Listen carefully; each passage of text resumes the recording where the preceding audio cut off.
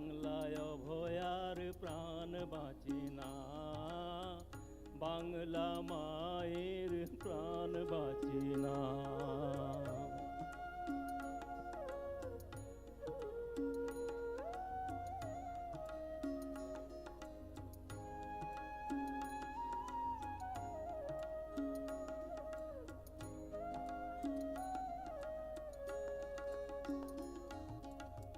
নদী ভরা জল, ক্ষেত ভরা ফসল, ছিল না খুশির ঠিকানা।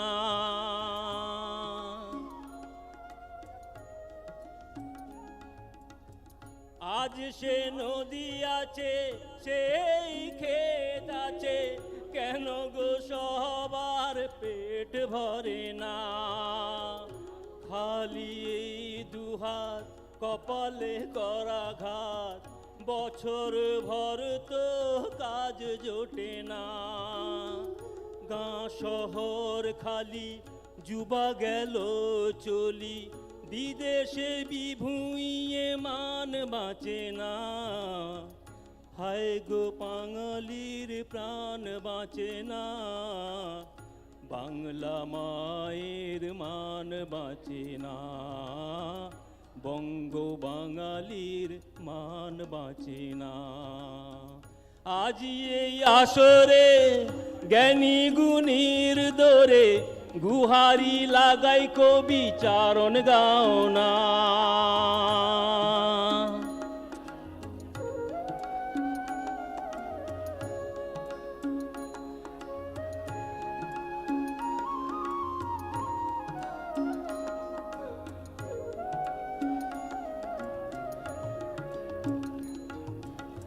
হিন্দু মুসলমান বাঙালি নওজোয়ান, অন্তরে ছিল শুভ কামনা।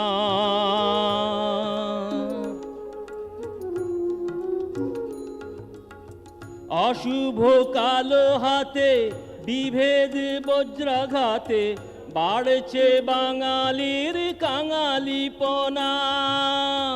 জাদুকর সওদাগর অশুভ আতাতে, বাড়িয়া যায় দেশের যাতনা। শিয়রে রাহু কেতু, ভাঙে মিলন সেতু, জীবন ভরে গেল বঞ্চনায়। বাংলা মায়ের মান বাঁচে না, বঙ্গে বাঙালির জান বাঁচে না। আজি এই আসরে জ্ঞানী গুণীর দোরে, গুহারি লাগাই আমি চারণ গাও না। বাংলা মায়ের মান বাঁচে না ভাইরে, বাংলায় অভয়ার মান বাঁচে না। আজি এই আসরে জ্ঞানী গুণীর দোরে, গুহারি লাগাই আমি চারণ গাও না। বাংলা মায়ের মান বাঁচে না ভাইরে, বাংলায় অভয়ার জান বাঁচে না। বাংলা মায়ের মান বাঁচে না ভাইরে, বাংলায় অভয়ার জান বাঁচে না। বাংলায় অভয়ার জান বাঁচে না, বাংলা মায়ের মান বাঁচে না, বাংলা মায়ের মান বাঁচে না। Thank you.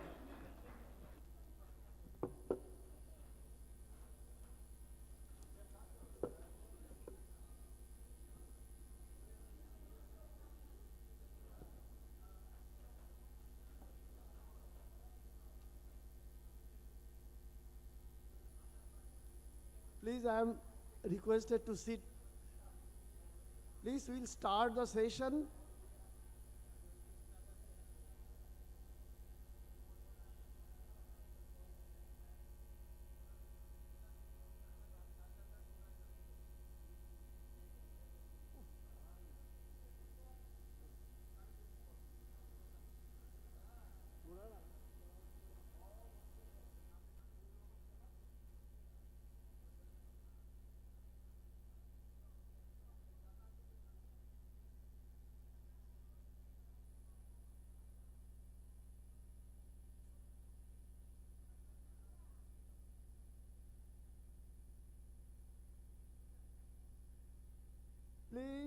be seated. We are going to start the session. We are going to start the session. Please be seated.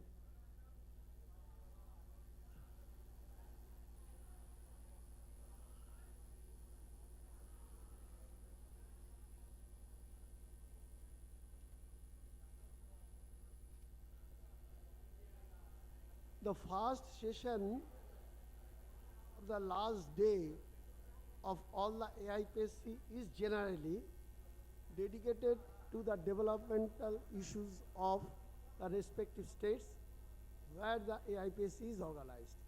So, this session will be on the developmental issues of West Bengal with different perspectives.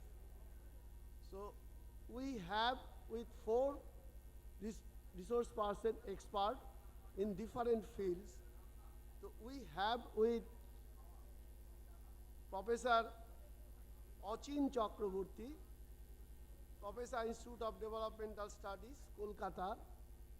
He will deliver his speech on economy, agriculture and industry. And Shivaji Chakraborty, Professor Shivaji Chakraborty, Professor, Department of Electrical Engineering, Jadavpur University, and President, West Bengal Academy of Science and Technology. He will deal with the science and technology issue or issues of West Bengal. Professor Kumar Rana, scholar and social activist, he will deal with the education issues of our state, West Bengal.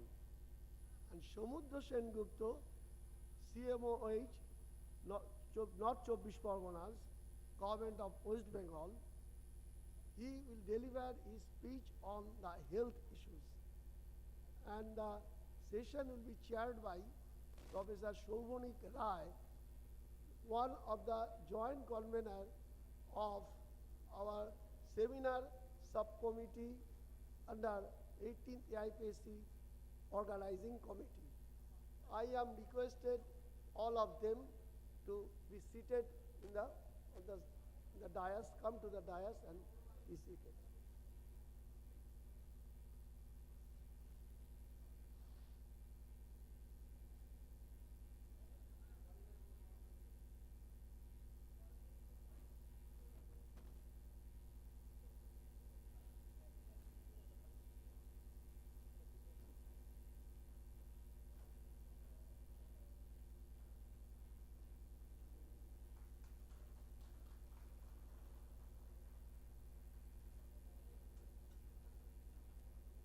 The 4 speakers and dignitaries of these sessions will be felicitated by Sri Milan Gayan, one of the joint convener of the seminar subcommittee under the 18th AIPSC organizing committee. Mr. Milan Gayan, he will felicitate all the 4 speakers.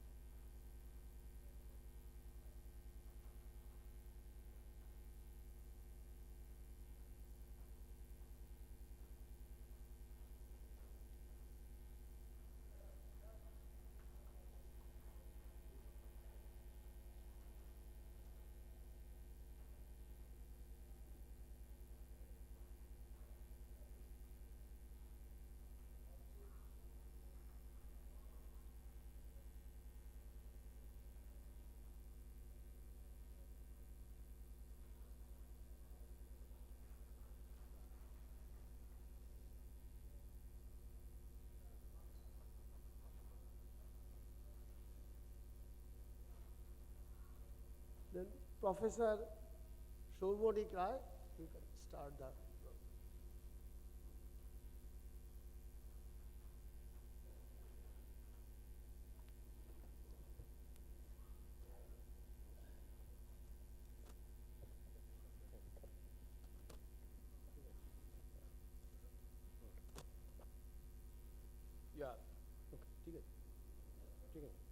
Very good morning and welcome in this pleasant winter morning to all the distinguished delegates in this 18th AIPSC and also the panel of eminent speakers who are with us today to discuss on this very important topic. In any discussion on science, technology or self-reliance is development, the developmental perspective and the developmental policy of any state, because science and technology actually doesn't happen in any vacuum. So it is influenced by the socio-economic scenario of the state, the different development activities, what is happening in different, in various developmental sectors, and also the policies which are being adopted and followed by the policymakers, the administration. So that's why this is an important component for any AIPSC to discuss about this in the particular state where it is happening. So I'm not going again with the panel of the speakers. I'll introduce them when I'll invite them. But just to one thing, we have to make sure that this session we have time up to 11:30. So I have to handle that difficult task for keeping the time and also giving equal space for all the speakers. So I'll request them to speak for 15 to 20 minutes, because we would like to have at the end, and the discussion will invite at the end after the 4 speakers present their the speeches. So before wasting any further time, let me just put the theme in the context or place the theme in the context of the state of West Bengal, which we probably all of us know that this is a very important one of the eastern states in India, and which has a very interesting feature that its population is almost close to 10 crore as far as I saw in the 2024 figure, and it was in 2011 it was close to 9.1 crore. And the other important salient feature is, the other important aspect of this thing is that this is actually the second highest population density state in India, just after Bihar. So which has 2 implications, as we all understand, in the rural areas and also in the urban areas, highest population density, and which means that the per capita land holding is very small, both in urban and rural areas, and the development pressure on land is very significant. So this sets one of the creates one of the challenge for development, so which has to be very planned kind of approach is required. And just 2 more things I'll just highlight. So apart from this highest population density, the sectoral contribution to GDP for different sectors, as far as I got, is agriculture contributes to 19% of the share of the GDP in the state, industries as 23%, and service sector as 58%. And I'll not go into the details, but any kind of present situation is influenced by the socio-political milieu and the kind of socio-political changes in the state post-independence and also the post-liberalization. So actually the speakers will be highlighting this aspect. So if we look back just to the history, which has gone through three kind of political regimes. First, it was the post-independence from 1947 to 77. It was the Congress-led regime, which focused more on industrial development of specific areas like Durgapur, Salt Lake, and other cities. Then came the left-front government, which focused more on the ailing rural situation in the state. So they focused more on the land reform and decentralization and these sectors. Then came the 1991, the liberalization situation, and then the government, the earlier government has embarked upon the new industrialization activities. And then now we are in, from 2011, the new government came, which has again a very different kind of approach, which is more on focus more on popular schemes and more on cash transfer and popular schemes. So just without further wasting any time, I would now invite the speakers to present their thoughts. So first, I would like to invite Professor Achin Chakraborty, who is Professor, Institute of Development Studies, Kolkata, who will be speaking on the economic scenario and economic perspective of the state. So Professor Chakraborty, please. So I request all the speakers to keep the time as 15 to 20 minutes for their presentation.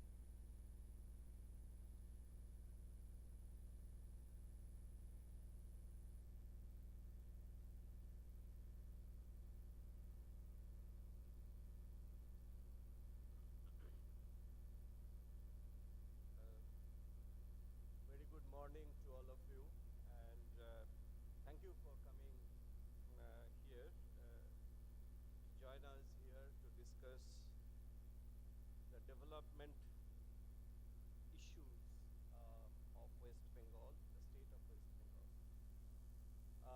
As the chairman has already pointed out, he has given us the background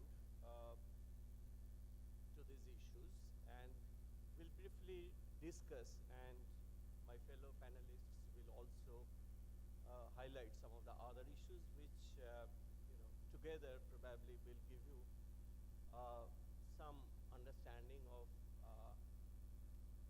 the developmental issues of the state. I'm really privileged to be here, and I would like to thank the organizers for having invited me here to speak on issues of West Bengal. I don't know if there are delegates from Kerala Shastra Sahitya Parishad. There are. And I lived in Kerala for 8 years, long back.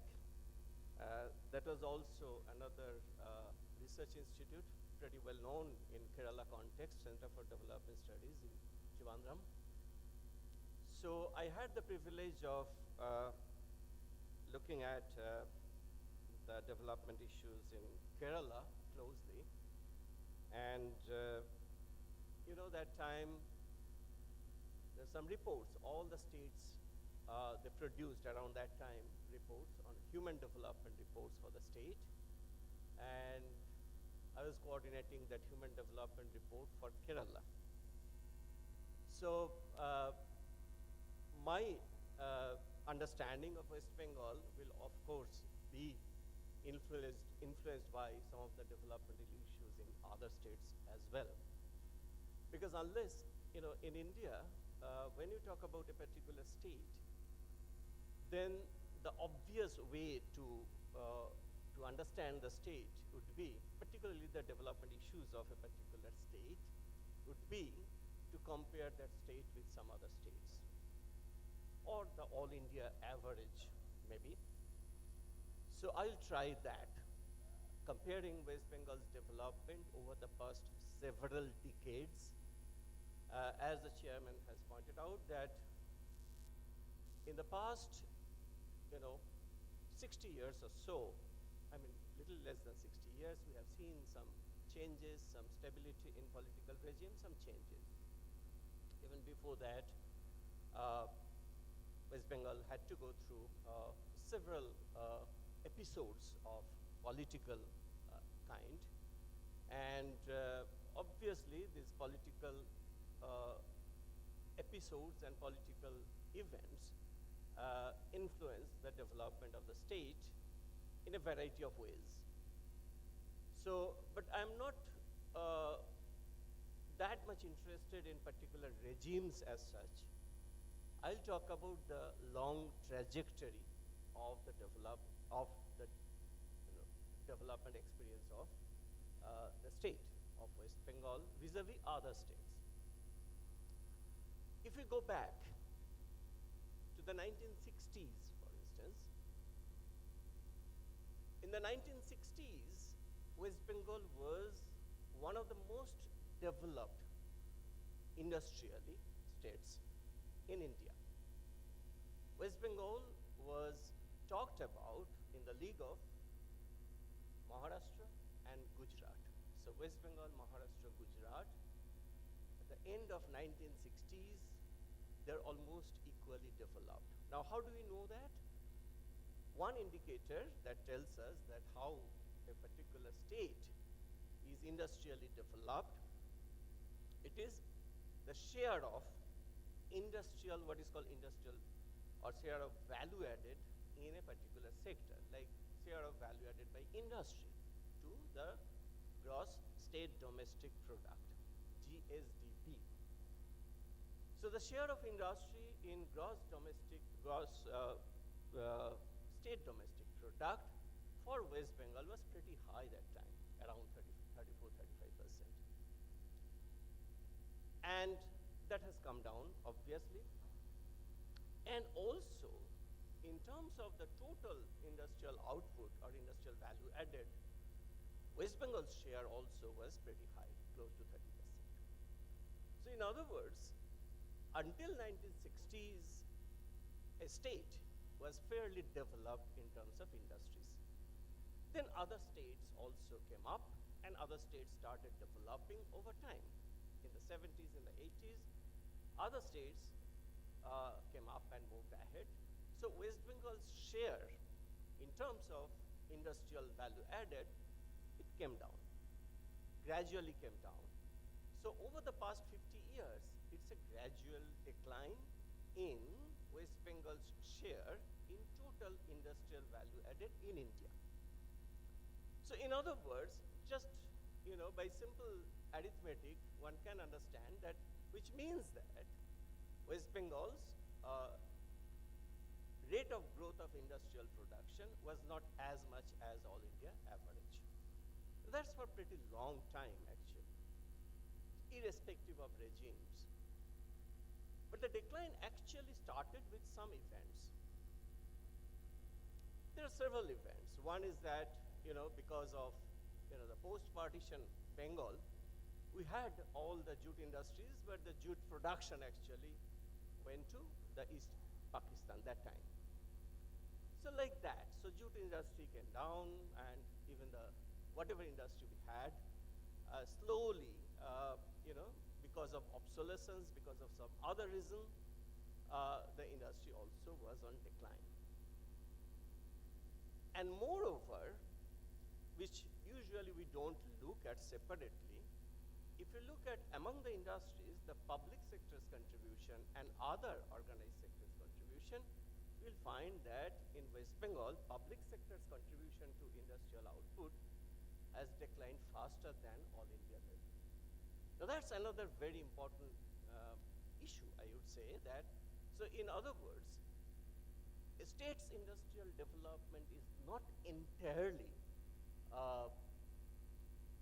due to state's efforts. Sometimes the central policies matter, and some policies matter more than other policies. So some of the policies which analysts have identified, that probably those policies have really worked against West Bengal for some periods. So I'll indicate some of these things as well. But before, I have started with industrialization, but before I get into agriculture industry separately, let me give you some overall understanding of West Bengal's per capita income, per capita GSDP or per capita income. Until, late 1970s, early 80s, West Bengal average income, that is per capita SDP, was slightly above India's. And then it became almost equal in the 80s. And then the relative decline, I'm talking about relative decline, then relative decline started. And even till today, the relative decline in terms of per capita HDP, it continues. So this relative decline for over almost like, 45 or 50 years or so, that's the fact in West Bengal. Now, relative decline doesn't mean that we are stagnating.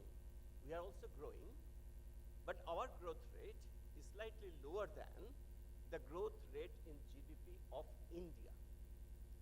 So when the growth rate of GDP in India is 6.5 and we are growing at 5.8 or 6, then obviously our relative share would come down over time. And that is exactly what has happened. So in 1970s, as I said, that it is almost equal, late 70s and early 80s. And now it is close to 75% of all India per capita GDP. In other words, if per capita GDP in India is 100, then our per capita GDP is 75. So you see that, so that's the kind of difference that we have now. So that's the first point to be noted, that it's not that West Bengal's economy is stagnating. I mean, quite, there are all kinds of confusion in public discussions. In public discussions, we say that, okay, nothing is growing and this and that, and it started during the earlier regime because of labor militancy, and industries have all gone out, etc. Now, these kind of sweeping generalizations, of course, we don't endorse. So we have to go beyond these sweeping generalizations and look at the exact data and statistics. Of course, statistics may not be all that reliable all the time, but still the analysts, they know how to read statistics. So we know that how to, as researchers, we every day we do that. So we try to sort of check the reliability of different statistics. And so what I'm saying here in sum, basically it's drawing on that kind of exercise. The kind of exercise that many of the scholars, many of the economists, they have been doing it for long. So I'm basically drawing on those ideas from other scholars as well as our own research. So the first point to be noted, as I said, that it's a story of relative decline in per capita income for long, irrespective of the regimes. Irrespective of the regimes. So it's a long decline, the story of long.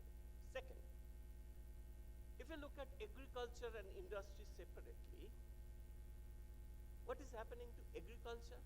Now, it's very remarkable because in development studies, development economics, we learn that as a country develops, then its share of agriculture comes down and share of industry goes up, and then eventually share of services actually goes up. But in India, the general feature is that it has bypassed that industrial development part. It grew up slowly, but all the growth actually happened in the services sector. And West Bengal is no different from other states on this. So in other words, this high growth of services sector during the past 3 decades or so, which is the feature of Indian economy, is also shared by West Bengal.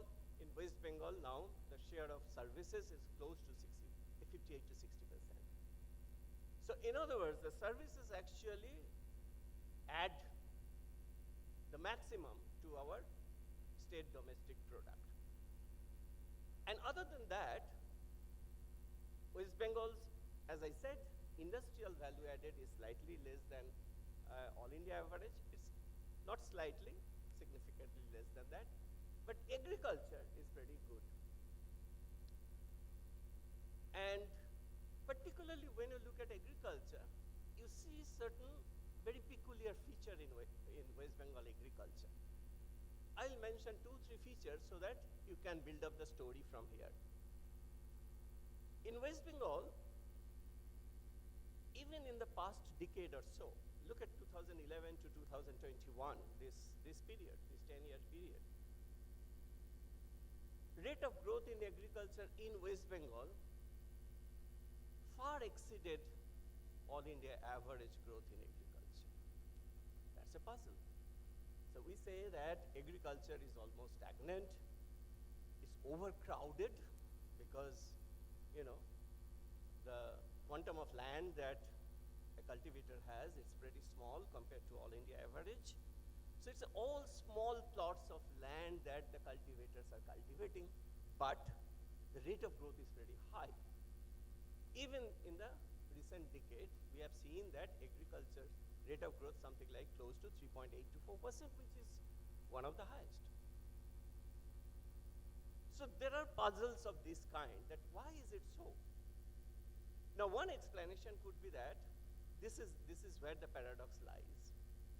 West Bengal is producing enough in terms of output, but in terms of what we call value added per worker, value added per producer, that's pretty low in agriculture. For obvious reason, as I said, that each cultivator is cultivating a small plot of land. So value added per worker is low, even though we are producing a lot. In terms of growth rate, it's quite decent, it's quite good, but in terms of value added per worker, it is low. Now, what are the implications of this? The implication is that, obviously, value added per worker in agriculture, if it is too low compared to industry, then the natural course of development would be that people would be siphoned off from agriculture to industry.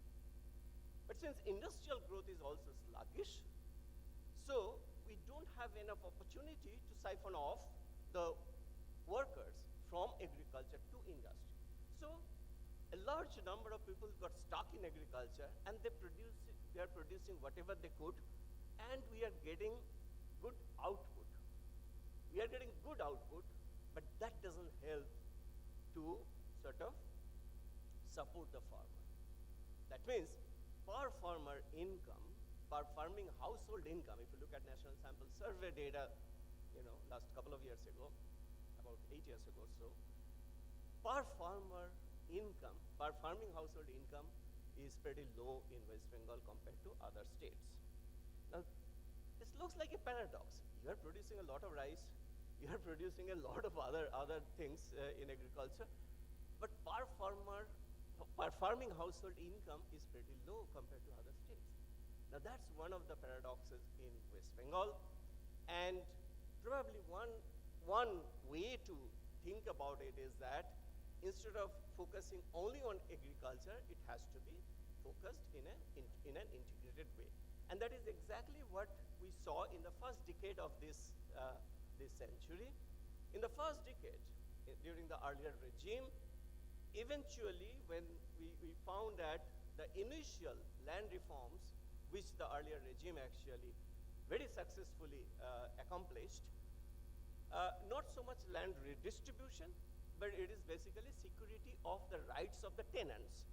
So all the sharecroppers, the tenants, they got their rights established in the 80s, and there's a huge recording of the sharecroppers, and they got their rights established on the produce from the land, even though the sharecroppers or the tenants, they don't own the land. So it's owned by somebody else, but they had this control over the value of the output because they couldn't be evicted from land they have cultivated.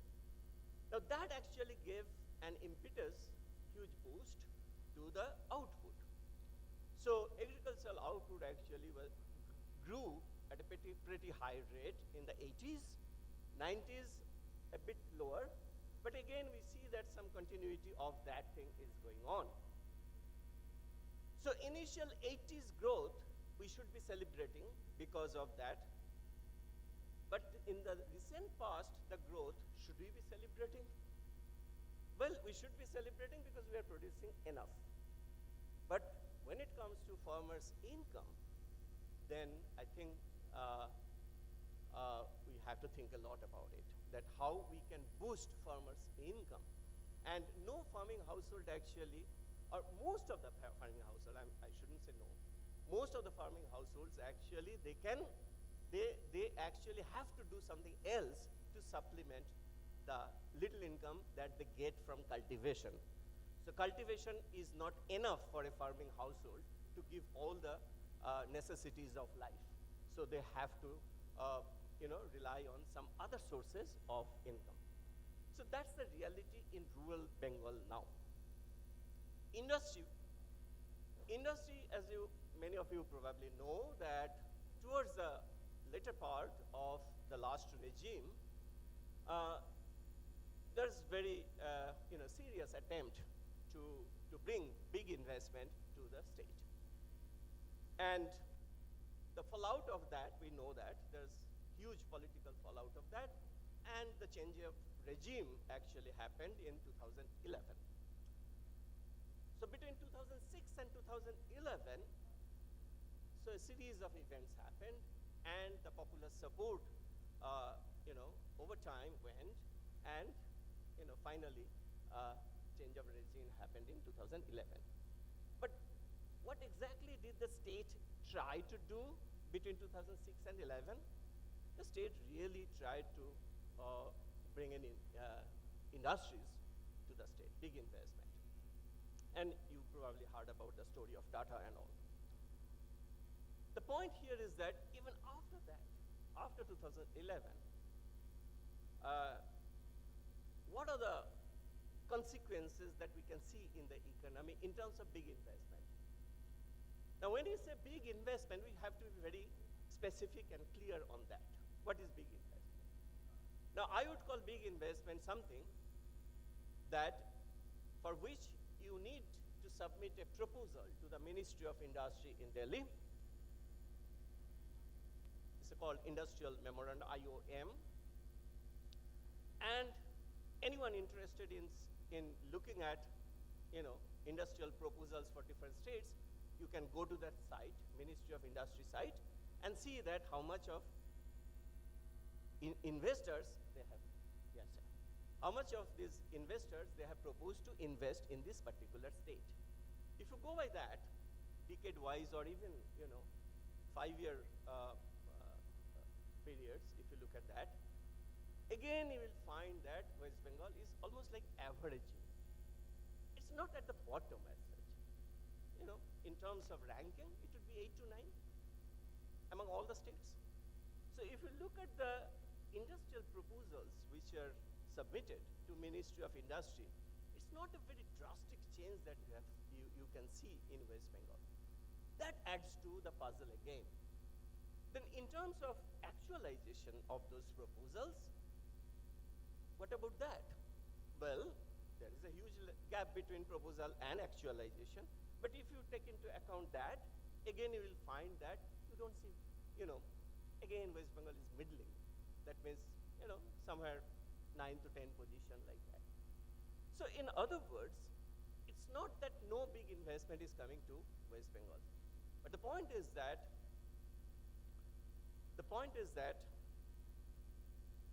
why is it that the entire trajectory is so sticky? That means the decline started from 60s, and still the same decline happening irrespective of regime change and all. Second,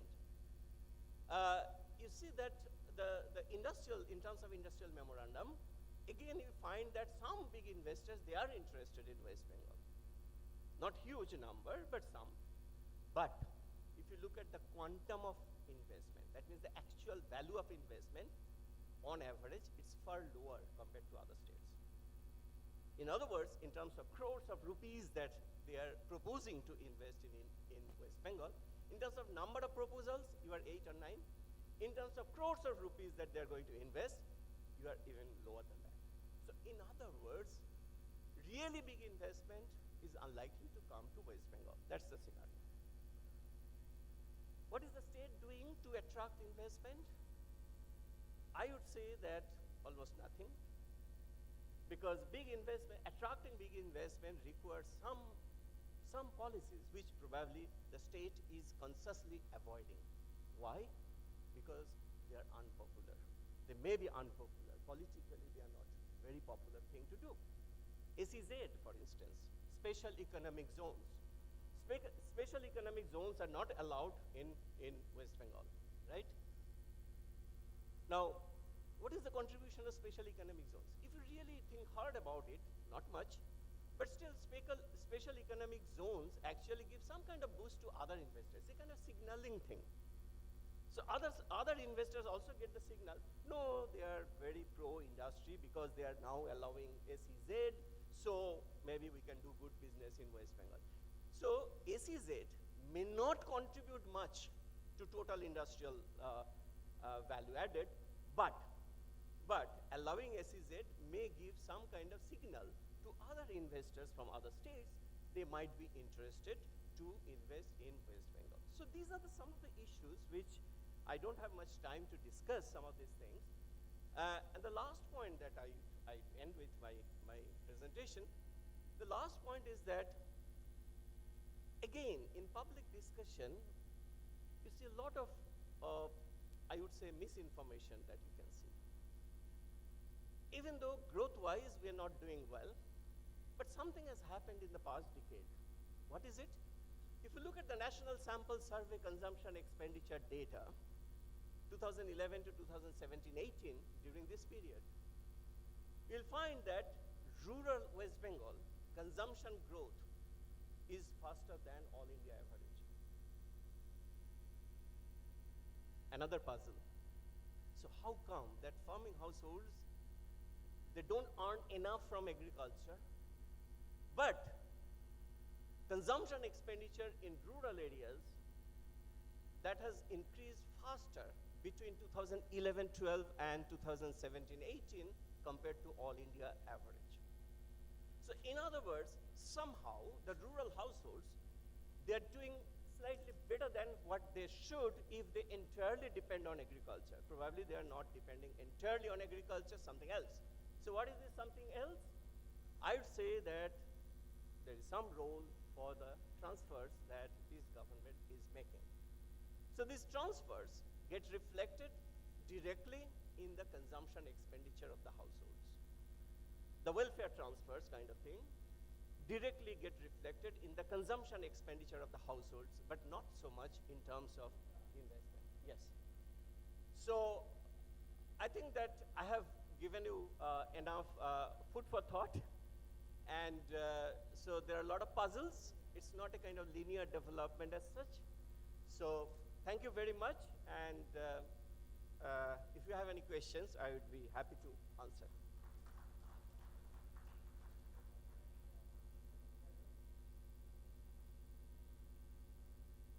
So thank you, Professor Chakraborty, for very elaborately speaking about historically how the state performed in terms of agriculture, and also the kind of paradoxes that the growth rate in agriculture is high, but the per capita output is low and the farmer's income is also low. And just to add to that paradox, probably he has mentioned about that rural consumption, the household consumption expenditure in last 2 or 3 years it was increasing, but just yesterday only a report came. I'll just give some figures which makes it quite clear that again it's very low with respect to national average. I don't know, this is also probably a puzzle. So I just quoted data that rural consumption expenditure per person per day is 120 compared to national average of 137 per capita per day. And urban, it is 192 compared to 233 in the national average. So this is again a paradox which probably will take up in the discussion session. So now I request Professor Shivaji Chakraborty, who is Professor Electrical Engineering, Jadavpur University, and also former director of NIT Calicut, to present his views on the science and technology scenario of the state. Professor Chakraborty.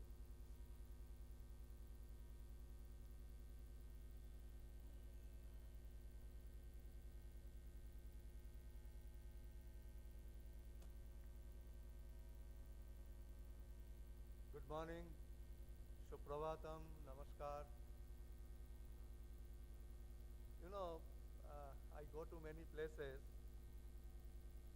what I find very commonly is that we can get speakers. It's very difficult to get listeners. That means audience. And even if we have audience, then it is very difficult to get audience who is really listening. But anyway, when the organizers invited me, I accepted it because this is a forum where I thought I could say something on the science and technology aspect. I am an engineer by training, by profession, so I cannot talk big and I cannot talk on history, etc., etc. So I will be more like a bullet point, that what needs to be done at this point of time. So forget about what has happened and etc. So I have thought about it.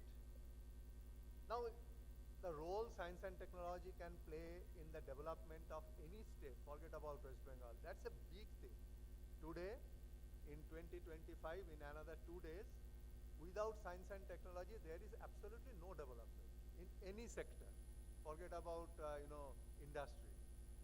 Even in agriculture, today, without science and technology, nobody can develop. So we can keep on talking how much science and technology can contribute. I have chosen only 4 aspects. 4 मुद्दों को बात करेंगे हम. पहले वाला है कि of course IT, but not just IT. It is also, I will touch upon IT enabled services, already talked about by previous speakers. दूसरा मुद्दा जो है वो हम बात करेंगे very importantly manufacturing. तीसरा मुद्दा है agriculture, and the 4th one I will talk healthcare, but healthcare technology, because I have another speaker, very eminent speaker, who will talk on the healthcare of West Bengal. So let me come to the first major theme of my talk, पहला मुद्दा, that is IT and IT enabled services. Coming to that, what can we do? And in the perspective of our Paschim Bengal. So 1.1, the first sub-theme I have chosen is fostering IT hubs. कैसे कर सकते हैं? The first point that I want to mention is sector-wise development. What can I do? We have to enhance infrastructure. That's the first important thing. Now in that infrastructure, people will come to work, they will have family, they will have children. So we should have amenities, schools. Otherwise people will not stay, people will move to other places. And we should have all the other services that people need to stay. So that's the first one I say is the sector-wise development we have to do, which is not happening. Previous speaker talks about SEZ, Special Economic Zone. Yes, it is needed, as he said. So we have to establish new IT parks and special economic zones, but not anywhere. We have to find out strategic locations where this has to be put. We cannot put it just somewhere, some land is available and we put an SEZ. That doesn't work. So we have to understand these certain fundamental things. Third point I want to mention is our overall infrastructure of the state has to improve. And what do I mean by that? पहला जो है कि हमारा जो road connectivity है, and road connectivity does not mean only Calcutta-Delhi, Calcutta-Madras highway. It is the different parts of the rural Bengal. The road connectivity improved होना चाहिए, है improved होना चाहिए. Parking है सब जगह पे, क्योंकि जब आदमी आएंगे 100 आदमी किधर आएंगे, पार्किंग की ज़रूरत पड़ता है. सो पार्किंग जहाँ पे भी हम SEZ और IT पार्क बनाएंगे, wherever we will make it, do we have public transportation there? Because people who will walk there, they not necessarily all have cars, so they need public transport. है क्या? So these are the things we have to do. And skill development. See, there are many things we do. We buy equipment, but then after 2 years, when that equipment goes wrong, कोई नहीं है उसको repair करने के लिए. There is nobody who is trained in our institutions Who can repair that? We have to call people from Bangalore. So skill development is necessary, and not necessarily at the highest level, but medium and lower level. Karna hai. We are not doing. And finally, if we have to do all that, we have to have industry academia collaboration. बिल्कुल ही नहीं है. हमारे यहाँ जो भी research होता है, I am also a researcher, done 40 years. We almost do whatever we read in some paper and do a research. How many times we go to a real life, find a problem and do the research? ये है ही नहीं कोई industry, academia, social relationship. Maybe in social science it is there, but science and technology it is not there. I have not seen in 40 years. Second जो है, जो बात करेंगे हम, startup के.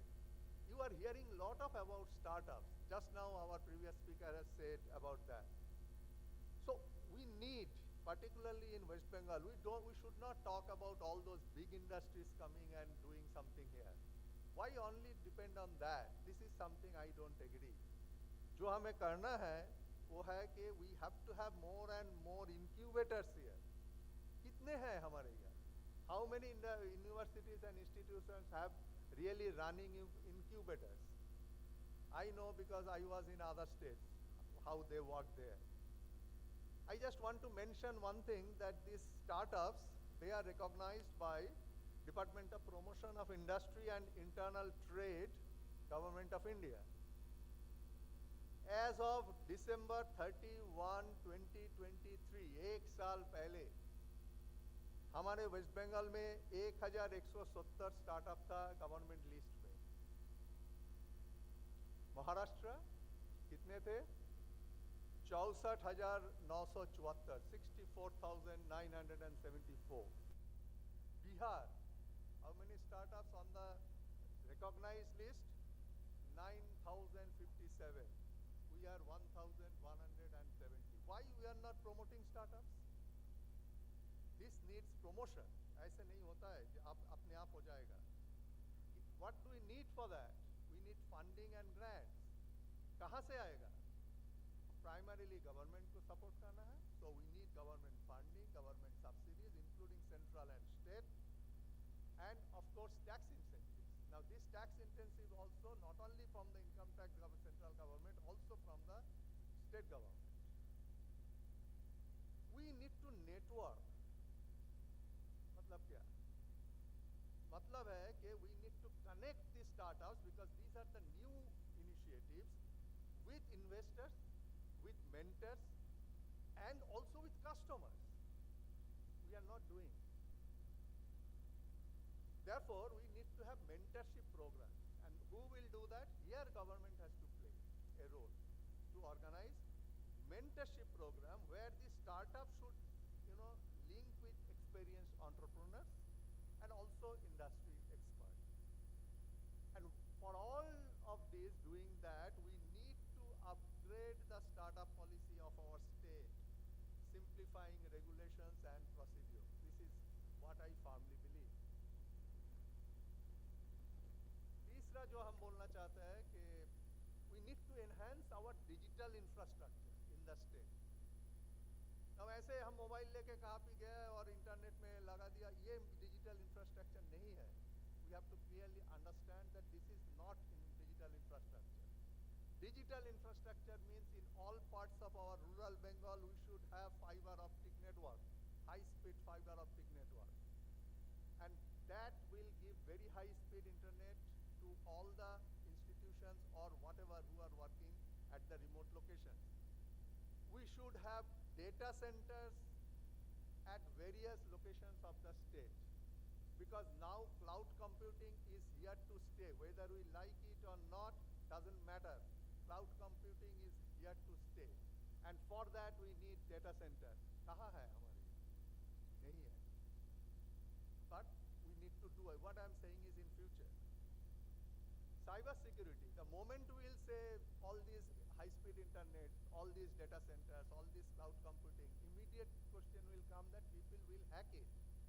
So we need cyber security. We need people for protecting this digital infrastructure, and we have to do it. finally, we all hear smart city initiative, smart city initiative. अरे क्या है वो? ये कोई आसमान से तो नहीं गिरता है. So what I suggest is very simple, that we have to have infrastructure with all sorts of Internet of Things implementation, with all sort of sensors, smart traffic management. बताइए आप कहाँ है? Smart traffic management आपको दिखाई दे रहा है? मेरे को तो नहीं दिखाई दे रहा है. I don't see it. And intelligent transportation. Now this is something coming up very, very quickly, because transportation today doesn't mean that I put the truck here, load it and then deliver it here. I make a full logistics chart where this becomes intelligent. जो दूसरा बड़ा मुद्दा मैं बात करना चाहता हूँ, manufacturing, because only services, whoever economists tell me, I don't agree that services will sustain the economy of a country like India. That can sustain in Thailand, not in India. Manufacturing has to be the backbone of Indian economy, and also West Bengal economy if we have to grow. So what we have to do, first point, that now if I talk about industry, we have to understand what is the latest trend. The industry trend today is not 4.0, it is industry 5.0. We have to understand, whoever is involved in it, that what does it mean. It is nothing, not that everything is against the people, because it is implementation of technology. And when technology comes, of course some old jobs gets replaced by new jobs. That's what we have to understand, that it is not that jobs that go away, it is that the job gets replaced by another type of job. So we have to implement smart manufacturing, because artificial intelligence, robotics, these will be tomorrow's manufacturing. Now if we don't do it today, the others will do, the others will go ahead, and our percentage will remain smaller. So we have to do it. We have to change our industrial infrastructure by implementation of different systems like enterprise resource planning, customer relationship management. We are not doing this part, customer relationship management, and finally supply chain management. Because I said I am a technologist, so I am talking in terms of science and technology. Manufacturing today is completely different. The entire approach is changing with additive manufacturing. Just to give you an idea, what is it? Very simple. See, earlier, how do I make a idol? We take a stone and then cut part of it, and I get an idol. So it is called not additive. It's just we are eliminating the part. Now it is additive. That means we put it layer by layer. First layer at bottom, second layer, and it's added to that product. So what happens is there is no wastage of material. Now that's completely new generation of manufacturing. We have to accept it, because others will do it. They are already doing. Western countries are already doing. We have to do it. And when we do all this, the question comes is industrial control systems. Because without that industrial controls, this doesn't work. So we again have to have very trained cybersecurity people, because otherwise there will be a lot of complications. And for all that, we need skill development. The next point that I want to mean is that MSMEs we talk all. Now how to boost MSME? Of course, people will talk about funding, subsidies, tax incentives. But very important that I mentioned earlier is also again mentorship and handholding. And even more than that, I believe that we have to facilitate these MSMEs to access the market. Because remember, producing is not enough if you cannot sell it. So market access. And of course, cluster development, because individually an MSME cannot sustain. So we have to make a cluster. Now, having said all that, I am not going into, I have certain other point. But regarding agriculture, I am not an expert, but are we doing precision farming? There is something very, aggressively now done in Punjab, Haryana. This is called precision farming with lot of technology. We are not doing, we need to do it. Are we doing a lot of agricultural biotechnology here? Because today we without agricultural biotechnology, it is impossible to go ahead. You know, whatever we talk about in the production, produce and all that. Because I am not a believer of statistics, because statistics can produce the same data in 10 different ways. And the very important point I want to make is that what we call farm to table logistics. जहाँ पे हुआ farm और table जहाँ हम खाते हैं, कैसे आएंगे this logistics? Here now technology plays very big role. इसमें पहला आता है supply chain management, and now the next issue is coming cold chain management. That means there are a lot of products which has to be transported in lower temperature. So do we have that infrastructure? And it is not just cold storage, it's a cold chain, transportation, so that things doesn't become bad. So coming to that, just simple, if I say all of that is not enough, there are certain challenges. Infrastructure challenge, as I said, limited infrastructure we have, limited funding we have, our connectivity is not good, and limited access to advanced technology. Human resource challenge is there. Now we like it or not, brain drain is there. Talent is migrating from my state to the other state. It is happening in my university and everywhere we see that. Very limited manpower in the skilled area. That's what I was trying to tell you earlier. There are policy and governance challenges. I'm not going into that because of regulatory complexities and other. Financial challenges. See, there are a lot of other states where we are seeing venture capitals, we are seeing angel funding. How much of venture capital and angel funding is coming to our state? Now that's what we have to discuss and implement. Because we are still depending on government funding. That's the real stuck point here. And of course the societal challenges, because there is a mindset that when the new technology comes, as if it is harming the society. This is typical mindset, ये job चला जाएगा, उसका नौकरी चला जाएगा, वगैरह वगैरह वगैरह. But technology will come. Who can stop technology? Society में अभी तक हुआ है क्या कि technology को कोई रोक सका? So societal challenges. But there are opportunities because the human resources here are very good, so they can pick up emerging technologies. We can really build startup ecosystem. Yes, we have the ability. Skill development we can do. Industry academia collaboration we can do. And of course, we can do research and development. But last point I want to make is that, again I highlight that only government funding is not going to help this development. We need private sector participation. It has to be there. Whether we like it or not, it has to be there. So we have to collaborate with private companies to develop this infrastructure, industrial park development, precision farming, agricultural biotechnology. We need private sector participation. We need industry-led initiatives where the skill development, startup promotion, MSME development, farm-to-table logistics, we need industry-led initiatives, not just government initiatives. And of course, we should leverage the corporate social responsibility aspect of the industry. ये तो हमें ये advantage लेना है. And for that, we need to have plans. We need to have this developing modern infrastructure of science, technology and innovation. We need to have a comprehensive short-term plan for 2 years.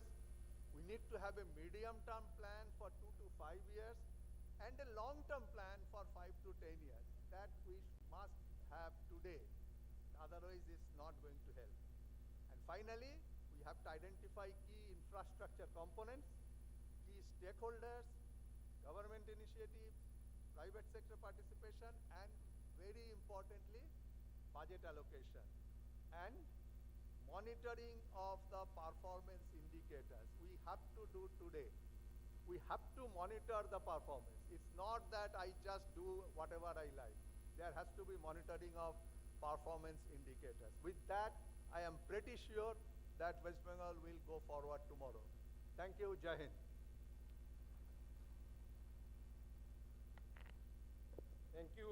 Professor Chakraborty for a presentation with a very comprehensive approach, and he touched on 4 sectors of thrust which probably no state can ignore, because IT and ITS, which will probably require more city development, because these are the engines of growth. Manufacturing, without manufacturing, the mass employment cannot really happen. Third is agriculture. Agriculture cannot happen in the similar way as it was happening prior to the previous years. And also the healthcare development. And what he has highlighted, which I just like to add, that there is a need for planning, which is very, very important. And in this context, I'd like to highlight one document which in 1996, Government of West Bengal, WBIDC, has invited a consultancy firm, Partho Ghosh and Associate, who has worked on a industrial rejuvenation and economic vision of the state, which I think if you can get access, it's a very interesting document and a very comprehensive document, which focused on local resource and local skill-based industrialization, in which there is a place for Calcutta and big cities, where obviously there will be migration, clustering, and all these things happen, where focus will be on IT, ITS, and all. But in other regions of the state where there is North Bengal, the focus is more on the agro products, tea, orange. South Bengal, there are silk and jute industries which are languishing now, so the focus is on fiber-based industries. Similarly, mineral-based industries on the western part of Bengal, which has a long tradition, and the marine products in the south of Bengal. So they have divided the state of West Bengal in 6 categories, and a very comprehensive document which probably didn't really followed up later on. And I think that is what is very important if we like to embark on a path of industrial development, because that cannot happen without infrastructure and the capacity development or the funding and all other requirements. So now after this initial 2 discussion, now I would like to move up to the human development. It is not that economic development and human development are different, are 2 different things. They are actually one complementing the other. So finally our emphasis or the focus of any people science movement activists is finally how it is actually helping to build the human capital. And in West Bengal, if I'm not wrong, that West Bengal is a medium human development index state, which is probably 0.63 or 0.64. That is the kind of human development indicator we have now. So so now to open up the discussion on this human development aspect, I'd like to request Mr. Kumar Rana, who is a very well-known scholar on development and social science, and also a social activist in the field of education and health.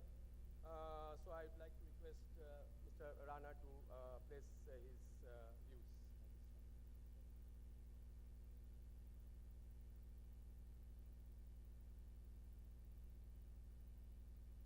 Thank you very much. Thank you very much for inviting me to talk here. There is a problem of language, I was told, and I know. For these kind of conferences with delegates from across the country, language is really a problem. So I was told if I could speak in Hindi. I'm not very comfortable with that. But first I apologize to people from Kerala, Tamil Nadu, Andhra Pradesh, and Karnataka, those who are not quite acquainted with Hindi.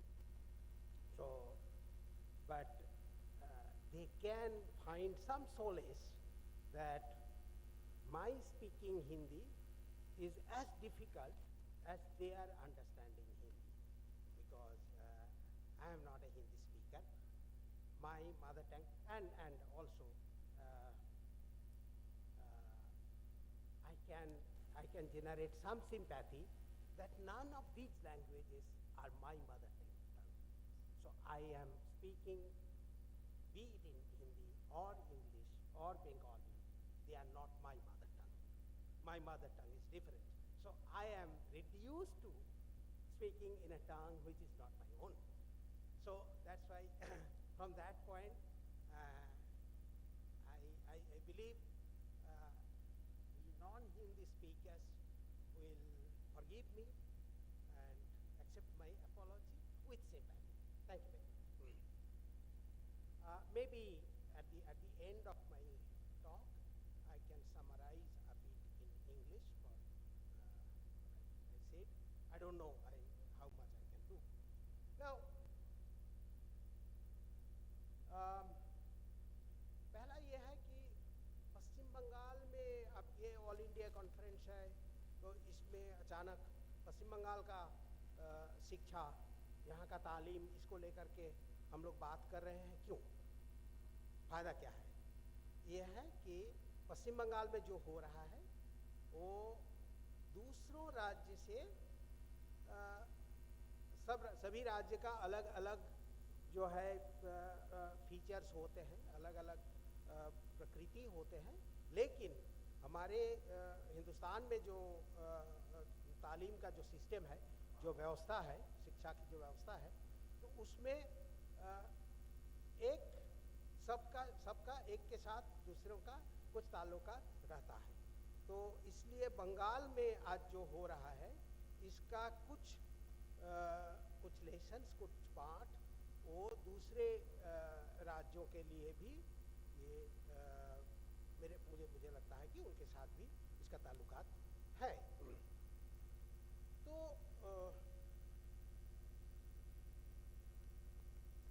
क्या कहें इसको कि यहाँ बोला गया है कि education के ऊपर बोलना, मैं फिर माफ़ी मांगता हूँ कि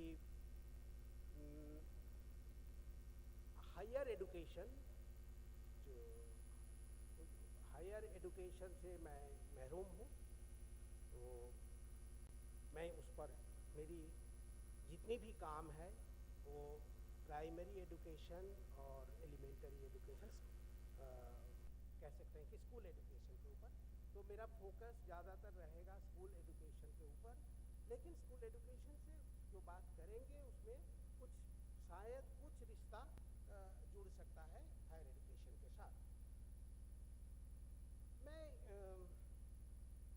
आता हूँ जो मैं कह रहा था कि दूसरे राज्यों का साथ रिश्ता क्या है, ऑल इंडिया प्लेन में इसका क्या संबंध है, वो हम देख सकते हैं एक अच्छी खबर के साथ। एक अच्छी खबर यह है कि पिछले 2-3 दशक में भारत में स्कूल एजुकेशन, खास करके प्राइमरी एजुकेशन में एनरोलमेंट 100% हो चुका है। कोई बच्चा बाहर, स्कूल के बाहर नहीं रहते हैं, सभी बच्चे अभी स्कूल में दर्ज है। ये जैसे हिमाचल प्रदेश के लिए भी सच है, हमारे यहाँ भी सच है,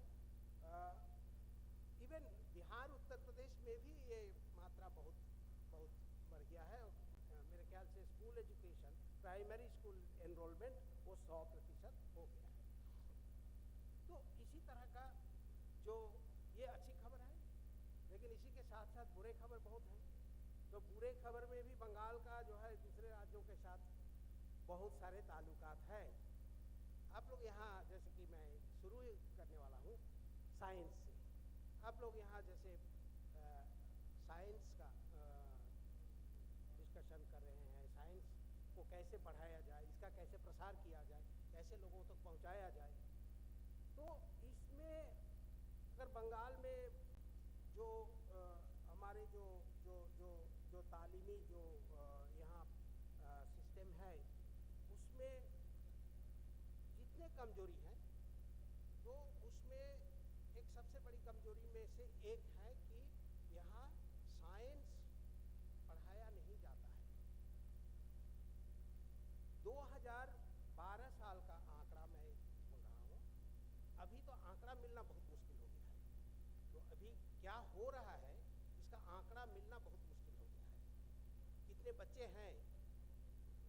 एजुकेशन डिपार्टमेंट के वेबसाइट में जाइएगा तो 2008, 2009 के आंकड़े आपको मिलेंगे। अच्छा, दूसरा है आप डिपार्टमेंट में जाइए तो बोलेंगे कि मंत्री जी का सिग्नेचर चाहिए। भाई पब्लिक एजुकेशन है, पब्लिक एजुकेशन के ऊपर आंकड़ा के लिए मंत्री जी के सिग्नेचर, मंत्री जी के अप्रूवल ये क्यों चाहिए नहीं पता। तो खैर ये जो है ये एक साइंस एजुकेशन में स्पेशली ये चूँकि साइंस कांग्रेस है इसीलिए साइंस एजुकेशन के ऊपर मैं शुरू कर रहा हूँ कि 2012 में पश्चिम बंगाल में जो हाई स्कूल हायर सेकेंडरी बच्चे पढ़ते थे उसमें केवल 13% बच्चे साइंस पढ़ते थे। इसके बनिस्पत अगर केरला में देखें तो ये आंकड़ा था 48%।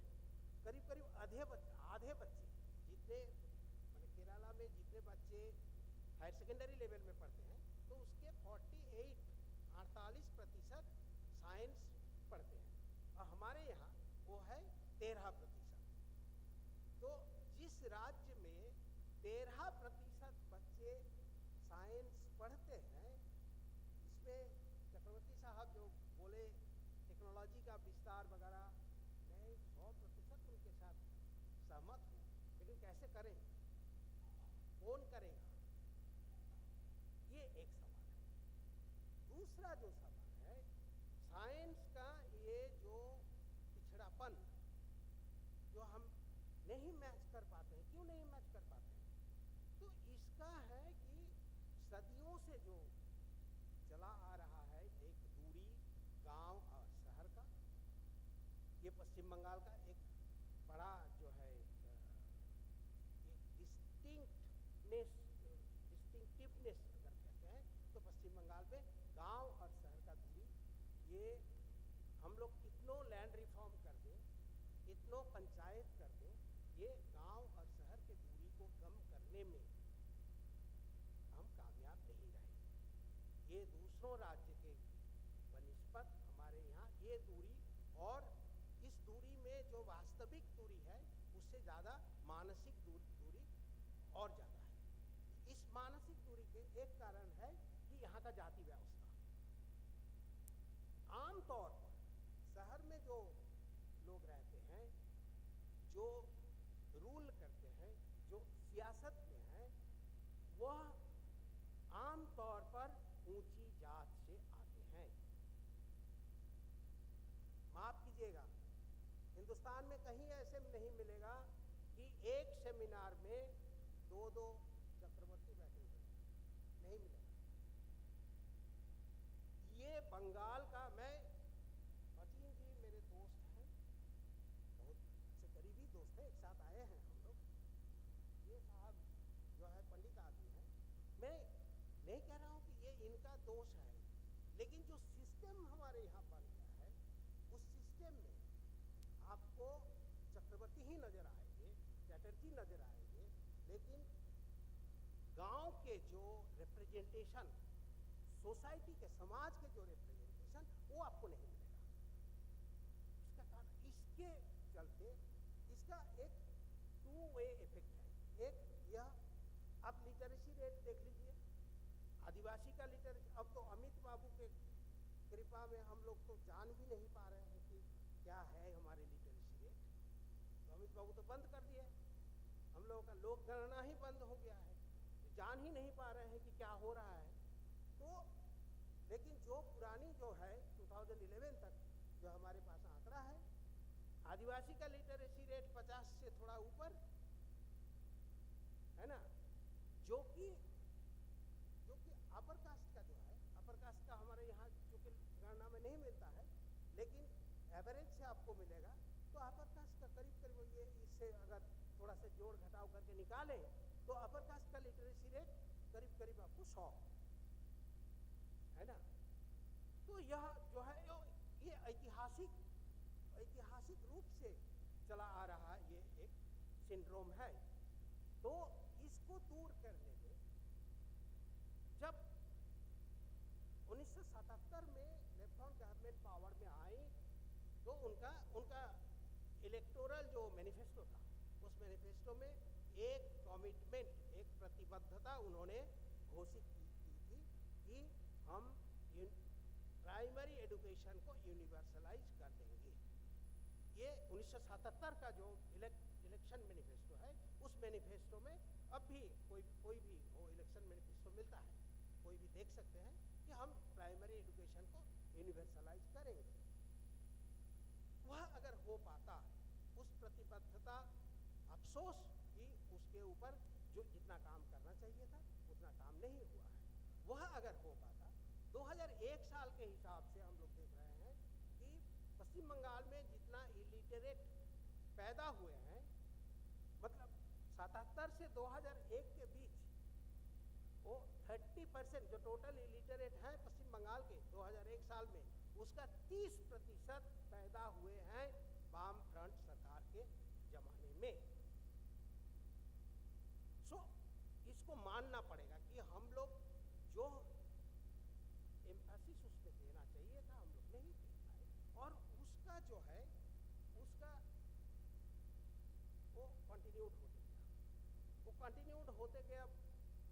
लेकिन साथ साथ यह है, मैं यह भी कहना चाहूँगा कि एटलीस्ट ईमानदारी से लेफ्ट गवर्नमेंट को मान लिया कि हम नहीं कर पाए हैं, क्योंकि एक ये है कि 1998 में इसी वेस्ट बंगाल गवर्नमेंट ने शिशु शिक्षा मिशन करके एक मिशन तैयार किया, मान लिया कि हम लोग नहीं पहुंच पाए हैं, आदिवासी दलित मुसलमान के पास हम लोग नहीं पहुंच पाए हैं। वो डॉक्यूमेंट में लिखा हुआ है, पंचायत डिपार्टमेंट के डॉक्यूमेंट में लिखा हुआ है, नहीं पहुंच पाए हैं, इसीलिए हम लोग ये मतलब एक दूसरे टाइप का स्कूल, लेकिन एक स्कूल लेकर के जा रहे हैं। उनका ये डॉक्यूमेंट में लिखा हुआ है, हम लोगों को जितना पश्चिम बंगाल में एक जमाने में 2004-5 का हिसाब आंकड़ा मैं बोल रहा हूँ कि हम लोग यहाँ का जो पीपल टीचर रेशियो था वो कंपेरेबल था उत्तर प्रदेश और झारखंड के साथ, उत्तर प्रदेश, झारखंड, बिहार के साथ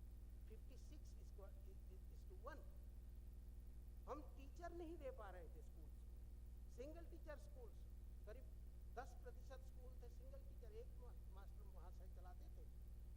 तो यहाँ से स्थिति कुछ तो बदला। राइट टू एजुकेशन आने के बाद थोड़ा सा एक्सेस बढ़ गया, लेकिन एक्सेस जो एनरोलमेंट के लिए जो एक्सेस बढ़ा है, साइंस पढ़ने के लिए वो एक्सेस नहीं बढ़ा है। दूसरा क्या है, तो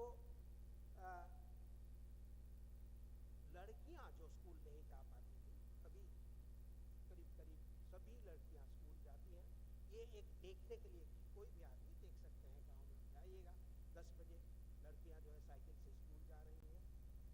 लेकिन जो कोर प्रॉब्लम है, क्या सीख रहे हैं, क्या पढ़ाई हो रहा है, इसमें एक तो जैसे मैं बोला कि साइंस बिल्कुल नहीं पढ़ाया जाता है, नहीं मौका नहीं मिलता है पढ़ने का। उसी तरह जो स्कूल जाते हैं उनको एक हमारे यहाँ एक अंधविश्वास जैसा पैदा हो गया है कि जिसको प्राइवेट ट्यूशन नहीं मिलेगा उसका पढ़ाई नहीं होगा। ये अंधविश्वास जैसा है। अब ऐसा हो गया है कि किसी भी स्कूल में अच्छा अगर पढ़ाई हो भी रहा हो, शायद ही होता है, लेकिन कुछ स्कूल में अगर एक आदमी हो भी गया तो माँ बाप बोलेंगे नहीं और थोड़ा सा मतलब मसाला कम डाला गया है, और थोड़ा सा मसाला डाल दीजिए तो और अच्छा होगा और टेस्ट बढ़ेगा। सो यह स्थिति जो है पश्चिम बंगाल का, मैं कहूँगा कि स्कूल्स में एक सबसे बड़ा इविल इसको कहते हैं, अशुभ अगर है तो यह है प्राइवेट ट्यूशन। क्योंकि प्राइवेट ट्यूशन आप नहीं दे पाते हैं। साइंस क्यों नहीं पढ़ पाते हैं? एक तो है कि स्कूल्स कम है, दूसरा क्या है कि बिना प्राइवेट ट्यूशन के अब साइंस पढ़ना मुनासिब नहीं है। कोई भी मतलब बच्चा वो नहीं कह सकता कि मैं बिना प्राइवेट ट्यूशन के ही साइंस पढ़ लूँगा, नहीं, सिस्टम ही ऐसा बन गया है।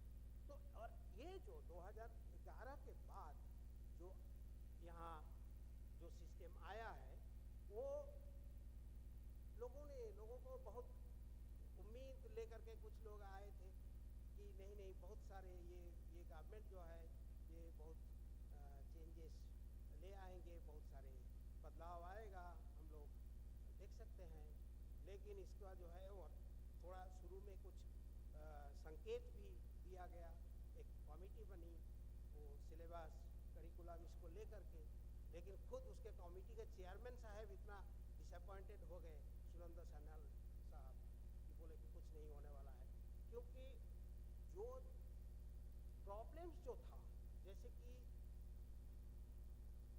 वर्ग के आधार पर लोगों में जो बंटवारा कि ऊंच नीच, वित्तीय श्रेणी के वर्ग के आधार पर जो बंटवारा, जाति के आधार पर जो बंटवारा, गांव शहर के आधार पर जो बंटवारा, वो तो सिर्फ कंटिन्यूड हुआ ऐसा नहीं है, बढ़ता गया और बहुत ज़्यादा बढ़ता गया। ऐसा बढ़ता गया कि कुछ कुछ इलाके में आपको टीचर मिलेंगे ही नहीं, क्योंकि वो अब ट्रांसफ़र पॉलिसी ऐसा बना दिया गया कि लोग जो चाहें वो, और जिनके पास रिसोर्स हो वो अपना ट्रांसफ़र लेकर के शहरी इलाके में आ सकते हैं। पढ़ाई का ये है एक। दूसरा जो है, जो तनी मनी डेमोक्रेसी जो थी स्कूल्स चलाने में या डिपार्टमेंट चलाने में, वो पूरा ख़त्म कर दिया गया। कोई डेमोक्रेसी नहीं। कोई भी डिसाइड करेंगे, मतलब कार्ल मार्क्स इसी का खिलाफ किए थे, बोले कि उनका कहना ही था कि स्टेट एजुकेशन करके कुछ नहीं हो सकता है। एजुकेशन स्टेट प्रोवाइड करेगी, एजुकेशन तो लोग करेंगे। स्टेट अगर स्टेट एजुकेटर बन जाए तो इसमें हमारे अभी का जो प्रेजेंट रिजीम है इसके साथ, और यूनियन गवर्नमेंट में जो रिजीम है उसमें एजुकेशन के मामले में सोच में कोई फर्क नहीं है कि हम पढ़ाएंगे, जो पढ़ाना है हम पढ़ाएंगे, लोगों का इसमें कुछ कहना नहीं है, बच्चों का कोई हक नहीं है, टीचर्स का कोई बोलने का हक नहीं है।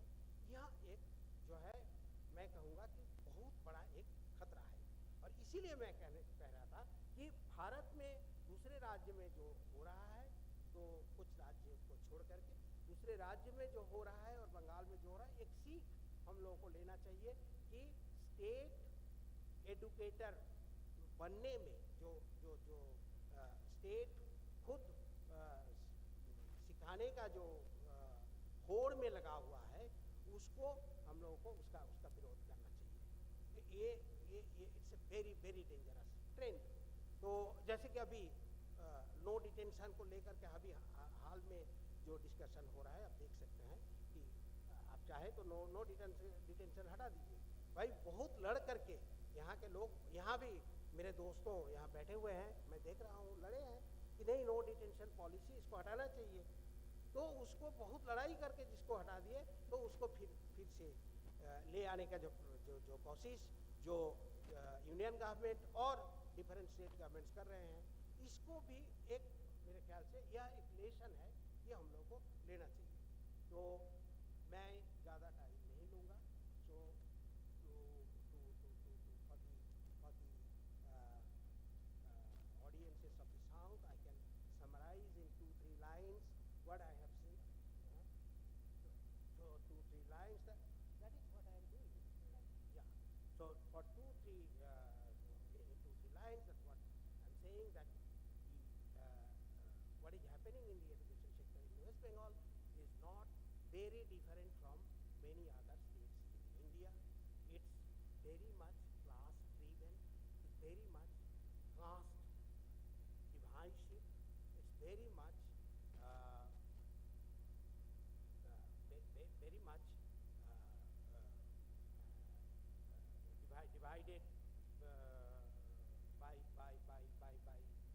by people's residences, urban, rural, etc. And these have its implication in building our, in allowing people to flourish, allowing our population to flourish, and these are hindering the development of science or flourishing of science, because without having elementary level of education, we cannot think of scientific construction and scientific expansion.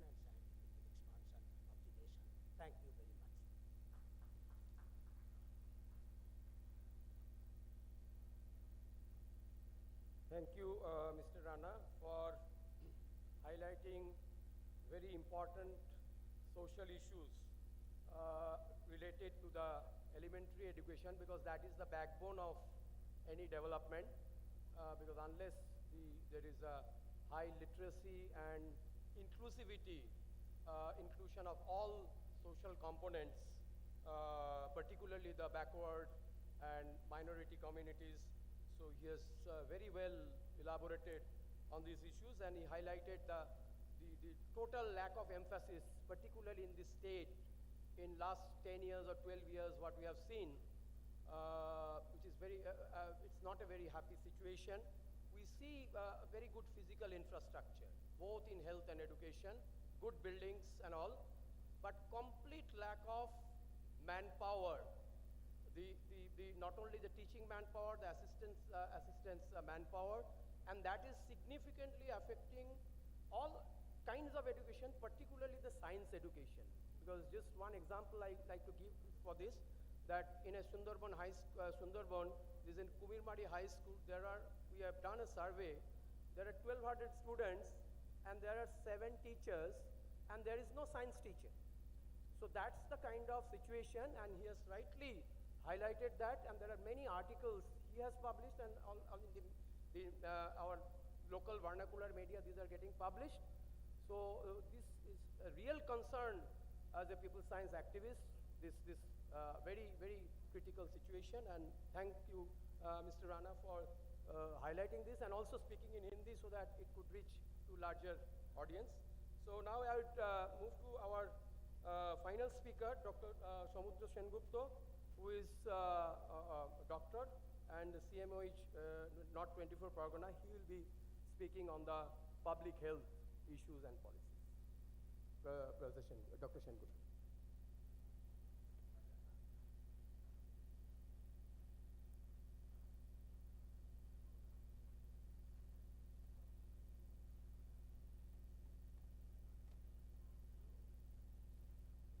PPT চালাচ্ছিলেন একটু লাগান।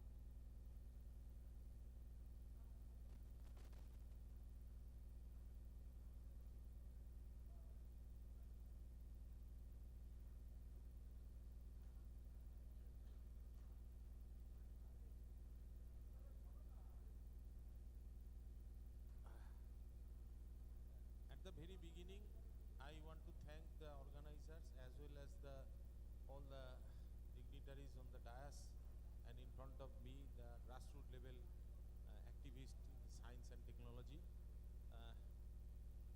What I want to speak at the very outset, let me be clear of one thing. I am not a scholar, I am not a faculty, I have got no relation, very little relation with academia, but as the Lipsky said, you may call me a street level bureaucrat. Street level bureaucrat is such a person who can deliver public service to the public as well as at least some discretionary level power within him or her. So let us talk about the experience in West Bengal Health Services, the strategic planning. These things took place in the last 3 years of the last regime, the left front regime, and the first years of the present regime. So that is the context. Next slide. So if we talk about the policy, health policy environment, let us first discuss in which environment we are speaking. We are not speaking in a vacuum. That we have to keep in mind.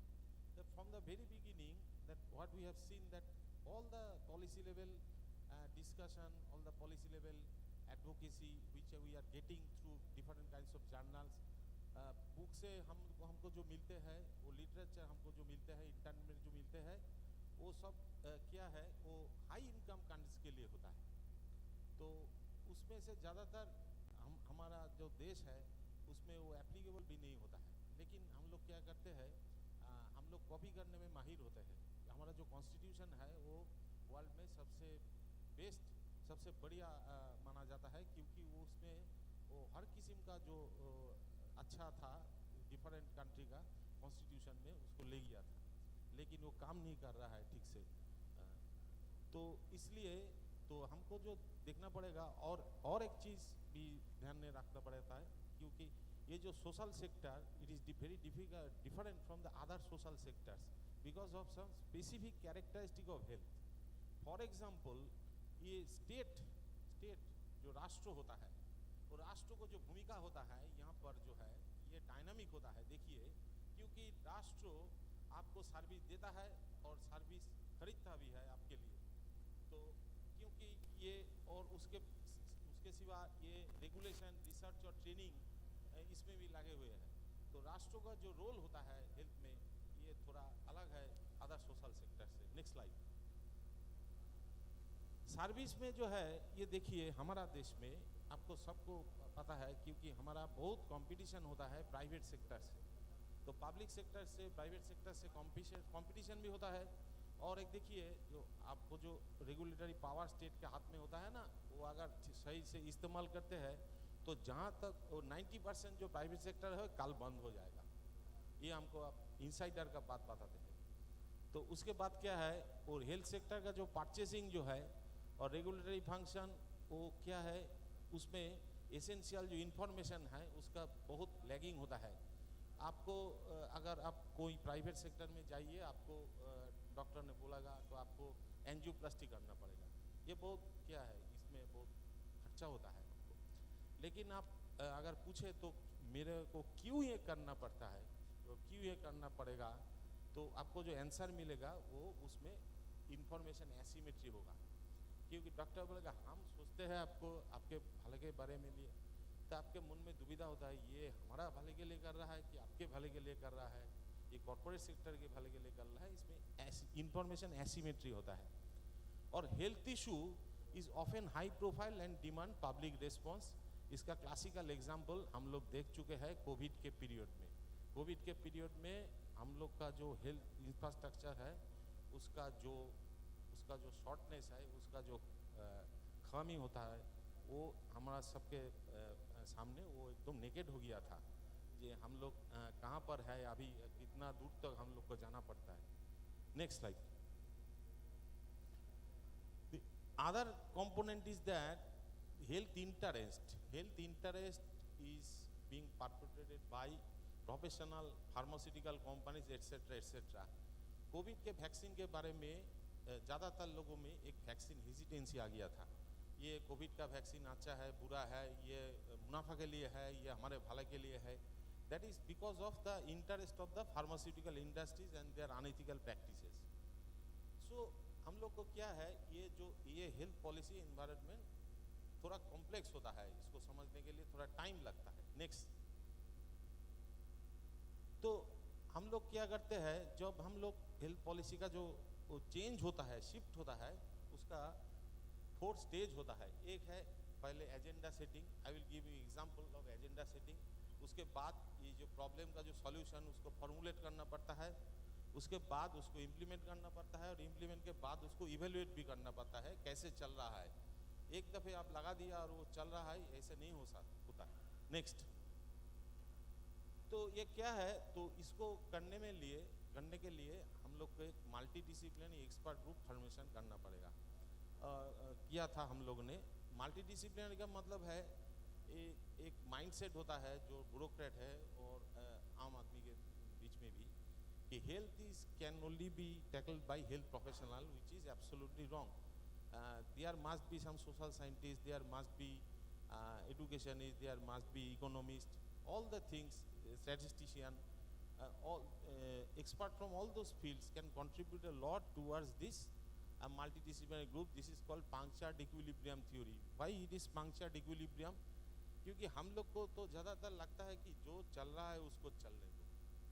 ये हम लोग का मन में एक भावना होता है, particularly Asians में ज़्यादा होता है कि जो बह रहा है उसको बहने दो, थोड़ा इंक्रीमेंटल चेंज होगा तो ठीक है, लेकिन इसको ज़्यादातर बड़ा कोई चेंज लाने के लिए बहुत कुछ करना पड़ेगा, ये वो करना पड़ेगा, वो ठीक नहीं रहेगा. सो ये जो इक्विलिब्रियम है इसको क्या है, इसको पंक्चर करना पड़ता है, नहीं तो आपको कोई रिफॉर्म एजेंडा आप नहीं सक्सेसफुल हो पाएंगे. तो उसके बाद क्या हुआ, उसके बाद उन लोगों ने बैठा, वो desktop, they do some desktop exercise reviewing by secondary data, some different documents from different countries and different states and best practice model. This best practice model के बारे में हम लोग आपको बताएंगे, क्योंकि यहाँ पर हम लोग जो एग्जाम्पल देंगे वो आप लोग जब आपका स्टेट के वापस जाएंगे वो आप इसको बेस्ट प्रैक्टिस मॉडल के लाइक बेस्ट प्रैक्टिस मॉडल आप इसको इस्तेमाल कर सकते हैं। उसके बाद क्या हुआ, उसके बाद फील्ड विजिट हो गया। उसके बाद ये जो टीम है, ये टीम ज़्यादातर हॉस्पिटल में विजिट किया, primary tyre, secondary tyre, tertiary tyre. they do space audit, they do interview with service provider जो डॉक्टर्स है, नर्सेस है, पैरामेडिक्स है, उसके साथ बातचीत किया। और जो सर्विस रिसिपिएंट मतलब जो पेशेंट है, पेशेंट का जो पार्टी है, उसके घर का जो आदमी लोग वहाँ पर रहते हैं उसके साथ बातचीत किया। क्यों बातचीत किया?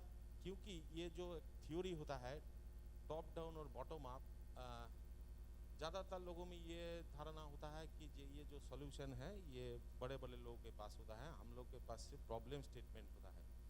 We can only state our problem, we can not give solution. ये ठीक नहीं है, ये साइंटिफिक नहीं है, क्योंकि इस देखा गया है ये जो सॉल्यूशन है, every problem has got is own solution and every solution has got is own problem, ऐसा करके चलते हैं। उसके बाद डिफरेंट स्टेक होल्डर के साथ फोकस ग्रुप डिस्कशन हुआ, हम लोग एक साथ बैठ के बातचीत किया है। Next slide. उसके बाद जो है वो ज़्यादातर पॉलिसी मेकर मतलब जो हम लोग का जो पॉलिटिशियन लोग होता है उसके साथ, trade union, different trade union के साथ हम लोग बातचीत किया। डिफरेंट प्रोफेशनल बॉडीज, डॉक्टर्स का जो ऑर्गेनाइजेशन होता है डिफरेंट, और नर्सेस का डिफरेंट ऑर्गेनाइजेशन होता है, पैरामेडिक्स का ऑर्गेनाइजेशन होता है। हमारा स्टेट में ट्रेड यूनियन मूवमेंट बहुत स्ट्रांग है, उन लोगों के साथ हम लोग बातचीत किया है। उसके बाद ये राइट अप पीपीटी बनता है और जो डिपार्टमेंट है जो डिसीजन लेगा उसके बाद ये हम लोग भेजते हैं। Next slide please. Is a example, right up example of a right up that issue was installation of semi-auto analyzer.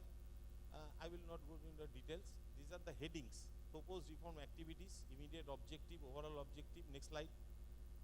Background, rationale and brief description. Next slide.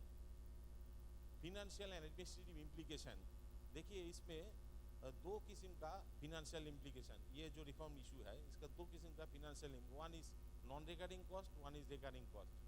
उसके बाद आता है सस्टेनेबिलिटी और अपस्केलिंग। अब एक जगह में एक सेमी ऑटो एनालाइजर बिठा के ज़्यादा कुछ नहीं कर पाएंगे, तो इसको आपको अपस्केल करना पड़ेगा, डिफरेंट प्लेस में आपको ये बिठाना पड़ेगा, ऐसा करते जाते। So this is an example of, let us start with one particular disease entity which is we all are acquainted with. हमारा देश में आप लोग को मालूम है कितना स्नेक बाइट होता है एक साल में? How many snake bite cases occurs? 3 to 4 million approximately. 30 lakh से 50 लाख लोग वो स्नेक बाइट केस होता है। उसमें से 50,000 डेथ होता है और 500,000 उसका डिसेबिलिटी होता है, उसका एम्पुटेशन करना पड़ता है। तो this is the scenery of a snake bite case in the whole country. We used to call ourselves the snake bite capital of the whole world. So ये जो पब्लिक हेल्थ प्रॉब्लम है इसके बारे में हमको तो सोचना पड़ता है, इसको सॉल्यूशन क्या होगा, कैसे ये आप वो ये 50,000 जो जिसको डेथ हो जाता है उसको आप कैसे कुछ कर पाएंगे उन लोगों के लिए। फर्स्ट एंड फॉरमोस्ट हम लोग ने सोचा था कि ये है इंफॉर्मेशन टेक्नोलॉजी का वो जो करके हमारा एक बेड पूरा जब बनेगा, जो कहाँ पर इसको ले जाना पड़ेगा, तो कहाँ पर बेड खाली है। West Bengal is highly popular state, so most of the hospitals are overcrowded, patient we used to keep patient in the floor also. That is the scenario in West Bengal. So we have to know where there is a vacant bed at that material point of time. So this is the example of science and technology. Next, after going to a particular hospital, ये इतना बड़ा होता है, बड़ा hospital में ज़्यादातर लोग होता है, ज़्यादा डिपार्टमेंट होता है, हमको मालूम नहीं पड़ता कौन सा डिपार्टमेंट कहाँ होता है। हम पिलर टू पोस्ट भागते हैं एक कागज़ लेके, यहाँ जाओ, यहाँ टेस्ट करने के जाओ, यहाँ भर्ती होने के कागज़ लेके जाओ, यहाँ पर आपको बेड मिलेगा, ऐसा। So this is nothing but this is not a rocket science, this is nothing but a very simple methodology से मे आई हेल्प यू। हम हम लोग इसको रोगी सहायता केंद्र बोलते हैं। May I help you booth next. और देखिए जो एक हॉस्पिटल की इमरजेंसी में जितना आदमी लोग आता है बीमार पड़ के, those who came into the hospital after getting sick, most of them don't need admission, but they need some kind of observation for a particular period. So हम लोग ने क्या सोचा, हम लोग ने ऑब्जर्वेशन बेड क्रिएट किया, उसमें जो भर्ती होगा वो within 24 hours he will be either discharged or he will be shifted to the ward for further stay in the hospitals. Next slide. CCU ICU. In some of the snake bite cases, they need some kind of ventilatory support, mechanical, electromechanical ventilatory support. So हम लोगों ने सोचा कि छोटा मोटा जो hospital होता है, बड़ा हॉस्पिटल जो टीचिंग हॉस्पिटल उसमें ICU CCU बेड होता है, लेकिन छोटा मोटा हॉस्पिटल में नहीं होता है क्योंकि हम लोग का माइंडसेट था कि ये चलाने के लिए आपको पोस्ट ग्रेजुएट डिग्री होल्डर का ज़रूरत है। ये गलत है, ये सोचना गलत है। एक doctor MBBS doctor after getting some training for 6 to 10 weeks he can jolly well run those beds. These beds are nothing but some beds with extra say monitor or ventilator, some extra equipment उसमें देता है और कुछ नहीं। Next slide please. हम लोग का जो सिटी है, सिटी ऑफ कैलकाटा और उसके आसपास जो सबर्बन है, ये नॉर्थ 24 परगना जहाँ पर आप लोग है, साउथ 24 परगना में क्या होता है, बड़ा बड़ा टीचिंग हॉस्पिटल के बगल में एक छोटा मोटा सेकेंडरी टायर हॉस्पिटल्स होता था।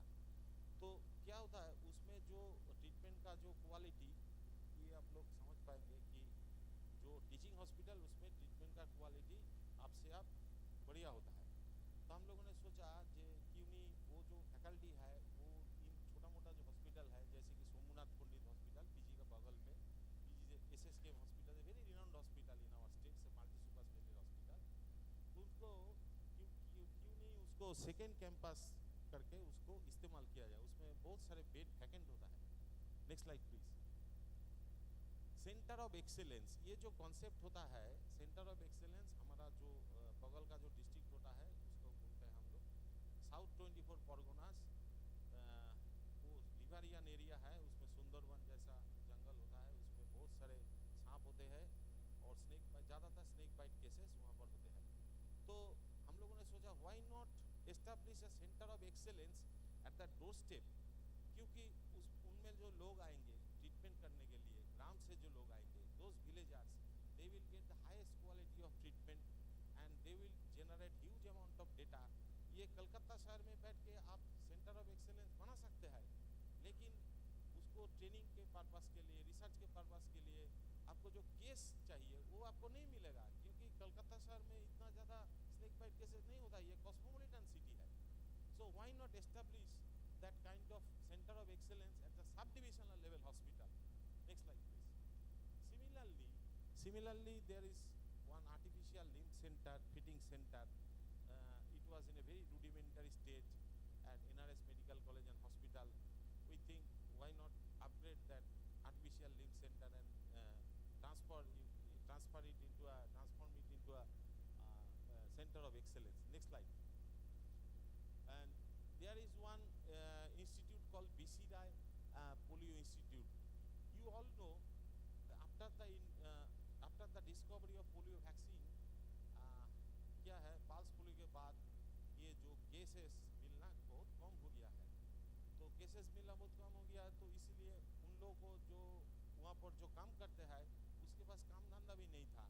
वो लोग 10 बजे के टाइम में आते थे और 5 बजे के टाइम में निकल जाते थे। वहाँ का जो प्रोफेसर लोग है, वहाँ का जो लेबोरेटरी टेक्नोलॉजिस्ट है, वहाँ का जो फिजियोथेरेपिस्ट है, दे आर सिटिंग आइडल। तो हम लोगों ने सोचा why not make them do their job in A proper way and address another issue which is very deficient in government sector like cerebral policy. Cerebral policy होने से हम लोग को क्या होता है, हम लोग को नॉन गवर्नमेंट सेक्टर में जाना पड़ता है। Next slide please. This is one of the renowned institute. It's called Pasteur Institute. Once upon a time, we used to make vaccines there, anti-rabies vaccines. There was a huge laboratory consisting of horses stable and all this. But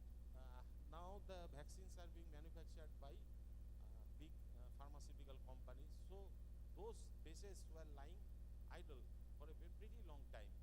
And we thought that why not shift those manpower to our infectious disease hospitals at Beleghata and make it an center of excellence for dog bite cases and rabies management cases.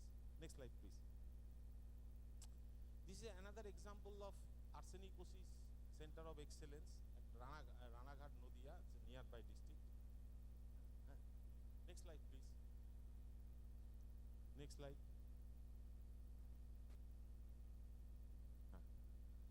This is an example of outsourcing of security and scavenging and housekeeping services below subdivisional level hospitals. You know the primary tier hospitals, the service recipient जो doctor लोग, nurse लोग वहाँ पर काम करते हैं, उन लोगों को भी क्लीनलीनेस का ज़रूरत होता है, उन लोगों को भी सिक्योरिटी का ज़रूरत होता है. तो why not expand these outsourced services to the primary tier also? Next slide, please. Strengthening the cadre of ward master. I will not talk about this. Next slide. Creation of male nurses. ये जो this concept of male nurse is prevalent in the southern part of our country, but not in the eastern part. Eastern part we used to think nurse means lady nurses. But in some of the cases, for example, psychiatric ward, for example, emergency ward, we need some kind of nurses aid who are proficient, who are educated in a scientific manner, but has got some technology along with training to handle those cases. Next is, back kurun. Next is the medical record keeping. Medical record means very, very important activity. Our nursing superintendent used to bog down with administrative issues like जो छुट्टी का जो दरखास्त होता है उसमें allow लिखना पड़ता है और किसी का ड्यूटी रोस्टर बनाना पड़ता है. ये सब ठीक है, ये एडमिनिस्ट्रेटिव जॉब्स है. लेकिन आप लोगों ने फ्लोरेंस नाइटिंगेल का नाम सुना होगा. और फ्लोरेंस नाइटिंगेल ने जो किया है वो मेडिकल रिकॉर्ड का वो पायोनियर थे. That lady has started the medical record keeping और statistics in our universe. Next. This is an example of multitasking and multi-skilling. Actually, ECG is a very low-cost technology, but very appropriate in our country. We have seen that many people who have got no training or very little training are doing ECGs. But in our government setup, we have got lack of manpower. We want to address that issue of lack of ECG technician by giving training to the nursing staff to do the ECG. Next slide. This is called the concept of central pathology in the secondary and primary tier hospitals. You see, the laboratory technologists are being appointed under various programs. For example, TB program. The laboratory technologist appointed under TB program used to look after only TB slides. And another fellow who is appointed under malaria program is looking after malaria slides. Both of them are equally competent to do all kinds of tests. So why not a central concept of laboratory laboratory at the primary, secondary as well as tertiary care hospitals. Next slide. Semi-auto analyzer I have talked about. This is a appropriate technology, example of appropriate. If you install one semi-auto analyzer, you can do so many tests in a hospital setting. Next slide. Biomedical engineering, yes, this is an example of use of, if you consider the previous slides, we used to buy different kinds of machines. Many of them are very, very expensive, but the thing is that those machines require maintenance, periodic maintenance. But unfortunately in our state, the medical engineering graduates are very few and far between. ITI based, there is no such training courses under ITI. There should be, and we need huge amount of biomedical engineers. Next slide. Next slide. 6-month internship paramedical training. This is nothing but a modality to overcome our manpower shortage. Those who are taking the paramedical courses, if they are doing mandatory internship in government hospitals, we can slide. This is nothing but a council for allied and paramedical to maintain the quality of we are maintaining the quality of our medical education and nursing education before independence till date. There are bodies who are regulating those education, but they are very much lacking in the quality of this paramedical training. Next slide. DNB course is nothing but a kind of post-graduation course which can be taught at the secondary hospitals which are not per se teaching hospitals. Next slide. This is a very controversial reform issue. All the doctors who are doing postgraduate in West Bengal, they have to do mandatory 2-year services in the government setup. Otherwise, they have to refund back a huge amount of money to government. Next slide. Area state. Next slide. Next slide. Drug dispensing protocol. This is nothing but a protocol which helps people a lot. In our state, we used to give medicine, dispense medicine to the patient for only 3 to 7 days. But you see, in most of the cases of chronic illnesses like diabetes, hypertension, etc., the patient needs to take medicine at least for 1 month to get any kind of benefit, and that should not be stopped. So why not give them 1 month's medicine at a time? Next slide. Quality of different kinds of PPP. I have given one example. Fair price medicine shop are being run, fair price diagnostic, fair price dialysis service. But somebody has to look after the quality which is being rendered by those private partners. Next slide. Next slide.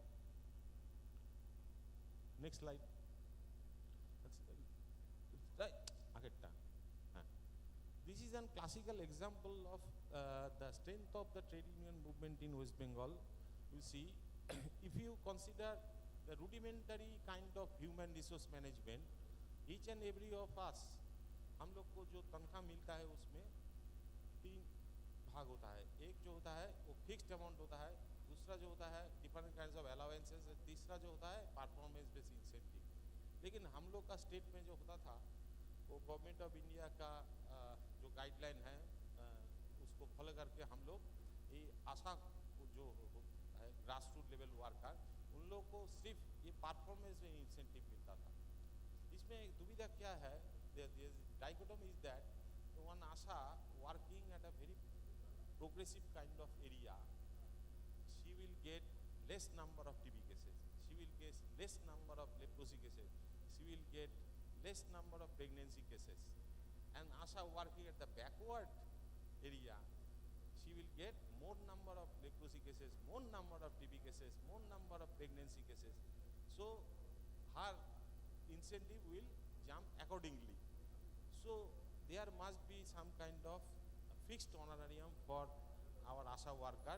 That was one of the most important reform agendas. Last. Thank you. So this is the journey we have came across, and the challenge before us is use of appropriate technology, science and technology, and to sustain those reform issues in coming future. In West Bengal, I have shared some basic examples with you so that these reforms issues can be taken as a good practice model in your state also. This is not at all a rocket science. You can jolly well apply. आप लोग जब घर वापस जाएंगे और कभी ना कभी आपको भी कोई ना कोई चांस मिलेगा मुलाकात करने के लिए. जो लोग पॉलिसी बनाते हैं उसके साथ आपको डायलॉग करने के लिए आपको मुलाकात जरूर मिलेगा. तो उस टाइम आप लोग ये बोल सकते हैं कि हम लोग वेस्ट बंगाल में ये देख के आए हैं, वहाँ पर ऐसा ऐसा हो रहा है. Why not implement in our state also? आप लोग देखिए और आप लोग सोचिए.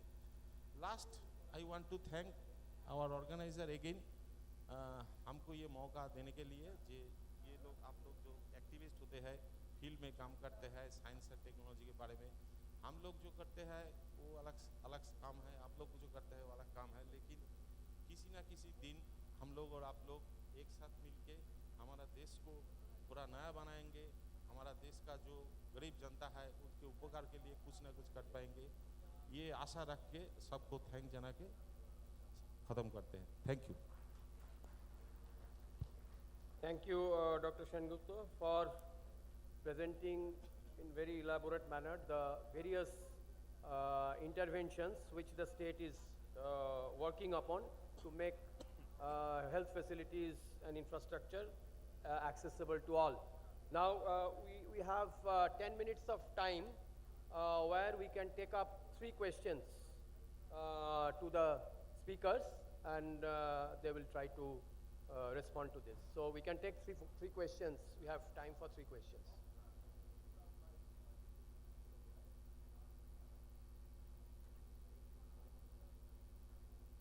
So if anyone has any question, yeah, please.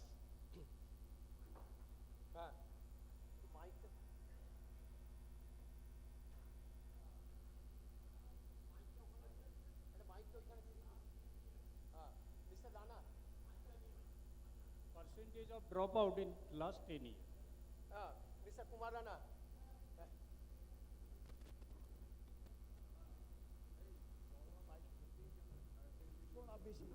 And the percentage of recruitment in the education system, the present education system. And first question is the percentage of dropout in last 10 years, that is illiteracy rate in the last 10 years. The dropout percentage, and or the literacy rate, all literacy rate, that is. We don't have the literacy rate figures. No, you just present this thing in the left front, First that is 30% dropout. 30% dropout at? That is in the period of left front. No, I didn't say that. I said 30% of the illiterates Yes. were born during the During- first 20 during- years of left front regime. And in this present 10 years, Acha. what is the illiteracy rate? We don't have the numbers because we don't have the census figures. Okay, you know, the 2021 census has not been done, so we cannot. We don't have the comparative figures. Okay, number one. Number two, the number of illiterates. I mean, there is no reason for the illiterates being born in this situation, particularly after the RTE, because you have almost universal access to primary school. So that's why that since primary school has been universalized, primary schooling in every part of the country, so you do not, illiterates do not add up. So what you find is the past illiterates. Okay, so that's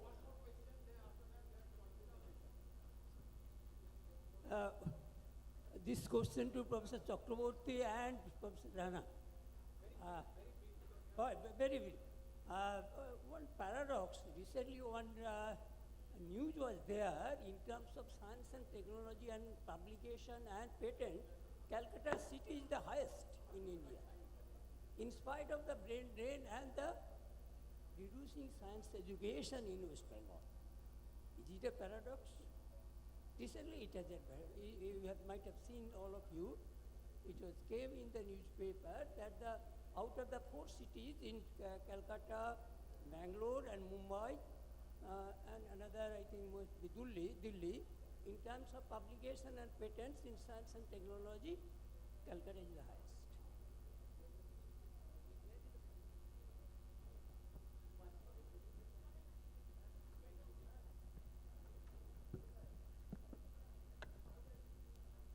No, I don't think it's a paradox because we have to understand that West Bengal still has very large number of educational institutes, and in spite of lot of what should I say, disadvantages. There are a lot of people who are very diligently working, and so far as publication and patents are concerned, now please remember one thing, publications and patents you can do at your lab. What is not happening here is what we call the translation of technology. That means these publications, these technologies, are they being translated for implementation? That is not happening. So don't go into the number of publications. I have 200 publications. How many of them have been implemented at any level? Forget about at the highest level. So that is the main concern, that we are more into the academia mode. That's what I am trying to say, that there is absolutely a detached between academia and the implementation. So thank you. We'll be now conclude the session, and so finally I'd like to express our gratitude to the eminent speakers in the panel for spending 2 hours of time despite their busy schedule.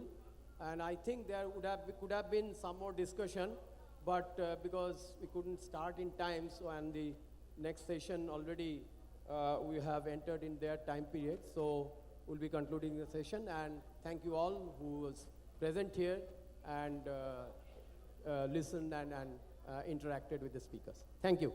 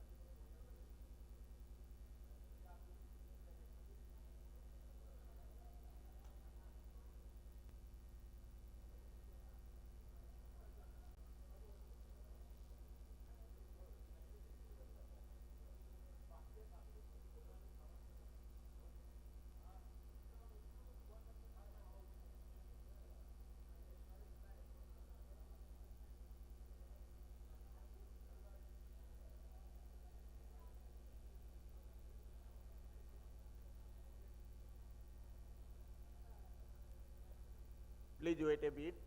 Our valedictory session will start soon.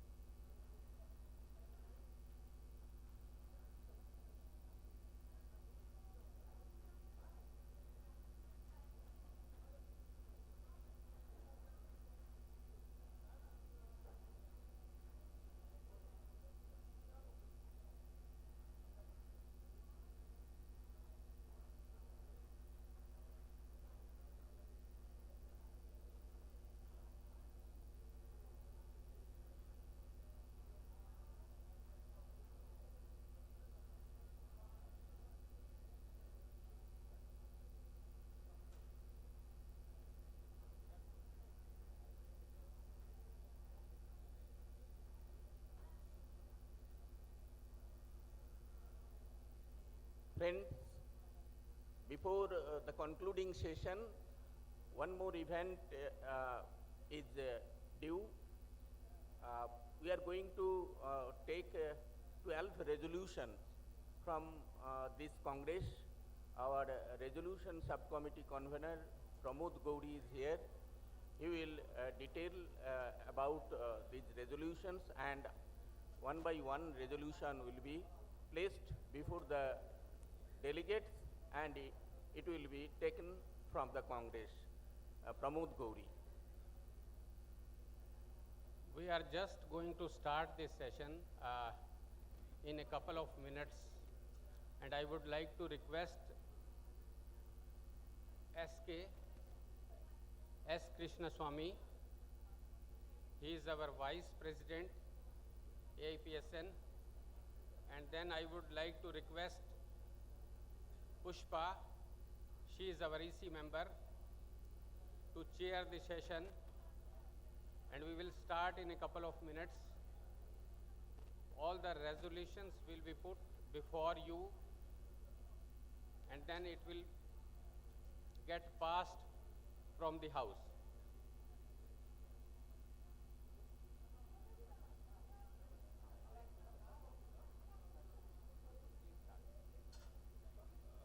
Good morning, everybody.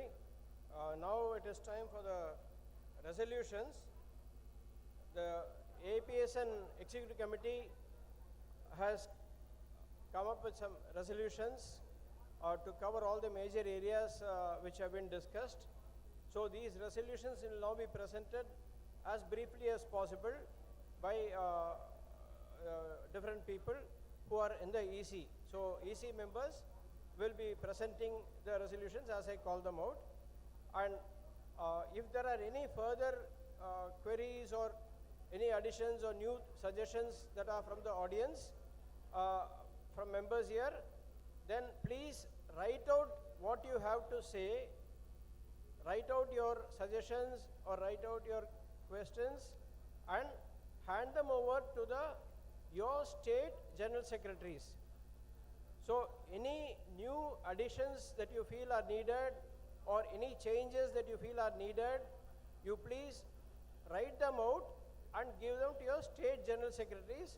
The state general secretaries will hand them over to the national general secretary, Asha. So once Asha receives all the inputs, then there will be a discussion in the EC and a position paper or details about that will be finalized and that will be uploaded. So these resolutions which are being read out will be passed as it is. We need your thing to help it pass it as it is so that they can be taken. Right? So the resolutions cannot be changed now because it has to be again discussed in the EC. So the resolutions are after the discussion, after getting the input from the desk, the EC has taken up and given the resolutions. So I request the EC members who are reading out the resolutions to please come on stage as I call them out so that they can take it up. So I first call upon Prajwal Shastri to come and read the resolution on scientific temper. Prajwal Shastri. So the next resolution will be by O.P. Buratia on climate change. So after Prajwal Shastri, the next one will be read by O.P. Buratia.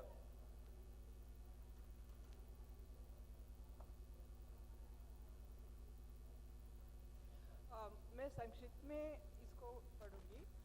I will read briefly the resolution. तो भारतीय समाज में वैज्ञानिक सोच फैलाने की लड़ाई जारी रखें.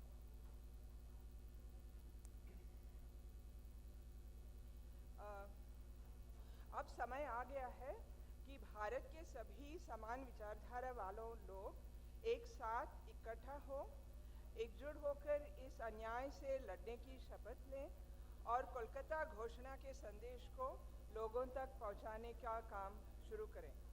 AIPSN Kolkata में इस 18वें AIPSC में क्यों पूछें के स्वभाव को विकसित करके और आलोचनात्मक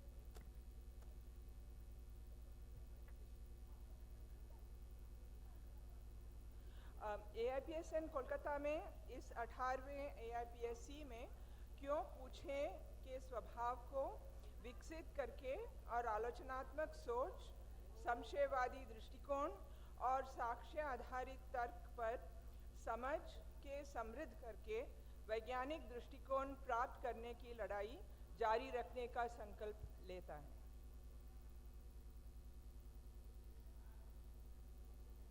So continue the battle to spread scientific temper in Indian society. It is time for all like-minded people of India to assemble together, take an oath to fight this unjust, united, and initiate the task of percolating the message of Kolkata Declaration to the people. AIPSN in this 18th AIPSC at Kolkata resolves to continue the battle for achieving scientific temper by developing the temper of ask why and enrich the understanding on critical thinking, skeptical outlook, and evidence-based reasoning.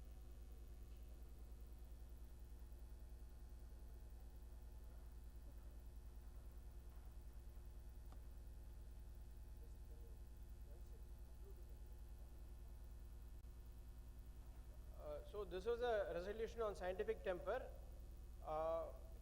It is now if it is it's put for approval, and if you all approve, please raise your hand or give a clap. Yeah, thank you, thank you. So next one.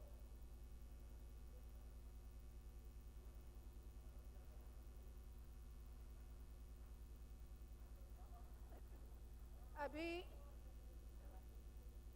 Climate change पे OP हुरेठा Himachal से हैं, वो आकर resolution रखेंगे। इनके बाद तैयार रहेंगे हेल्थ राइट्स में इंद्रलीन।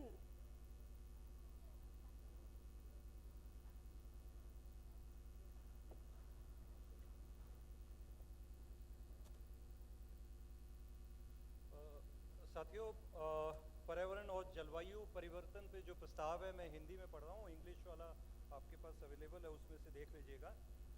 पिछले दशक में भारत ने विकास और व्यापार को सुविधाजनक बनाने के नाम पर पर्यावरण का अभूतपूर्व नुकसान देखा है।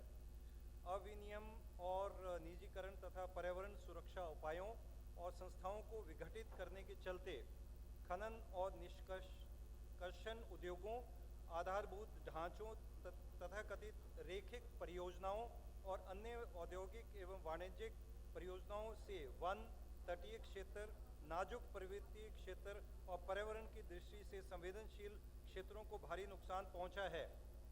इस प्रक्रिया में सत्ता के करीब उद्योगपतियों और ठेकेदार तो मोटी कमाई करते पाए गए, लेकिन प्राकृतिक वास, आजीविका, सहयोग तंत्र और संघर्षों से प्राप्त किए गए अधिकार समाप्त होते गए, जिससे आदिवासी, वन में रहने वाले मछुआरों और प्रकृति पर निर्भर समुदाय तबाह होते गए। जलवायु परिवर्तन के तेजी से बढ़ रहे दुष्प्रभाव बहुत गहरे तक प्रभावित कर रहे हैं। पिछले कुछ सालों में तेज गर्मी के दौर लंबे होते जा रहे हैं और तापमान में रिकॉर्ड वृद्धि दर्ज की जा रही है। स्वास्थ्य व्यवस्था में अपर्याप्त रिकॉर्ड होने की वजह से जलवायु परिवर्तन के मानव स्वास्थ्य पर पड़ने वाले प्रभाव को तो पूरी तरह समझा नहीं जा सका है, लेकिन अन्य क्षेत्रों में इसके प्रभाव भयंकर हैं। अभूतपूर्व गर्मी ने असर तो सभी पर डाला है, लेकिन निर्माण मजदूरों, खेतीहर और खुले में काम करने वाले मजदूरों, फुटपाथ पर सामान बेचने वालों और घरों में काम करने वालों, बुजुर्गों, नवजात शिशुओं, गर्भवती महिलाओं, गिग वर्कर्स और बेघर और अनौपचारिक बस्तियों में रह रहे गरीबों पर इसकी मार सबसे अधिक पड़ी है। कंक्रीट के बढ़ते इस्तेमाल, एयर कंडीशनर्स और वाहनों से निकल रही गर्मी तथा सिकुड़ते जल स्रोतों और ग्रीन कवर, इन सभी से शहरों का तापमान बहुत अधिक बढ़ गया है। गर्मी में उपजी मुसीबतों को नमी और उग्र बना देती है और तापमान का स्तर विश्व स्वास्थ्य संगठन की शब्दावली के अनुसार मानव के जीवित मात्र रह पाने की सीमा के करीब पहुंच जाता है। जीवन, रोजगार और उत्पादकता की क्षति बढ़ रही है। इससे निपटने के लिए केंद्र और अन्य राज्यों की योजनाएं निहायत ही अधूरी साबित हुई हैं और इनकी संवेदनशीलता भी कम रही है। जलवायु परिवर्तन के कारण अत्यधिक बारिश के बार बार भारी तबाही हो रही है और विकास कार्यों के खराब नियोजन और क्रियान्वयन के चलते और बढ़ जाती है। अब कई महीनों में होने वाली बारिश से भी अधिक बरसात एक ही दिन में देखी जा रही है। शहरी क्षेत्रों में जल निकासी प्रणालियां अत्यधिक दबाव में हैं, नतीजन बाढ़ की स्थिति बन जाती है, जो बेतरतीब शहरीकरण, प्राकृतिक नालियों के अवरुद्ध होने से और प्राकृतिक एवं पारंपरिक जल प्रणालियों में हस्तक्षेप के कारण और भी बिगड़ जाती है। बाढ़ों की वजह से हजारों करोड़ के सालाना नुकसान को उपयुक्त और यथा समय निवेश, नियोजन और प्रकृति आधारित समाधान सहित लचीली कार्य पद्धतियों से बचा जा सकता है।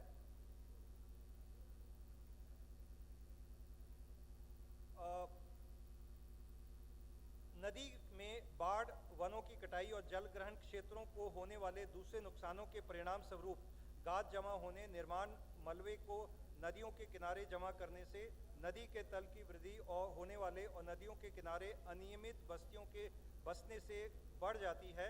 हिमालय, उत्तर पूर्व और पश्चिमी घाट में क्षेत्रों में बार बार हो रहे भूस्खलन की वजह से हर साल जाल मान का भारी नुकसान हो रहा है। नाजुक पहाड़ी क्षेत्रों के लिए नामुनासिब तकनीकों और खराब योजनाओं से निर्मित राजमार्गों, पन बिजली परियोजनाओं और दूसरे ढांचों के निर्माण और अनियोजित शहरीकरण और क्षमता से अधिक पर्यटन से समस्या बढ़ती जा रही है और इन सभी की वजह से प्राकृतिक झरनों में रुकावटें आ रही हैं और ढलानें कमजोर हो रही हैं और भूमि धंसती जा रही है। जलवायु परिवर्तन और इसके प्रभाव स्पष्ट रूप से संकट के बिंदु पे पहुंच रहे हैं और अंतर्राष्ट्रीय स्तर पर ग्रीन हाउस गैसों के उत्सर्जन को नियंत्रित करने और राष्ट्रीय स्तर पर जलवायु के प्रभावों को कम करने और लचीलापन बनाने के लिए दोनों स्तरों पर त्वरित कार्यवाही की जरूरत है। अखिल भारतीय जन विज्ञान नेटवर्क दोनों मोर्चों पर व्यापक गठबंधन बनाते हुए ठोस कार्यवाही करेगा।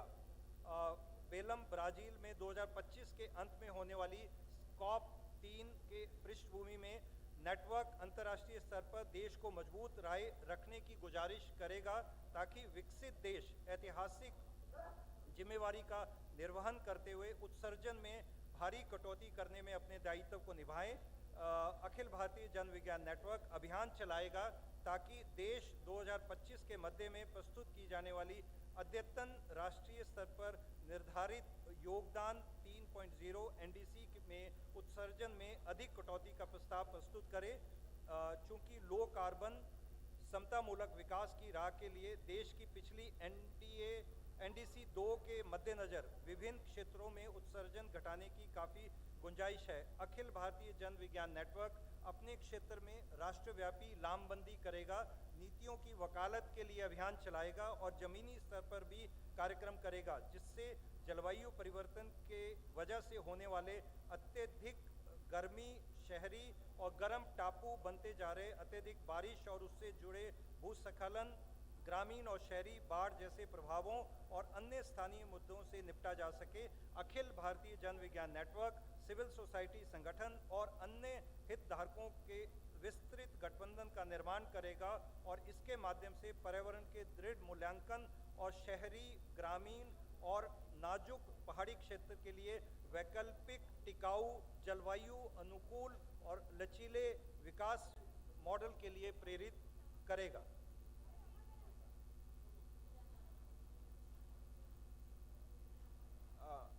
The resolutions will be alternately read in English and Hindi. So, any additional points, as I said, if you need on the resolution, please write it and pass it on to your State General Secretary, who will then pass it to the National Secretaries. So, can we take this resolution as approved? You can show your hands. Thank you. Yeah. So,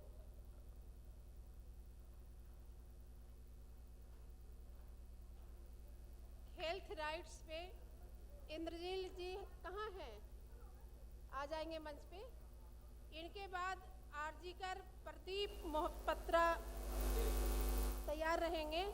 साथियों, थोड़ा बातचीत कम करेंगे तो अच्छा रहेगा, क्योंकि resolution प्रस्ताव जो होता है सम्मेलन में जो लिया जाता है प्रस्ताव, उस प्रस्ताव को लेकर हम लोग जो अगले सम्मेलन है उस समय के बीच तक काम करना होता है। इसलिए थोड़ा सा ध्यान देकर सुनने का प्रयास करेंगे तो ज़्यादा अच्छा होगा। इंद्रलीन भाई से निवेदन है कि आएंगे, प्रस्ताव रखेंगे।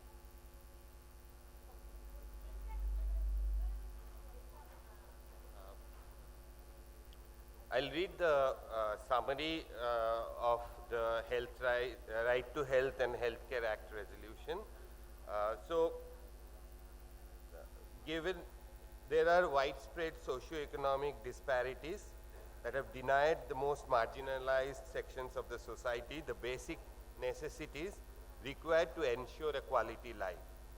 And when we say in addition to healthcare, it encompasses all the dimensions of life that have a bearing on our physical, mental, social and spiritual well-being, which includes livelihood, condition of work, income security, access to food, living conditions and all of that. Particularly the Dalits, Adivasis, religious minorities and women continue to suffer from social disparities and discrimination, which reflect on poor health indicators. Given the current situation and challenges, the old and the new, there needs to be a perspective shift from cure dominated by a medical industry to care that is holistic and rooted in the history and health culture of this country. Such a transformation is possible if the right to health care is a justiciable right. It needs legislations both at the national and state levels. Such legislations should ensure universal access to good quality and comprehensive health care, including the entire range of primary, secondary and tertiary services for the entire population. This legislation should also ensure people-centered health care where safety, dignity, human rights and convenience of service users is respected. Such legislation to be effective must also specify how services will ensure people's access to entitlements and penalties for violation of rights. This must be accompanied by a public health legislation which ensures people's access to a range of health determinants and protections from health-harming influences. These should contribute to the process of making health and health care as a fundamental right in the Indian Constitution. Every person's right to free essential medicines and diagnostics in all public health facilities should be ensured.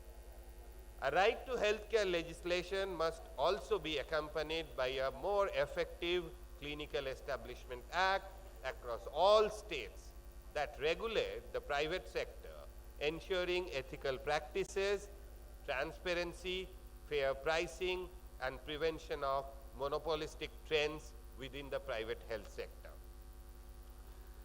I'm skipping a bit of the resolution. AIPSN resolves to take forward the struggle for right to health and health care in collaboration with like-minded networks and groups like Jan Swasthya Abhiyan, trade unions and citizens groups, and work with people to ensure greater accountability of the publicly provided services towards realization of right to health and health care. Thank you. So both the English and the Hindi printed versions are with you, right? So please follow that. And this resolution is put for approval. Kindly raise your hand. Yeah, thank you. Yeah, so RG Kar पे रखेंगे प्रदीप महापात्रा जी। इनके बाद तैयार रहेंगे gender and social justice Komal the.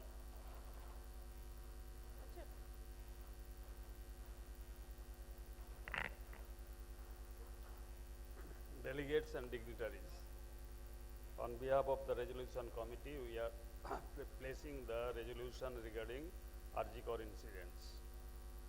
AIPSN strongly condemns the murder and sexual assault of a second-year postgraduate resident at Arjikor Medical College and Hospital, Kolkata. In the strongest possible terms, we express our deepest condolence to the family and the friends of the deceased.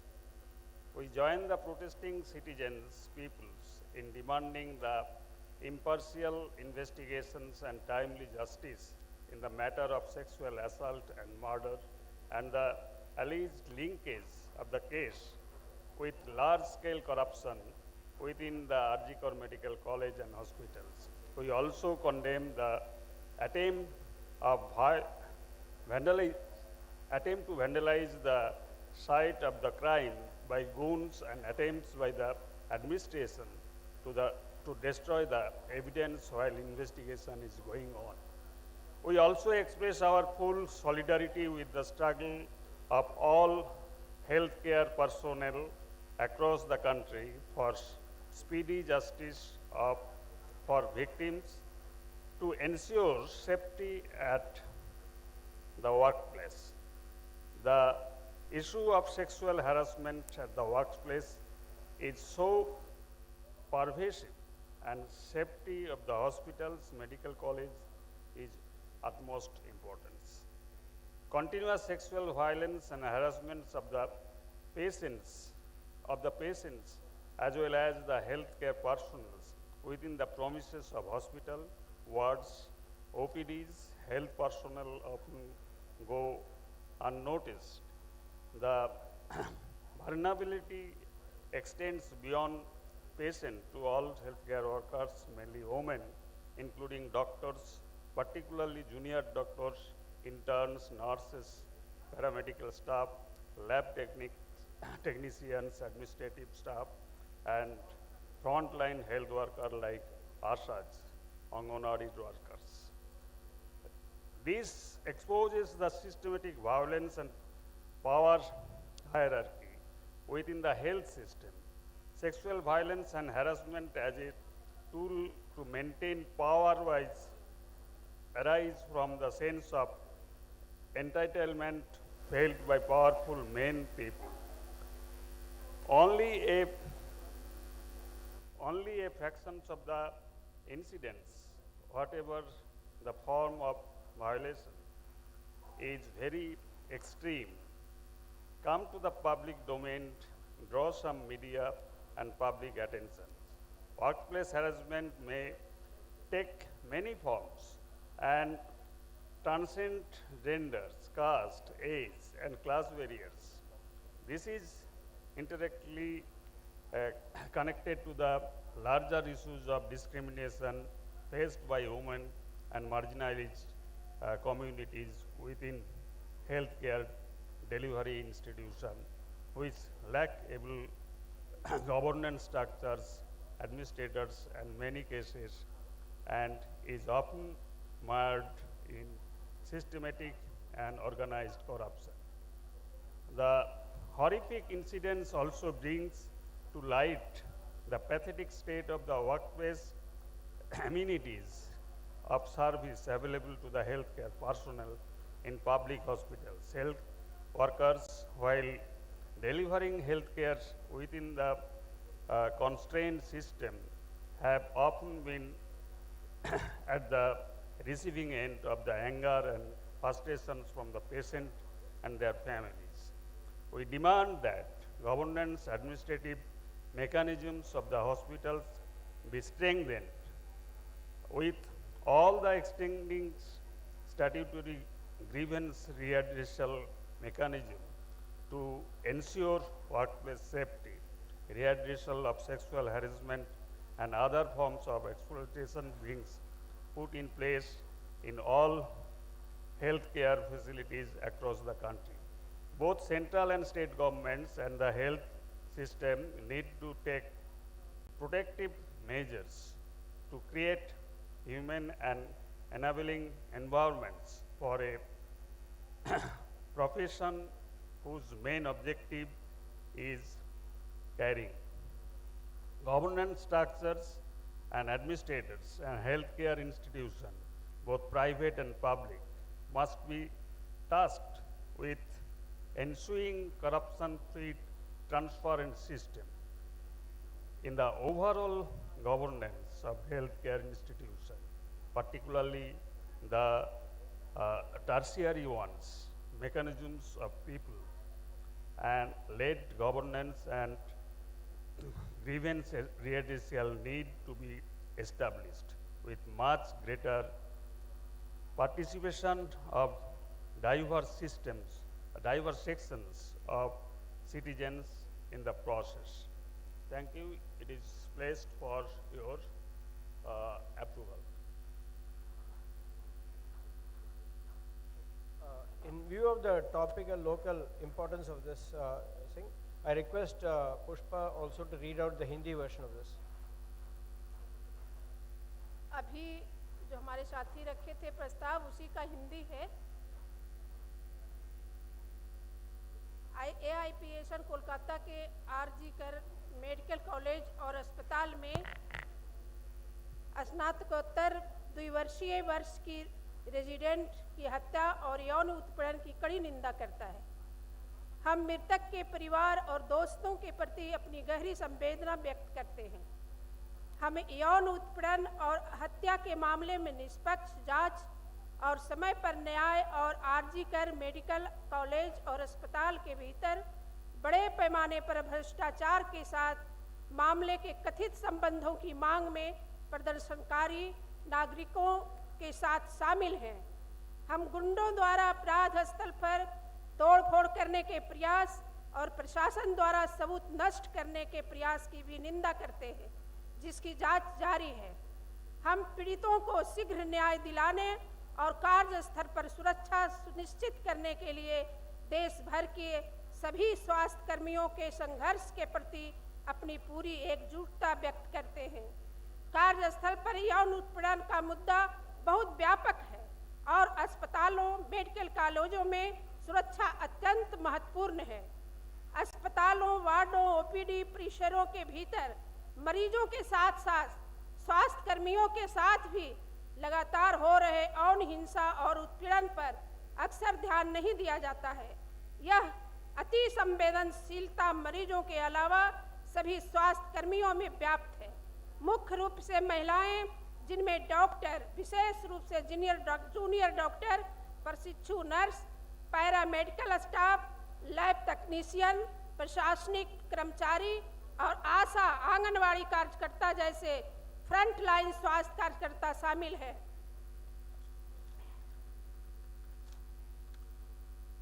यह स्वास्थ्य प्रणाली के भीतर प्रणालीगत हिंसा और शक्ति पदानुक्रम के उजागर करता है। यौन हिंसा और उत्पीड़न का इस्तेमाल सत्ता बनाए रखने के एक उपकरण के रूप में शक्तिशाली पुरुषों की अधिकार की भावना से उत्पन्न होता है। इन घटनाओं का केवल एक छोटा सा हिस्सा तब सार्वजनिक तौर से सामने आता है जब उल्लंघन का रूप चरम होता है और तभी मीडिया और जनता का ध्यान आकर्षित कर पाता है। कार्यस्थल पर उत्पीड़न की रूप ले सकता है और यह लिंग, जाति, उम्र और वर्ग के पैमाने से परे होता है। यह स्वास्थ्य संस्थानों के भीतर महिलाओं और हाशिए पर रहने वाले समुदायों द्वारा सामना किए जाने वाले भेदभाव के बड़े मुद्दों से जटिल रूप से जुड़ा हुआ है, जिनमें सक्षम शासन संरचनाओं और प्रशासकों की कमी है और जो अक्सर व्यवस्थित और संगठित भ्रष्टाचार में फंसे होते हैं। यह भयावह घटना सार्वजनिक अस्पतालों में स्वास्थ्य कर्मियों के लिए उपलब्ध कार्यस्थल सुविधाओं और सेवाओं की दयनीय स्थिति को भी उजागर करती है। सीमित प्रणालियों के भीतर स्वास्थ्य सेवा प्रदान करने वाले स्वास्थ्य कर्मियों को अक्सर मरीजों और परिवारों के गुस्से को निशाना का सामना करना पड़ता है। हम मांग करते हैं कि अस्पतालों के शासन और प्रशासनिक तंत्र को मजबूत किया जाए और कार्यस्थल की सुरक्षा सुनिश्चित करने तथा यौन उत्पीड़न को शोषण के अन्य रूपों का निवारण करने के लिए बने सभी मौजूदा वैधानिक शिकायत निवारण तंत्रों को देश भर के सभी स्वास्थ्य संस्थाओं में मजबूत किया जाए। केंद्र और राज्य सरकारों और स्वास्थ्य प्रणाली दोनों को एक ऐसे पेशे के लिए मानवीय और सक्षम वातावरण बनाने के लिए सक्रिय कदम उठाने की जरूरत है, जिसका मुख्य उद्देश्य देखभाल करना है। निजी और सार्वजनिक दोनों स्वास्थ्य देखभाल संस्थानों की शासन संरचनाओं और प्रशासकों को भ्रष्टाचार मुक्त पारदर्शी प्रणाली सुनिश्चित करने का काम सौंपा जाना चाहिए।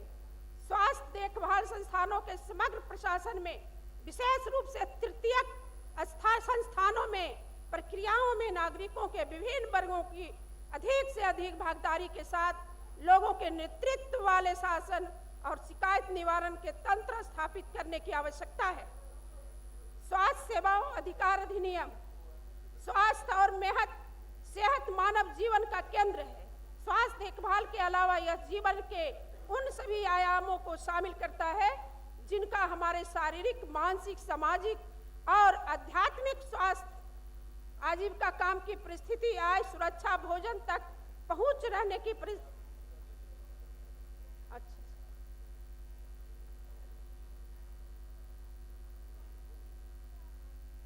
तो साथियों, ये प्रस्ताव हमारा है आपके बीच।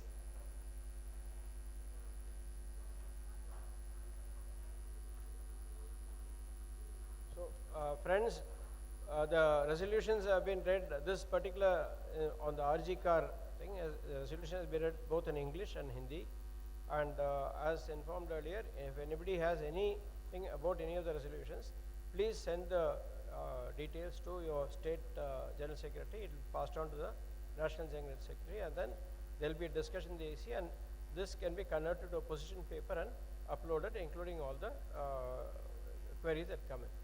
So thank you. Now this resolution on RG car is put for approval, and please show your. Thank you all. Yeah. So.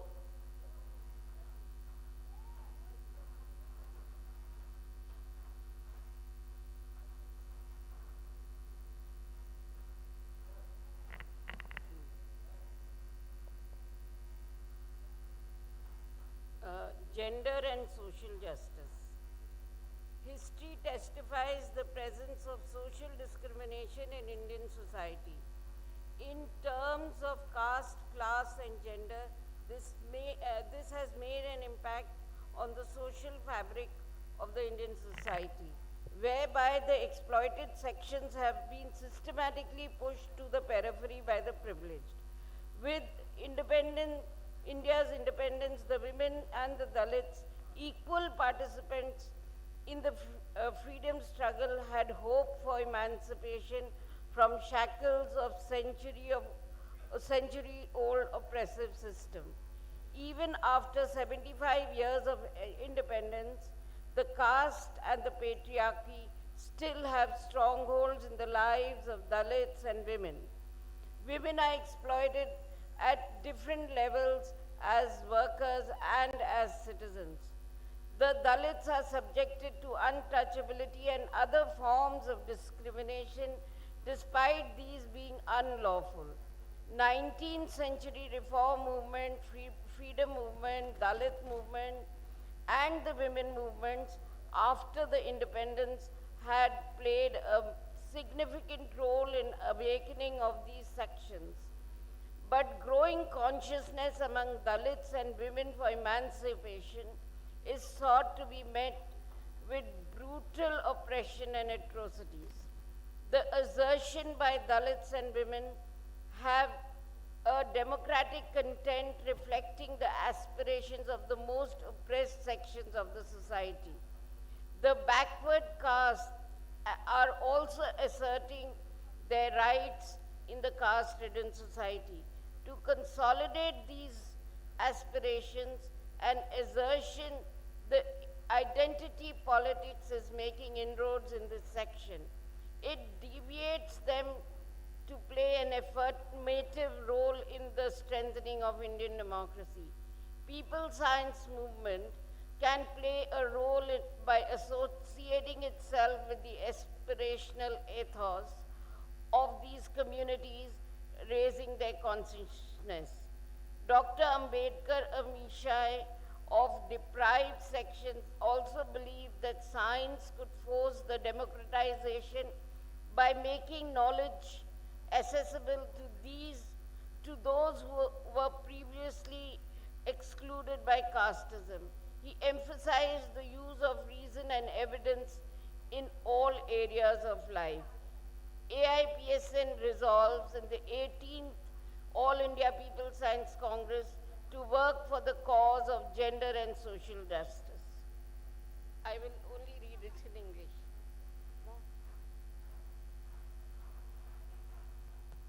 So, friends, Komal had read the resolution on gender and social justice. So, I see AIPSN seeks your approval on this resolution. Thank you.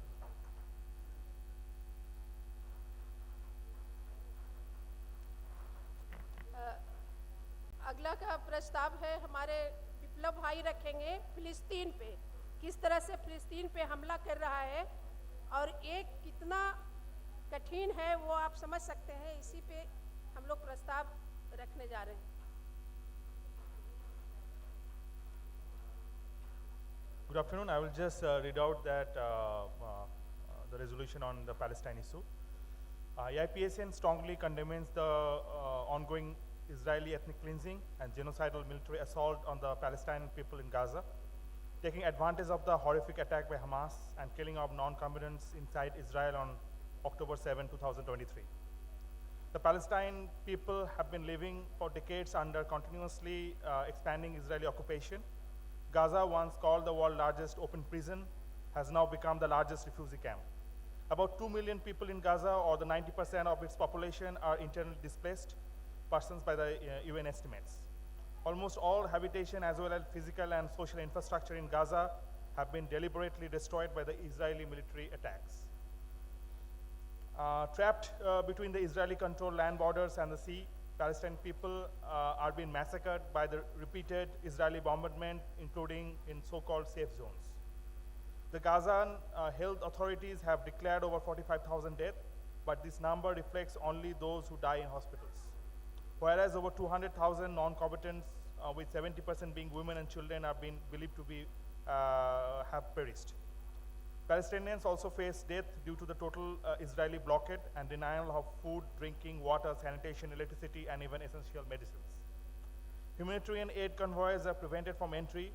Gaza is on the verge of famine, with almost half of the population and 2/3 of the infants are being severely malnourished. Hospitals have been deliberately bombarded, with now barely one functional hospital in the whole of Gaza, with barely any medical supplies. UN and other international aid agencies have been targeted by Israeli military action, forcing many to stop operations in Gaza. All these Israeli action amount to genocide, as being by the Genocide Convention and International Criminal Court, which has issued arrest warrants against Israeli Prime Minister Benjamin Netanyahu, Hamas commander Mahmoud Deif, and for war crimes and crime against humanity. Israel also used the war to expand and consolidate its occupation in Palestine lands. Israel has built large settlements in occupied territories, annexed many areas, including those violence and killings by the settlers and right-wing militias, in what it termed as settler colonialism. Palestinians living in occupied territories are denied various rights. In a landmark ruling in July 2024, International Court of Justice has ruled that Israeli occupation, settlements, annexations, and use of natural resources are unlawful and constitute internationally prohibited racial segregation and apartheid. Israel also annexed areas in Lebanon and Golan Heights in Syria back in 1967, has now extended its land grab by bombarding numerous villages in South Lebanon to create an Israeli occupied belt, and by occupying a formerly internationally recognized buffer zone between Golan Heights well into Syria after the fall of Assad regime. Israel is now establishing itself as a hegemon in West Asia with active support of USA. Israel is violating with impunity repeated resolutions of the United Nations, calling for immediate cessation of settlements, withdrawal from occupied territories, and ceasefire in Gaza. As a science movement, AIPSN also condemns the gross abuse of science and technology by Israel in its genocidal assault in Gaza and its expansionism. Israel is using AI-based system to identify buildings for so-called precision strikes, but it has acknowledged that algorithm could have a 90% error in identifying the presence of combatants. In other words, 90 civilians killed in every 10 combatants, a ratio Israel describes as acceptable. Israel also used bunker buster bombs, causing damage over a large area, internationally decried cluster mutations, and possibly even white phosphorus, according to international observers. Israel's use of remotely triggered pagers and walkie-talkies in Lebanon and Syria, which injured more than 3,500 people, including numerous non-combatants, is also a clear violation of humanitarian law, prohibiting booby traps that could have harmed civilians. Israeli targeting of hospitals, health centers, schools, colleges have decimated educational, scientific, and intellectual capabilities of entire generations of Palestinians.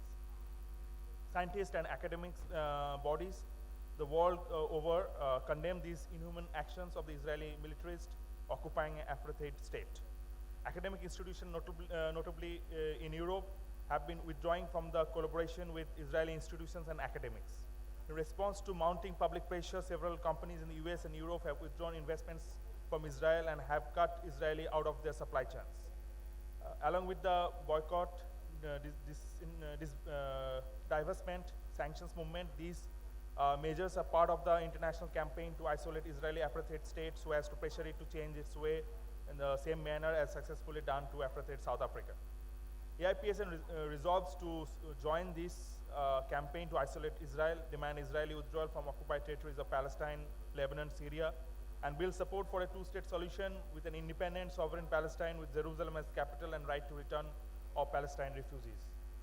AIPSN deplores the stand taken by the India, directly or indirectly supporting Israel in many recent votes in UN General Assembly. AIPSN resolves to join forces with other like-minded groups to build pressure on Indian government to return to India's traditional policy of supporting Palestinian people and the two-state solution.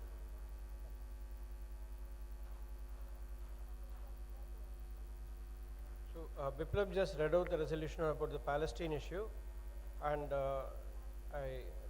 AIPSN requests that it be put for approval now. Thank you.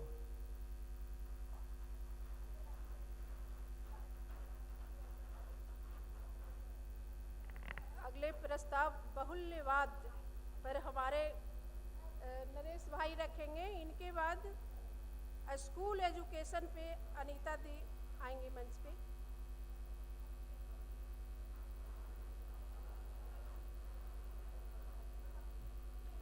दोस्तों, जो प्रस्ताव on pluralism you get in English, it's somehow print is not complete. It's shortened, but it's full. I will read here in full text. In Hindi में ये पूरा मिला है आप सबको। अंग्रेजी में ये थोड़ा प्रिंटिंग का एक इशू था, पूरा नहीं मिला था, उसको हम दोबारा आपको दे देंगे। तो प्रस्ताव है, आज से लगभग 50 साल पहले कन्नड़ भाषा के महान आधुनिक कवि केवंपु ने अपनी प्रसिद्ध रचना विचार क्रांति के आह्वान में लोगों को संदेश दिया था कि वे धर्म, जाति, पंथ, लिंग आदि विषयों पर मतभेदों को त्याग कर समानता, लोकतांत्रिक मूल्यों और मानवीय गरिमा का अनुमोदन करने वाली परिचर्चाओं में भाग ले, क्योंकि यही वे बुनियादी जीवन मूल्य हैं जो मनुष्य को बंधन मुक्त विश्व मानव बनाने की ओर ले जाते हैं। हम भारत के लोग, जिन्हें तर्कशील भारतीय के रूप में जाना जाता है, के परिवेश में विविध बहसों और विमर्शों के कई सूत्र हैं जो हमारे भारत को विविध विचारों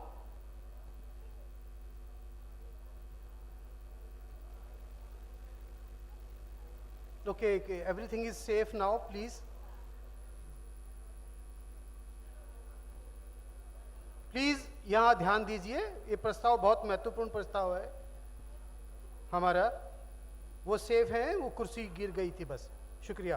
तो मैं इसको आगे लेके जा रहा हूँ। जो हमारे भारत के विविध विचारों, जीवन अभ्यासों का एक समृद्ध ताना बाना बनाते हैं। भारत की एक समृद्ध सांस्कृतिक विरासत का विकास दक्षिण एशिया भौगोलिक क्षेत्र में हुआ, जहाँ कृषि उपयोगी जलवायुीय परिस्थितियों की व्यापक विविधता है।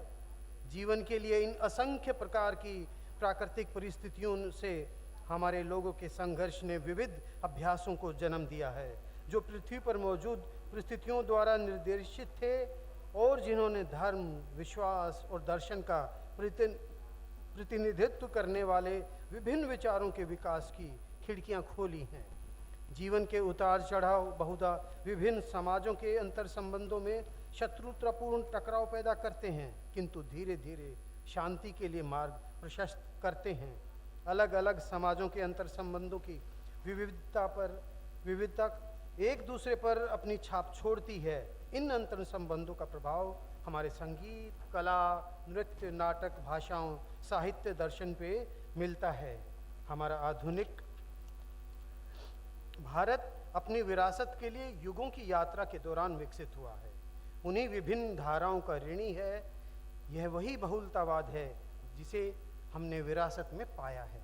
भारतीय संस्कृति में बहुलतावाद का उद्गम उन शक्तियों और लोगों से भी हुआ जो बाहर से आए।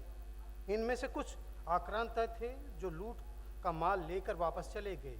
इन आक्रमणकारी सेनाओं के साथ कुछ लोग ऐसे भी थे जो यहाँ का ज्ञान लेकर लौट गए, तो कुछ ऐसे भी थे जो सुदूर देशों का नया ज्ञान लाकर स्थायी रूप से यहीं बस गए।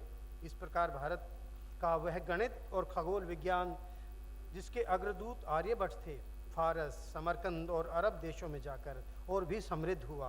दूसरी ओर हमें यूनानियों की गांधार की वास्तुकला, चीनियों के रेशम, अरबों के कागज़ बनाने की कला जो उन्होंने चीनियों से सीखी थी, फारसियों से आईनाकारी और मीनाकारी की कलाएं मिली।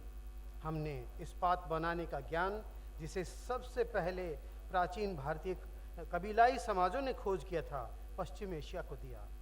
यह मानना भी इतिहास विरुद्ध होगा कि इन विदेशी हमलों से पहले भारतीय समाज पूरी तरह से फूट से मुक्त एक सामंजस्यपूर्ण समाज था। इस बात का सशक्त प्रमाण है कि बंगाल के हिंदू राजा शशांक ने निर्ममतापूर्वक बौद्ध विहारों को कुचला। बौद्ध सम्राट हर्षवर्धन ने भी अहिंसा के सिद्धांत से समझौता करके युद्ध के जरिए अपने विस्तारवादी लक्ष्य को प्राप्त किया। कल्हण द्वारा रचित राजतंत्रगिणी में बल प्रयोग के उन अनेक तरीकों का वर्णन है जिनका अफगानों, तुर्कों और मंगोलों के हमलों से काफ़ी पहले से ही भारतीय शासक इस्तेमाल करते थे। इस प्रकार इतिहास की गलतियों के दुरुस्तीकरण के लिए इतिहास के पुनरावलेखन का कोई भी प्रयत्न भारत के विचार के विरुद्ध होगा। संभवतः इसी खतरे को पहचानते हुए ही भारत के सर्वोच्च न्यायालय ने 12 दिसंबर 2024 के अपने अंतरिम आदेश में प्लेसेस ऑफ वर्शिप एक्ट 1991 को चुनौती देने वाली ताज़ा अर्जियां दाखिल करने पर अस्थायी रोक लगाई है।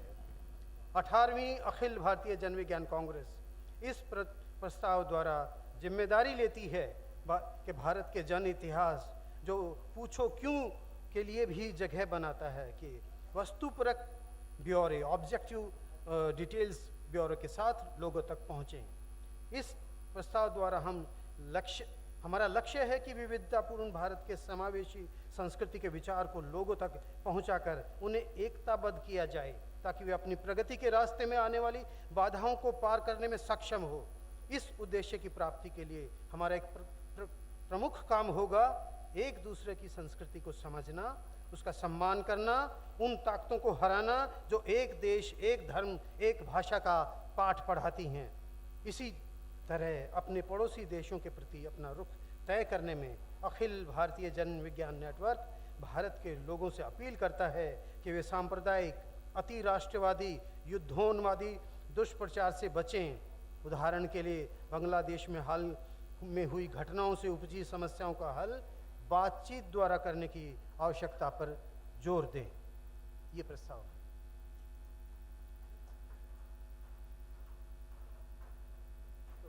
On this very important issue of plurality, Naresh has just read the resolution. AIPSN requests that it be put for approval. Yeah, thank you.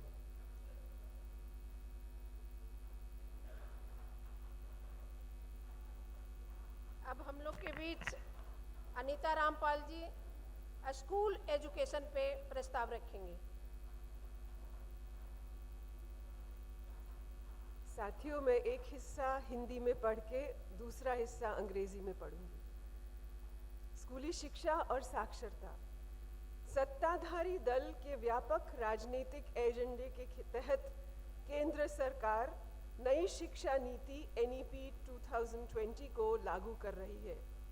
इसका जनविरोधी, नव उदारवादी आर्थिक एजेंडा कल्याणकारी राज्य को खत्म करने, संघीय ढांचे की अवहेलना, संवैधानिक अधिकारों को कमजोर करने और हमारे गणतंत्र की धर्मनिरपेक्ष, बहुलतावादी, बहुसांस्कृतिक बुनियाद को तोड़ने की कोशिश करने का काम कर रही है। अखिल भारतीय जनविज्ञान नेटवर्क AIPSN तथा अन्य लोकतांत्रिक और प्रगतिशील संगठनों ने NEP 2020 की विनाशकारी प्रकृति की तरफ लगातार इशारा किया है, जो संघवाद यानी राज्यों की स्वायत्तता और अधिकार और शिक्षा की समवर्ती स्थिति पर गंभीर प्रभाव डालती है और केंद्रीकरण का मार्ग प्रशस्त करती है, निजीकरण और व्यवसायीकरण को बढ़ावा देती है और शिक्षा की पहुंच को कम करती है। सभी स्तरों पर सरकार की जिम्मेदारी को कम करती है और शिक्षा को सांप्रदायिक और विकृत करती है। हजारों सरकारी स्कूलों को बंद और मर्ज करने का उन्हें निजी संस्थानों को दे देने के लिए नीति आयोग ने व्यवहार्यता और कार्यदक्षता एफिशिएंसी के तर्कों का उपयोग किया है। NEP 2020 मुफ्त और अनिवार्य शिक्षा यानी RTE कानून के अनुसार राज्य के संवैधानिक दायित्वों का उल्लंघन करती है। शिक्षक पद की लाखों रिक्तियों को और सरकारी शिक्षक प्रशिक्षण संस्थानों को उनकी कमी को, इसके बावजूद ये शिक्षकों की नियुक्तियों या सार्वजनिक शिक्षक प्रशिक्षण के लिए धन आवंटन पर चुप है। A new school structure, 5+3+3+4, a uniform curriculum in the National Curriculum Framework 2023, and national assessments under PARAK or NTA curb the constitutional role of states to make education responsive to India's cultural, social, and linguistic diversity. This leads to alienation and exclusion of the majority. Centrally sponsored schemes such as Samagra Shiksha Abhiyan are used to restrict states under the supervision of central agencies for examinations, for admissions, for setting standards, for funding and assessment. The National Institute of Open Schooling and national TV channels push for uniformity, presenting a threat to the social and democratic premise of school education.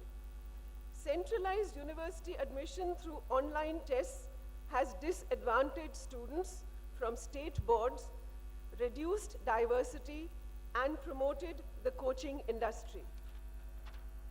Centralized tests and detention at grade 3, 5, and 8, along with early vocational education, will affect and exclude students belonging to socio-economically marginalized families. A centralized curriculum through so-called model schools in states is an attempt at distorting and communalizing education. The questionable content under so-called Indian knowledge system and a flawed, divisive depiction of history is taking India back from its constitutional vision of a humanist education system to nurture scientific temper and democratic values of equity and justice. The concept of continuing or lifelong education has been diluted in its purpose and delivery. With online transaction of digital primers and the legacy of collective responsibility and the campaigns for literacy for social transformation, this legacy has been abandoned, reducing it to individual responsibility of the learners and its dismantling institutional mechanisms like state resource centers. From the experience of 4 years of the implementation of NEP 2020 and its impact on the ground, the 18th All India People's Science Congress voices the concerns of the marginalized and demands the withdrawal of NEP 2020. We call for a policy based on constitutional federalism and the guiding principles of the preamble of secularism, fraternity, democracy, liberty, equality, and social justice across its visions of structures, of educational administrations, of educational actors, the curricula, pedagogy, and assessments. Thank you.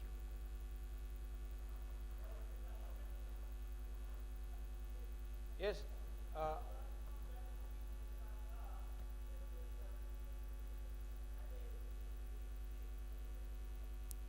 Yes, please. There are changes, sir. So people have mentioned. As I mentioned earlier, kindly write down the observations that you have and pass it on to the General Secretary of your state.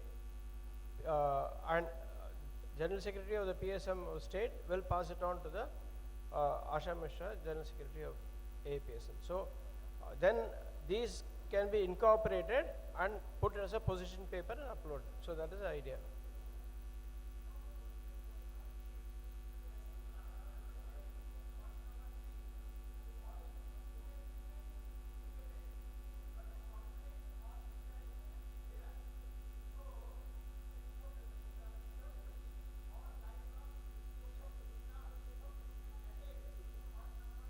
Yes, that's what I'm saying. Kindly write down your observation and pass it on to the state secretary so that it can be included. That's the thing. So any changes, any additional suggestions which you notice, please write it down and send it to your state general secretary who can pass it on to when I say write it down, it can be by WhatsApp also. Just send something so it can be in written form. The next, the resolution by school education was done. Now is put for approval, please. Thank you.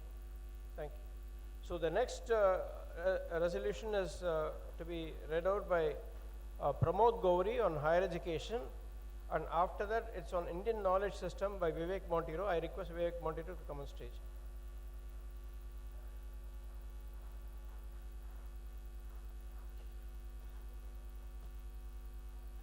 I will read the resolution in English.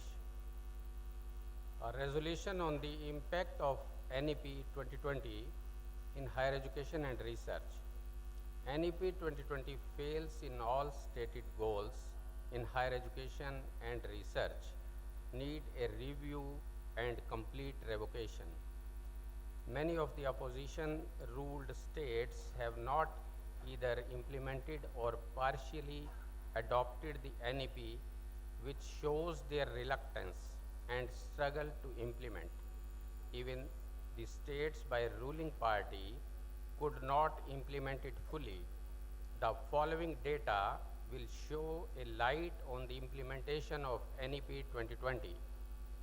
The aim is to increase the gross enrollment ratio in higher education, including vocational education, from 26.3% to 50% by 2035. Though the goal sets a long period, the estimated GER gross enrollment ratio for the age group 18 to 23 years in India is 28.4% in 2024. India needs 2,500 from 1,200 universities to accommodate 50% students according to Niti Aayog. But as of now, approximately 100 universities are added from 2020 to 2024, and most of them were private universities. The students are prevented from entering the higher education institutions by Central University Examination Test, entrance test, academic bank of credit, 4-year degree courses, and massive open online courses, etc. Such a slow pace will not helpful to achieve the goal. The government of India is seriously implementing revised regulation of open and distance learning, permitting up to 40% credits of courses using Swayam platform. As of March 2024, 200 universities nationwide have rolled out a 4-year undergraduate program during the academic term of 2023-24. Among 1,265 universities, including central, state, private, and deemed universities, it may double in 2024-25 academic year.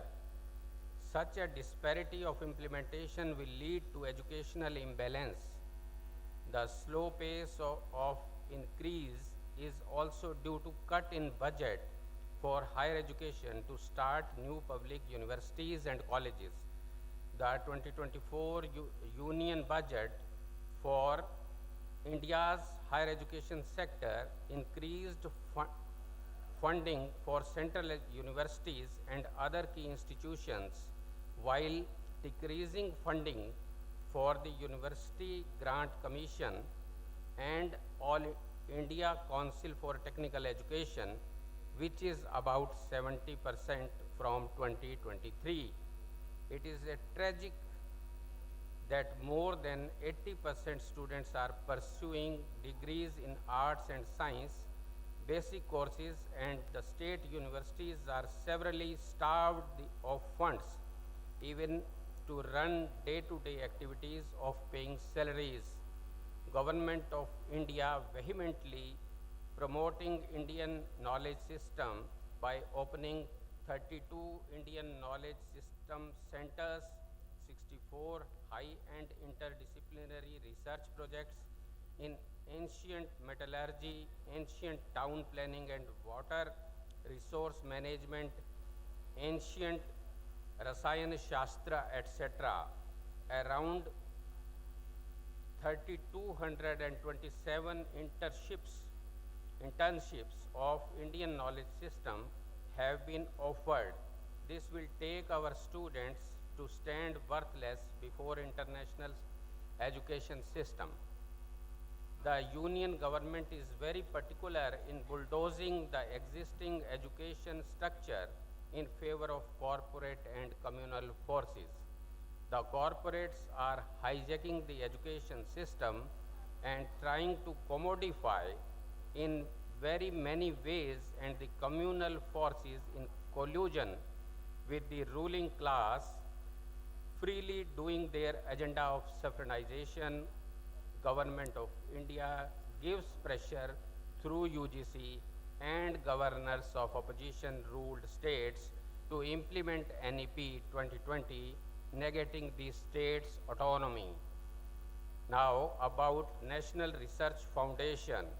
The National Research Foundation Act 2023 replaced the Science and Engineering Board Act 2008 by establishing an entity that is not fully publicly funded but dependent on corporates, philanthropic bodies and international foundations for funds. It is centralized in decision making via the Prime Minister as ex officio President and the Union Ministers of Science and Technology and Education as ex officio Vice Presidents, and controlling the directions of academic research across disciplines and domain of application. The original rationale of National Research Foundation was to redirect the flow of funds to the state universities to strengthen them as academic institutions. The centralization of funding, lack of academic oversight, not addressing the existing structural problems, privatization of funding in National Research Foundation Act needs re-examination and a thorough open scrutiny by the scientific community. The consequences of centralization and privatization of publicly funded research and development would lead to arrest of multiple sources of initiatives. The science and technology landscape will experience a reduction in diversity and pluralism and a decline in the quantity of objective and reflexive research. It will lead to unevenness and concentration of research in a fewer institutions. National Research Foundation will be able to provide research support to the missions of societal importance and show a bias in favor of shorter term missions. The National Research Foundation would not be able to support the lagging regions. AIPSN resolves to have an higher education system with access, equity, quality, affordability, and accountability, with more public funding, and demands secular and scientific education for the development of the country. It also resolves that National Research Foundation Act 2023 be withdrawn for re-examination by the Union government. That's all.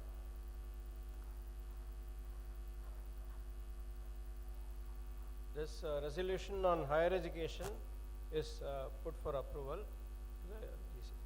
Thank you all.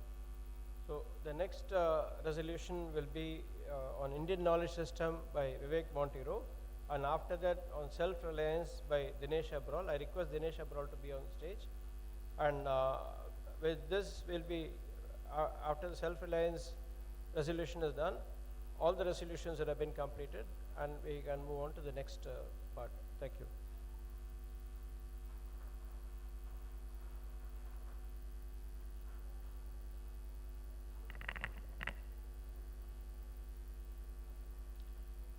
इस विषय का जो प्रस्ताव है, इस पर मेरे से पहले अलग अलग प्रस्ताव में इसके बारे में कुछ मुद्दे आए हैं। प्रज्वल जी, नरेश जी, अनीता जी, प्रमोद जी, सभी के प्रस्तावों में इसका जिक्र हुआ है। So I will now read this resolution in English, and the subject has already been covered many of these aspects in the earlier resolutions. In recent years, including as part of its National Education Policy 2020, the ruling establishment has laid great emphasis on indigenous and traditional knowledge and Indian knowledge systems. Compulsory as well as optional courses and degrees have been introduced at the undergraduate and postgraduate level. Centers for ITK and IKS have also been established in various prominent institutes of higher learning. On the face of it, there is no problem with rediscovering or reviving ancient or even more contemporary knowledge possessed and practiced by different communities in India, which may have been forgotten over time or may only be available with isolated groups. However, what is being done under NEP and otherwise is completely different and has different motivations. The ITK and IKS being promoted now is a deliberate distortion of the content and history of pre-modern knowledge systems in India, especially in science, an attempt to foist a mythologized narrative of a solely Indian, world's oldest and globally superior knowledge system. This mythic ITK and IKS is rooted exclusively in a concocted narrative of the Vedic Sanskritic tradition, which has been suppressed and neglected by Islamic invaders and Western colonizers. These projections of the properties of Indian ITK and IKS are incorrect, ahistorical, and convey a totally erroneous understanding of how human knowledge, notably in science, has been shaped over the millennia and what characterizes modern science. We had a special plenary session on that yesterday. This mythic ITK, this falsified, mythologized idea of first and best in the world ancient ITK and IKS has led not only to fantasy claims about ancient Indian science and technology, such as in vitro fertilization, internet in the age of Mahabharat, or interplanetary spacecraft many thousand years ago, but unfortunately to denial of subjects like Darwinian evolution in favor of Dashavtar in school textbooks. Unearthing and revealing ancient Indian knowledge and philosophy, mostly rooted in Vedic Sanskritic traditions, is itself not a new venture. It was initiated as a part of a revolt against British colonialism almost 2 centuries ago by some Indian intellectuals and Western Indologists seeking to dispute Western claims to civilizational superiority. Fighting that battle now, 75 years after independence, shows a continued unhealthy obsession with Western thought rather than confidently marching forward with today's knowledge.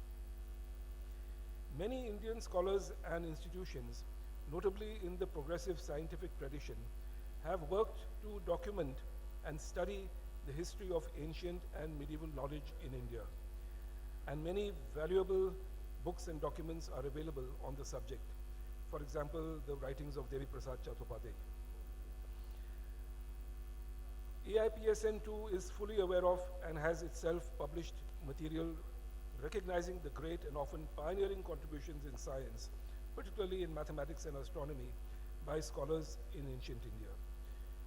AIPSN also lauds the celebrated techniques and products from India relating to iron and steel or zinc extracting from ores, while noting that these originated in artisanal and tribal knowledge and practices rather than from Sanskritic, Brahminic textual studies.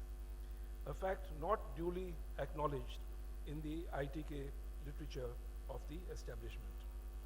AIPSN has also studied the limitations, if any, of ancient and medieval knowledge in relation to modern science and the reasons for the same. That was also the subject of the talks yesterday. It must be noted that significant contributions have been made in science and mathematics by scholars from Jain and Buddhist traditions. In medicine, besides Ayurveda, other important treatment systems have also emerged, such as Siddha, Unani in the medieval period, Swaritpa in the Tibetan Buddhist tradition, and numeral folk systems. The ITK being propagated deliberately omits the many knowledge and techniques contributed by artisans from West and Central Asia and their descendants in India, and even by other Indian scholars and artisans during that period, which belie the motivated allegation that invaders destroyed indigenous knowledge. Some of these things have been described in very good series like Bharat Ki Chap or the work of Shyam Benegal, Bharat Ke Khoj. These are things which are very contemporary. Even in the Vedic Sanskritic traditions of ancient India, much knowledge production was never purely Indian, but emanated through considerable exchange of knowledge with other cultures, such as Greece, Rome, Persia, Central Asia, China, and many Arab centers of learning. This is clear even in the writings of famed Sanskritic scholars of the 5th century or earlier.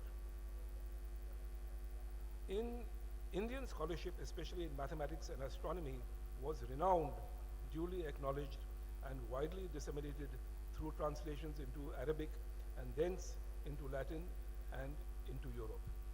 AIPSN strongly believes that science and other branches of knowledge are the collective and cumulative contribution of all humanity, and no culture or civilization can or should claim superiority as Europe did for so long, and what establishment zealots are doing in India today. The last paragraph is important. AIPSN resolves to reach out to students, teachers, the academic community within or outside educational and other institutions, and also resolves to actively place this understanding before the people in general in different forms and media, supported by its own material and by evidence compiled by scholars from India and abroad.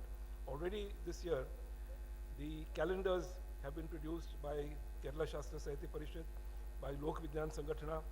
Last year, calendars were produced by Jana Vidyan Vedike and by AIPSN itself. So a very good response has been there, and this kind of thing we need to do on a wide scale in all languages all over the country. So with this, I place this resolution for your approval. Vivek has just read out the resolution on the in and outer systems. It's put for approval. So thank you all. The next and final resolution will be on the self-reliance by Dinesh Abroad. Friends, we are half an hour late, and then I'm sure all of you will also be wanting to go for lunch, but our 4 speakers have already arrived and they have been sitting with us here, and I really do not want to read the resolution as a result. That's number 1. Number 2, I just want to present it in terms of 5 ideas that this particular resolution contains. It needs to contain many more ideas. In fact, as far as the question of self-reliance is concerned, those ideas will have to be included, and I expect all of you to read the resolution and actually add to the resolution. Point number 2. Point number 3. Let me read out the basic ideas which present rather than those ideas, what those 5 ideas or 6 ideas are in this particular resolution. See, self-reliance was one of the pillars upon which independent India commenced its journey of post-independence period. This journey was aimed to provide the nation with economic independence, our people with the basic necessities of life, and to create a vibrant culture wedded to egalitarian development, addressing the demands of the citizens for livelihoods. What has happened in the recent times is that self-reliance is sought to be now achieved through Make in India program and the Skill India Development program. And Make in India program essentially is now is being implemented by inviting multinational corporations or the large monopoly houses to actually undertake the job. Initially, as you know, public sector was the leader and in the commanding heights, which actually has whatever today manufacturing is there, whatever exports are even taking place, all of them were the creation of that very public sector. And the public sector has been undermined. That's the first point that this particular resolution brings out. Then it brings out the consequences of this change that has happened. And it shows that the growing gaps between the targets and the achievements is evident. It aimed at a GDP share of manufacturing sector in the next 10 years to grow. It has not grown. It was supposed to create 100 million industrial jobs, 10 crore jobs, which has not been possible. The outcome is seen to be also in the area of import dependence. Import dependence has grown. Out of 124 sectors, this idea is not included, 107 sectors are today importing more than 60% of its value, meaning only 40% is produced there. All the items amounting to 60% of the value are under import. We are not importing only office and electronic equipment, we are also importing resources like coal, so on, etc., oil seeds, pulses, and so on. It's really era that one can say where not one, on the one hand, import dependence has grown, on the other hand, industrial monopolies and intellectual monopolies have grown. Yeah, I'm making it short.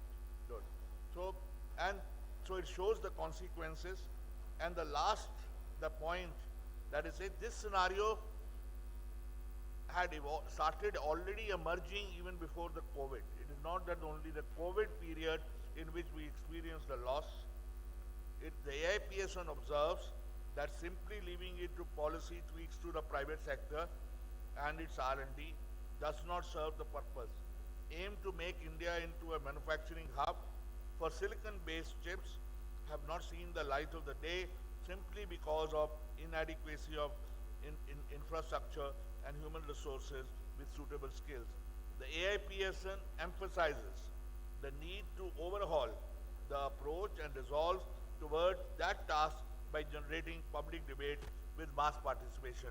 And my recommendation from at this end is that we meet in January middle to actually online we can meet to decide how are we going to actually pursue these resolutions, and that is my suggestion, and I hope the chair of the resolution group will actually try to see how it can be followed up. Thank you very much, comrades.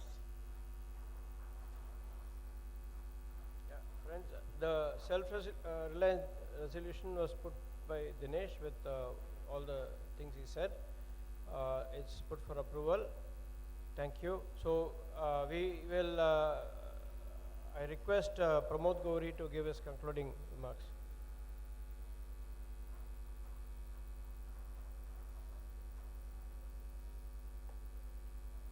We have passed 12 resolutions in the sessions, and the subjects taken up for these resolutions, some of the subjects were that are really those in which we are working, subjects or areas like education and health, agriculture and livelihood, etc. Some of the areas in which we are not directly working, that is problem of Palestine and Indian knowledge system, etc. We are not, although we are not working, but these subjects and issues are very, very important for us. So we selected 12 subjects or areas, whatever you can say. There could be more also, but the main objective of this passing of the resolutions is that we should take up these resolution as a resource material for our exercises or for our tasks to be done in these states, various states. These resolutions had been prepared with support of experts and resource persons, those who are who do have sufficient and substantial knowledge on the subjects. So we convey our sincere thanks to the resource persons and those who have given their support and valuable ideas to prepare these resolutions. And on behalf of EC, AIPSN EC, I would like to thank you all for listening these resolutions and endorsing these resolutions and passing these resolutions. Thank you once again. Thank you.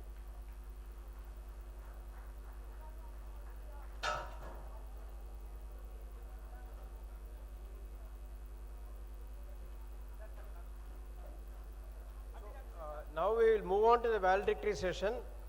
I request Komal Shivastav and Prajwal to come on stage.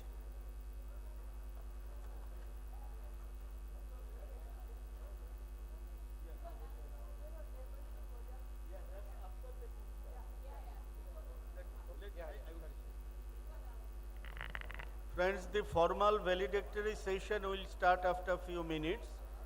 There is a choreography which will be performed by the science activists of PBVM. This is around 7 minutes choreography. And after that, the formal inauguration of the valedictory program will start.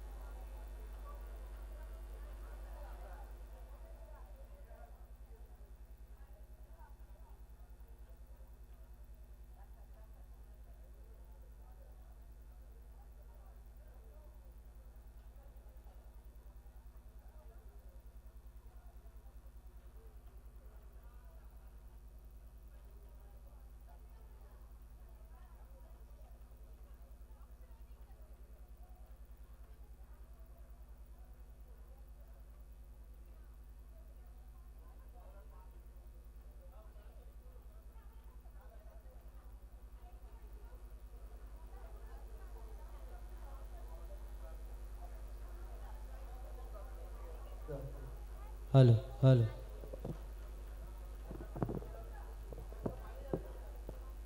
Hello, hello, hello.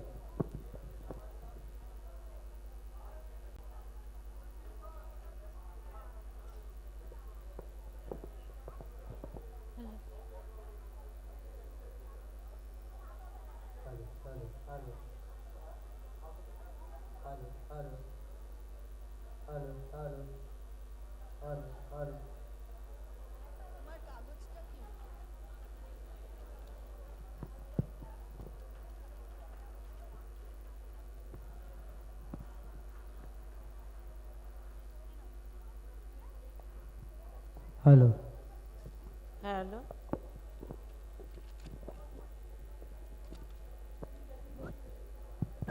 Hello. Hello, hello, hello, hello. Hello, hello. Hello.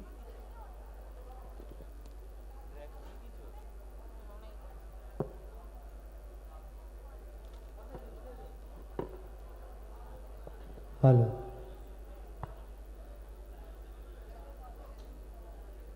Hello আরে আমি বলবো নাকি hello hello hello Hello, hello. Hello hello hello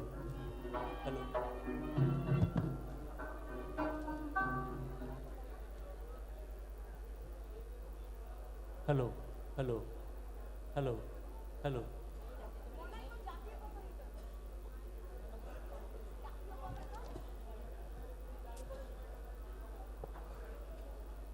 Hello. Hello. একটু একটু হল effect দেওয়া যাবে এটাতে হালকা hello hello hello hello hello hello hello শুরু করবে বলে নাও রেডি বলে নাও কোনটা নাকি বলেছ Hello.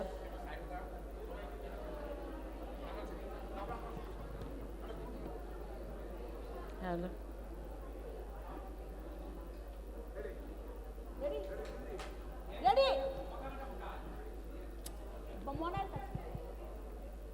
Hello hello hello Hello. Hello hello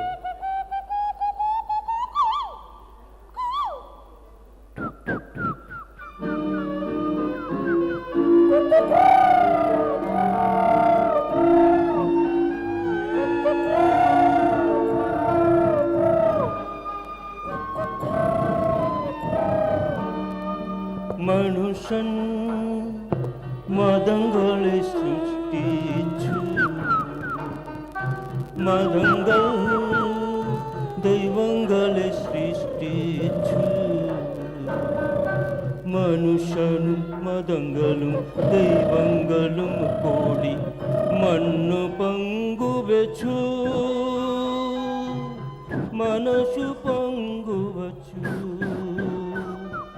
मनुष्य धर्म बनाए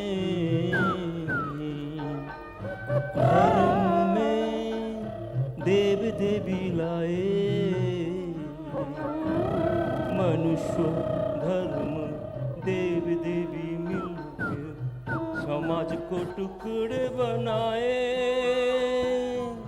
कौम में बांट गए മനുഷ്യൻ മതങ്ങളെ സൃഷ്ടിച്ചു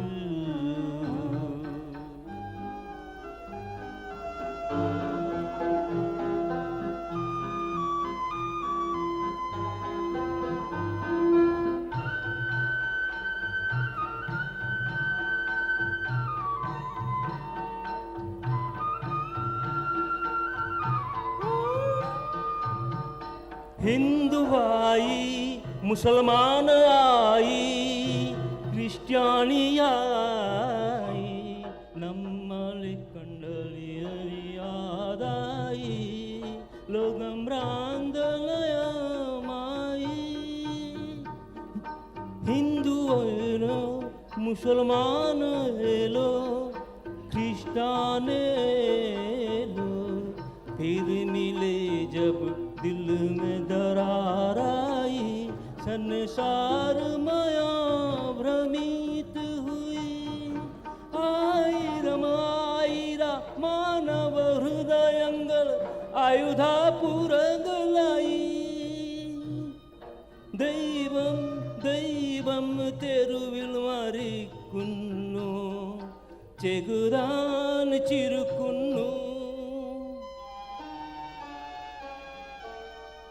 മനുഷ്യൻ മതങ്ങളെ സൃഷ്ടിച്ചു.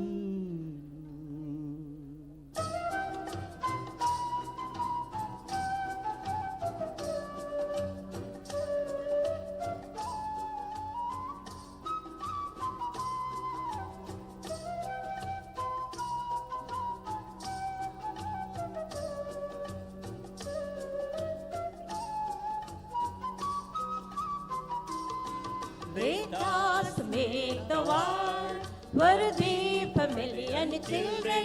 Vedas fill it with green gold rim and corn grain.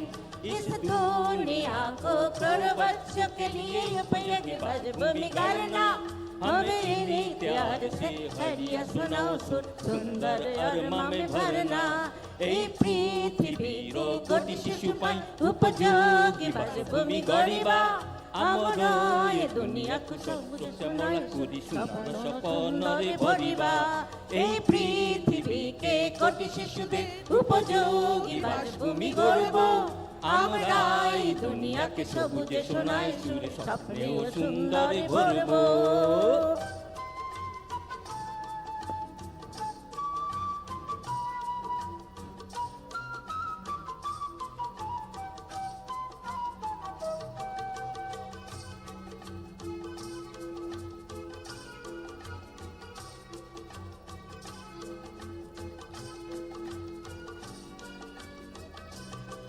Literacy breaks the sect and division, science be our religion. Hindu, Muslim, Sikh, Jain, Christian, make us up brethren. सारे वर्ण भेद तोरे वर्ण का परिचय, विज्ञान तोरे सारे लोकाचार संस्कार. हिंदू मुसलमान सिख जैन क्रिश्चियन सभी आके सभी हाथ धरना. इस पृथ्वी के कोटि शिशुদের উপযোগী ভূমি গড়ব. আমরা এই দুনিয়াকে সবুজে সোনায় সুরে স্বপ্নে ও সুন্দরে ভরব.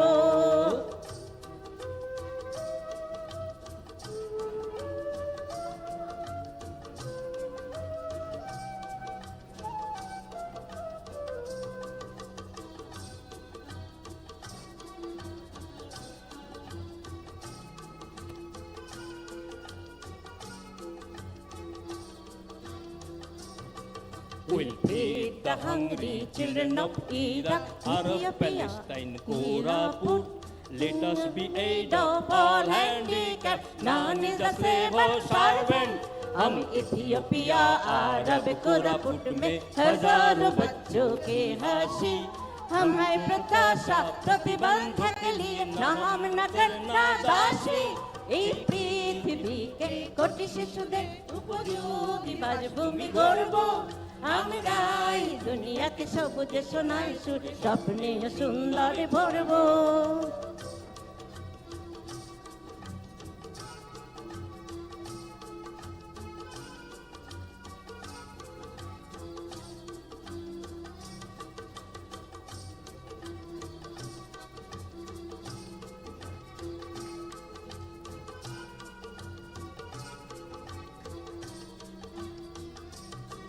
We want environment as a right, food, cloth, home, health, education. We will fight the war monster with the sword of knowledge. শান্ত পরিবেশ हमारा प्रतिज्ञा, अन्न वस्त्र शास्त्र शिक्षा ज्ञान का हथियार निये हमें सब युद्ध असुर से लड़ना. এই পৃথিবীকে কোটি শিশুদের উপযোগী ভূমি গড়ব. আমরা এই দুনিয়াকে সবুজে সোনায় সুরে স্বপ্নে সুন্দরে ভরব.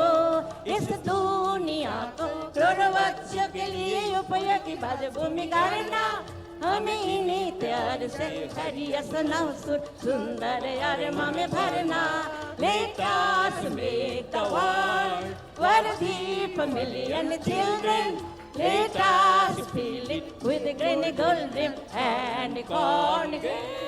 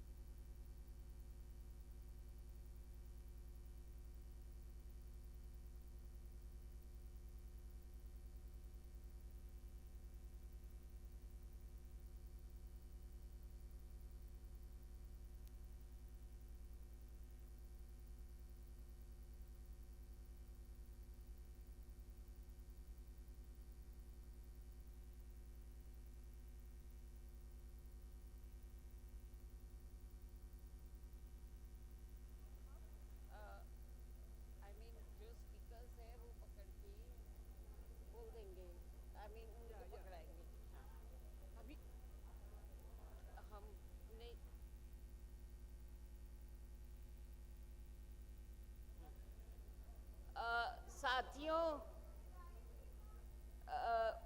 ये 4 दिन का अपना AIPSC बहुत अच्छा और बहुत बढ़िया तरीके से ऑर्गेनाइज हुआ है और आज हम इसके आखिरी सत्र पे आए हैं और ये विश्वास लेके कि आगे हम और काम अपना और बेहतर तरीके से करेंगे, ये जो मुश्किल वक्त है उसमें, तो मैं ये सत्र हम ये जो हमारा वैलिडेटरी सत्र है इसको हम अभी शुरू करेंगे।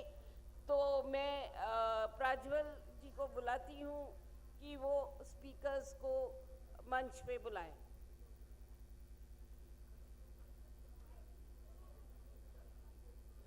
मैं आज के इनवाइटेड स्पीकर्स को स्टेज पे बुलाना चाहती हूँ। पहले Ram Ramaswamy, former vice chancellor of the University of Hyderabad, professor of dynamic lab, IIT Delhi, and also somebody who has striven for equity within the science enterprise. Ram Ramaswamy. I would like to invite Malini Bhattacharya, former MP of the Lok Sabha. I would like to invite our Ramanujam, scientist in the Indian Mathematical Sciences Institute, also our Sathi from TNSF. I'd like to invite ND Jayaprakash, co-convener, Bhopal Gas Pidit Sangharsh Sahayog Samiti and Joint Secretary of Delhi Science Forum.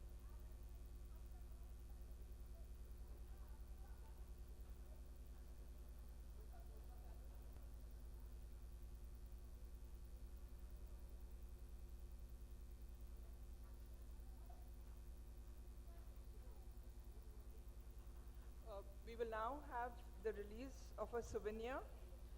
I would request Shamal Chakrabarti and Pradeep Mahapatra to please come on stage.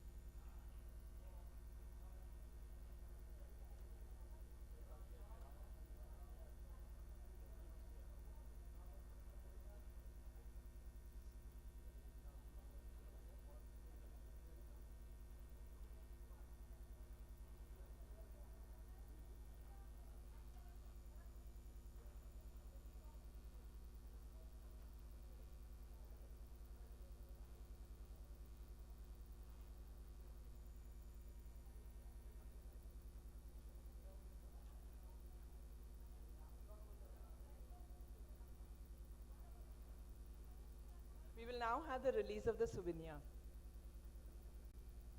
अब souvenir का release हो रहा है.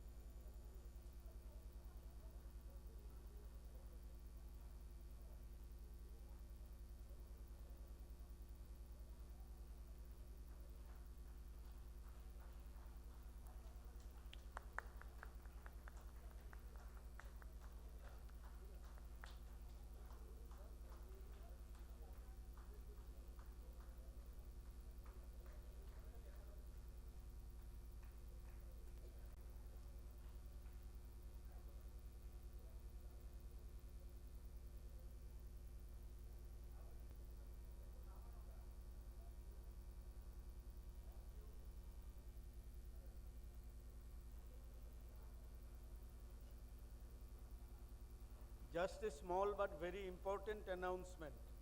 We will provide a single copy of the souvenir to each member organization of AIPSN. So just after the end of the valedictory program, I will request you to be present here and collect the souvenir. Thank you.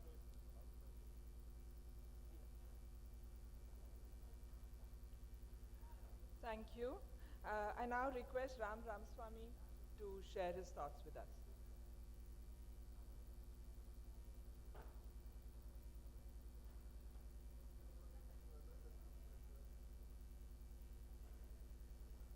Friends, let me start by thanking the organization and everyone for this opportunity to share some thoughts. What is nice is that almost everything that I had planned to say has been said in one or the other of the resolutions. As somebody who has been in the area of higher education in our country for the last 40 or so years, what has happened with this NEP 2020 to destroy the very fabric of what has, Dinesh? The NEP 2020 has set us back by such a huge amount that I think that we will only realize it in time to come. And one thing that I have been struck with and I want to share with you is that in addition to our burgeoning population and all the other reasons for why we need to have good education, there is one fact that is not always acknowledged. When we got independence in 1947, our life expectancy, the average Indian life expectancy was 30, 35 years. Today it is almost 70. This is not because of any great work that we have done over here. It is because in general things have happened. Vaccines have been developed, drugs have been developed. So our population having gone up by a factor of 3, from 400 million to 1400 million, and the fact that we are living twice as long makes the urgency of education even more. There are many, many more of us. There are 3 times as many of us, and we are all living approximately twice as long. 70 years without education is a horrible way to live, and even today, as the statistics were pointed out, even today we have children who were born after 1977 who are illiterate. The fact is that this illiteracy, poor education, and the lack of education is a bigger burden on our population than is normally just acknowledged. It's not that these are not productive people of society. This is a severe hampering to our growth. There is no Atmanirbhar Bharat that is possible with a population that is so large and so undereducated. One of the worst things about the NEP, as many of the speakers and many of the resolutions have noted, is this extreme fondness for over-centralization. All the bodies, education was always on a concurrent list. And with the NEP, the validity of that concurrency is being removed slowly. Not slowly, it's being removed very fast, because with the kind of resolutions that have gone into the NEP, it is impossible for state universities and state bodies to actually implement many of these policies that are there without violating. You cannot satisfy the needs of a state and the center always together. So this over-centralization, the formation of these new bodies, and particularly of this Anusandhan Research Foundation, National Research Foundation, these all spell a certain kind of doom for education at the grassroots level, education at the state level. The ANRF, as has been noted, is just the Science Education and Research Board in a slightly different way, except for one very crucial and very important factor. 50,000 crores was announced for the ANRF in a 5-year period. But 70% of that funds is supposed to come from corporate donors, corporate or other kinds of donors. Apart from the fact that there has been no history of corporate donation for research money in our country,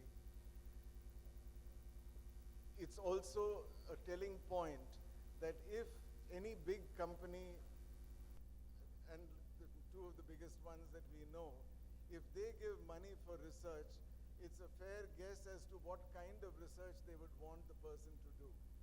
Any kind of corporate funding of research is going to come with strings attached, and that is a big danger, something that really needs to be resisted, and it needs to be explicitly included in our resolutions over here against the ANRF, that corporate donation comes with corporate control, and that is something that cannot be tolerated by a people's science movement. I briefly want to talk about a very important announcement that was made earlier this month by the Prime Minister and various other bodies associated with it, which is this one nation, one subscription policy. University researchers, anybody in India needs to access journals. And this access to journals usually came through subscriptions. Now the government of India has said that there will be a one nation, one subscription. The trouble with this is that it sounds much better than what it is in actuality. One nation, one subscription would, to my educated but hopeful ears, sound something like that everybody in this country can have a subscription to a particular journal or to all the journals that are there, because the government of India has decreed it to be so. But this is not true. The government of India will pay 6,000 crores for 3 years to a group of 30 publishers. And these 30 publishers are among the most rapacious and hungry people on this planet. Their profit margins are well above many of the other typical criminals in this gang. These are companies like Elsevier, Springer Nature, and so on, where the government of India is going to give 6,000 crores, but it is not as if one nation is getting one subscription. You have to be a member of a government institution. And these 30 journals do not cover veterinary science. For example, we are standing here in a veterinary college. These 30 journals 30 publishers will not include the very places where the science that we are doing comes from. Now, 6,000 crores is a lot of money, but for a publisher, it is going to be real money. So it is no surprise that this money is going to come out of real resources of the government of India, not 70% that has been committed by some corporate entity. So what we are seeing over here is that all the subscriptions to journals is centralized. This is like being told that you will have food that is only being determined by some parliamentary committee. The menu will be decided. Everything else is going to be decided over there. Your job is to eat and digest. Maybe even that will be taken away from you. All right. But one doesn't know, because it's one nation, one toilet also, that's Anyway, my concern is that 6,000 crores is real money, and it's going away from research. We would much rather have the 6,000 crores for research and not pay to publishers, who in any case are going to give us about 80% of all their articles are already open access. The open access movement has been so strong that all these articles can be easily accessed by all of us. Why are we paying so much money for so little? We need to have, among the various debates that we need to have, we need to say that this is not just one nation with one, we have one aspiration. We have one aspiration, and that is for a better future. But this over-centralized approach that is being adopted by the NEP and its offshoots is not a way for us to go. Thank you.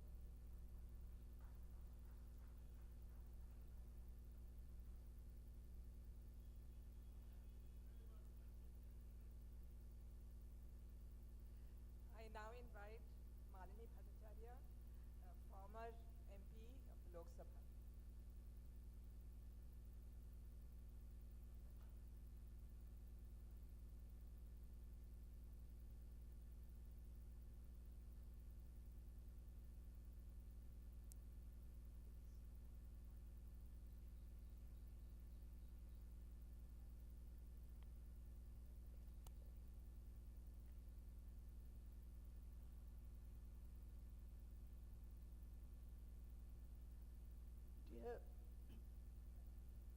speakers for the valedictory session on the dais, delegates, and friends. I think I've been asked here as to say a few words as a cultural activist. And I'll do that, and my presentation will be very brief, but it will be slightly anecdotal. I propose to start with an anecdote about a friend that we are all missing very sadly in this Congress, that is Professor Parthiv Basu. I think that many of you are not aware that in 2007-2008, Parthiv Basu, this very well-known academic, had done some work for the West Bengal Women's Commission. At that time, this was 2008, the Tatas had left Singur. And in the Women's Commission, we were trying to find out whether some parts of the lost livelihoods of women living in that area could be salvaged. And Parthiv, at that time with his team, did a mapping of the area. Those were very violent times, remember. He did a mapping and he did a survey of that. He gave us a very good report. It's another thing that because of the unpropitious situation, the government could not take it up. But what I'm trying to say is that that is my idea of a people's scientist. Parthiv was not just a well-known academic, a great teacher loved by all his pupils, but he was also a people scientist who was concerned about how science can change people's lives. And I think that this is where the science activist has a very close tie with the cultural activist, because culture is about the people's perception of their own lives. It's not just songs and dances and music and entertainment. It's the people's perception about their own lives, their creative expressions of their expression of it. And that is how we cultural activists also work among people. And that is what a people science activist also has to do. Of course, by the people, I mean those who create all the wealth in our society and who only enjoy a very small share of it. In the course of what I have heard this morning, these people have come in again and again. Your concern has been expressed for such people. But I think that the problem that we face today is that there seems to be some kind of a great plan on to separate science from culture, to separate people's science from people's culture. Because people's culture is thought of as something which is full of fatalism, which is full of blind superstitions.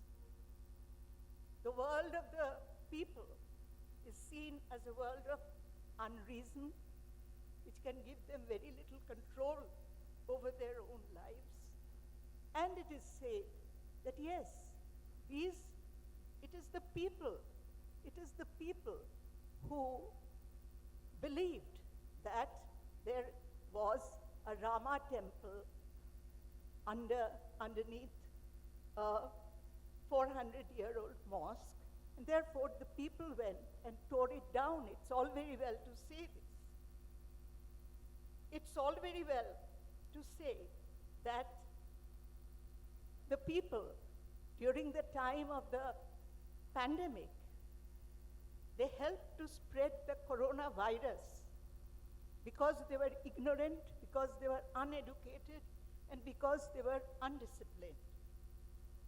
And at the same time, they started the worship of Corona Mata as someone who alone could save them from this pandemic.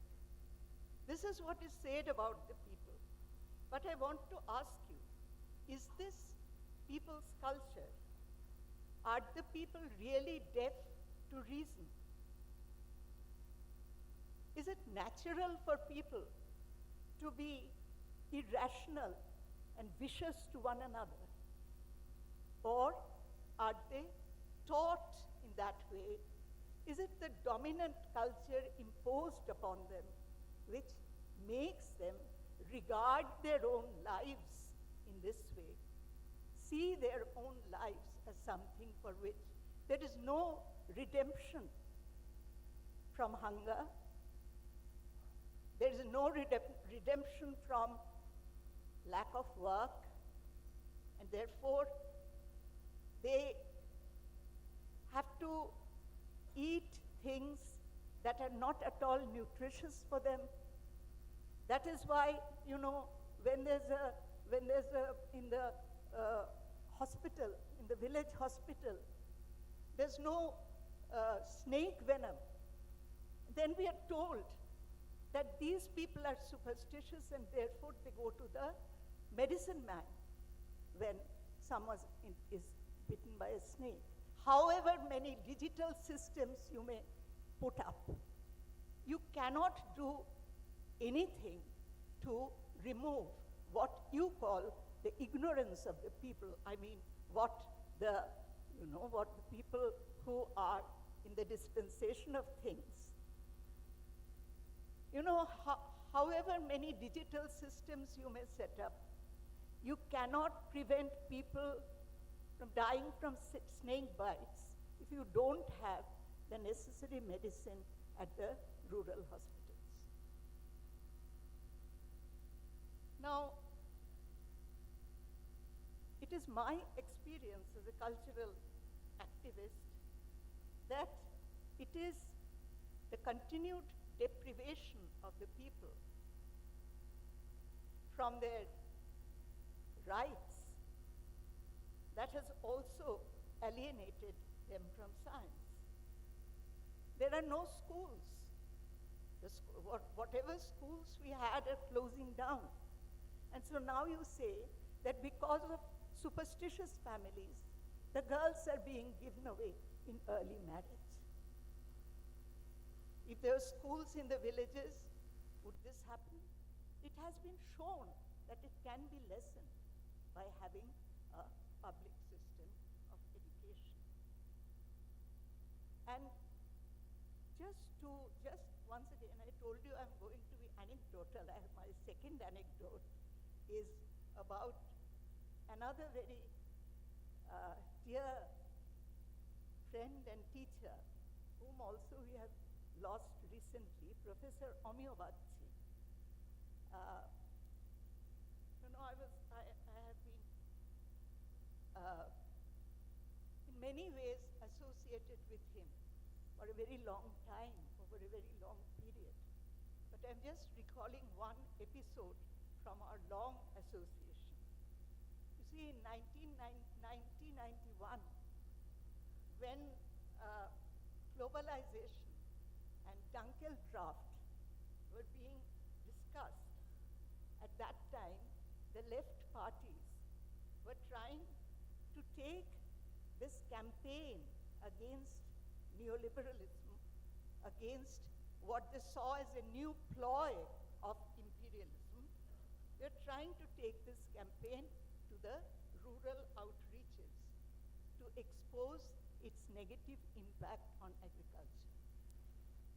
Now, in West Bengal, we have a group of folk artists called the Kobials, who are the rural singing poets, who represent the creative traditions of the rural poor. They're not very well educated, they're not illiterate, they're literate, but they are not formally educated, in other words. And the form is that of a verbal duel performed with the help of songs and music and dances. And they take up issues in the course of that verbal duel. So some of these Kobials came to me and they said, look, what is all this about this Dunkle uncle? Who is he? And what is he saying? If you can let us know, if you can tell us in a clear language what is meant by all this, then we too can compose some songs on them. So I had the temerity to go to Professor Bagchi, who but he, to take it up. And he agreed very sportingly, and he went with me to the far-off district of Murshidabad. And there, for a couple of hours at least, he kept this rural audience consisting of very creative people completely enthralled. There were about 50, 60 Kobials at his exposition. And it was in lucid colloquial Bengali. He explained everything about Dunkle draft. So all this that we have been hearing about the alienation of science and academics, it's not necessarily true. That gap can be bridged. That's what I'm saying. And the Kobials were so enthused. So here we have, once again, a social scientist who was, using his science to improve the lives of the people, to give them a consciousness of the world that they were living in. So, by the time that the exposition ended, the Kobials were so enthused that they immediately started composing songs on Dunkle draft and Vishwayan globalization. So this is my personal experience. So I come to my last point, the last point that I want to make. There has been a lot spoken in some of the resolutions, at least I saw. I'm sure you also discussed it in your various sessions. You see the manner in which myths are being turned into science. I think there are many examples of it. When, some examples have been given. I won't go into examples. You all know how myths are turned into science. But I'm saying that it's happening the other way around as well. That is, science itself is being turned into a mystique. Science itself is being mystified. Like, when you find, the Mahakumbha is being advertised as a place where everything is so healthy, so spick and span, everything is so modern. And what do we find? We find that at the Mahakumbha, Muslim shopkeepers are being discouraged from setting up their shops in Mahakumbha because it is felt that if their spittle lands on their wares, then it will become jutha. It will become unworthy of being taken for God's prasad. So this is how, it's being done in the name of cleanliness. But what is cleanliness? This is what I mean by saying that science itself is being mystified. Look at the way in which the artificial intelligence thing is being treated. Instead of discussing how we can use it for the people, we are all the time discussing how almighty they are, how they can do everything, how they can write poetry like Rabindranath and plays like Shakespeare. We are all the time discussing that. That is not the issue at point. We have to see how AI can be used for human good. But it is being mystified. That is what I mean by saying that science itself is being turned into a mystique, which it is difficult for people to understand. It is difficult for people even to approach science. You talk of digital classes, of increasing digital classes in NEP, and you don't have any digital network in the rural areas in most of the places. How do you do it? That no one thinks about. But what this, I think, what the policy of the people who are in power at this point of time is dividing, just as they're dividing us up in many ways, so they're also dividing science from culture. And I think that as science activists and as culture activists, it is our responsibility, something which the Congress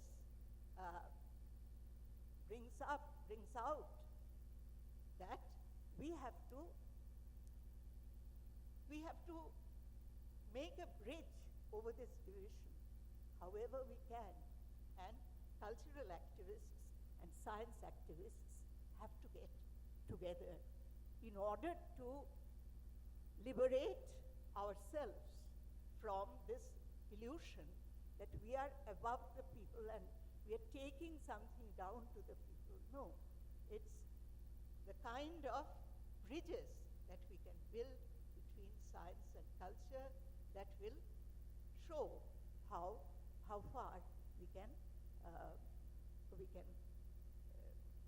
resist this big challenge that is in front of us. Thank you.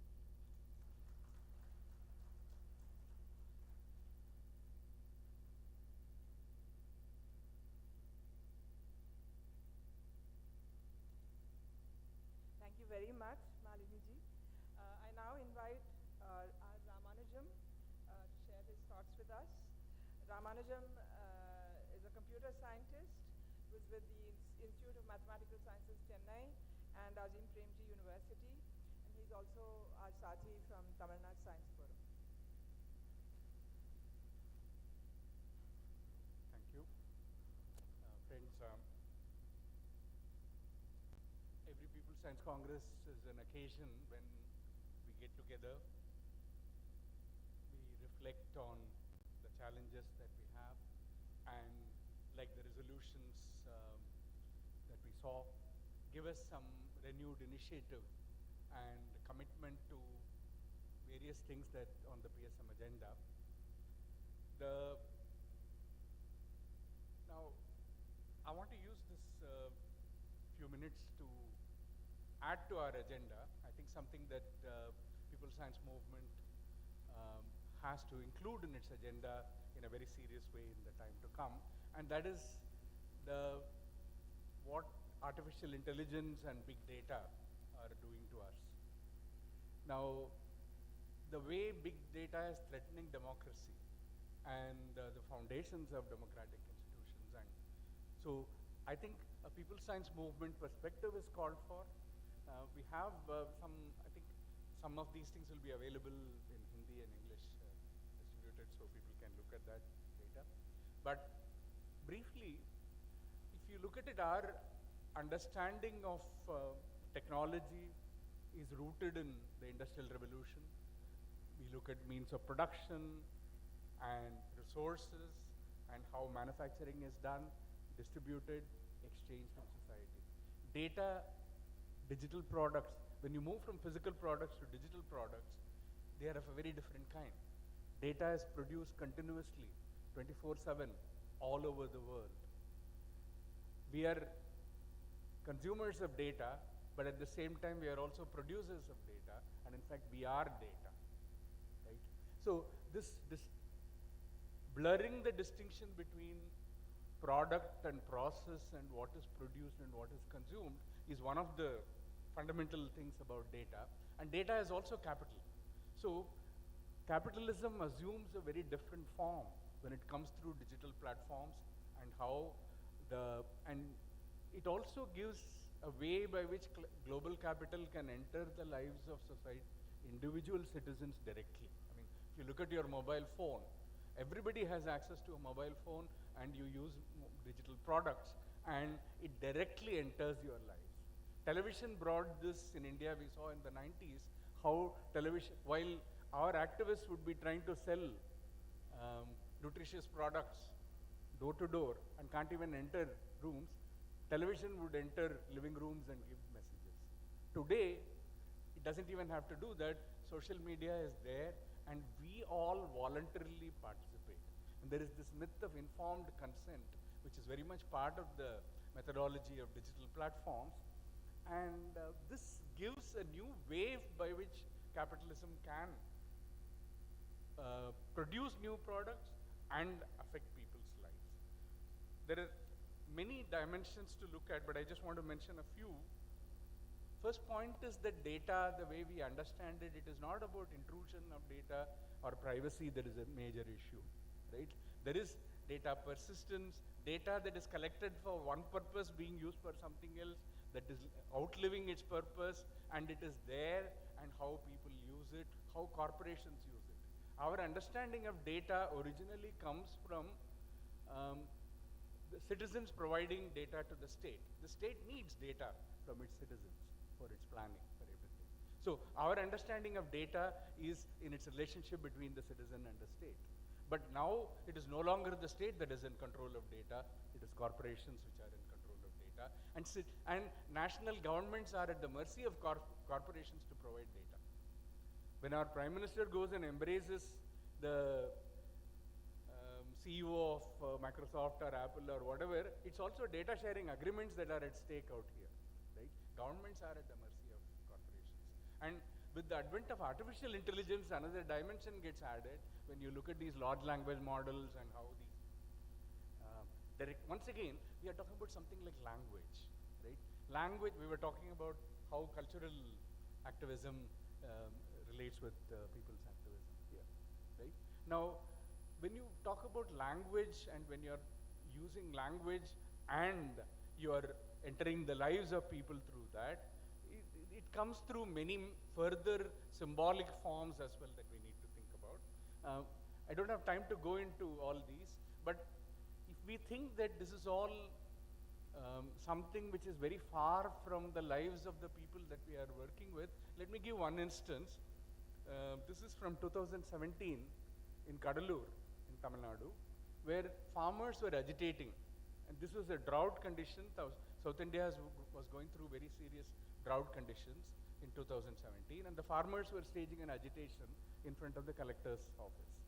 The agitation was, central government had declared certain districts as drought prone, and aid was being given to certain districts. The farmers in Kadalur were not getting any assistance, and so they were protesting in front of the collectorate. The collector comes out and says, why are you people protesting? If our district had this thing, we would happily share it with our farmers. Our district hasn't got it. Now, what is the problem?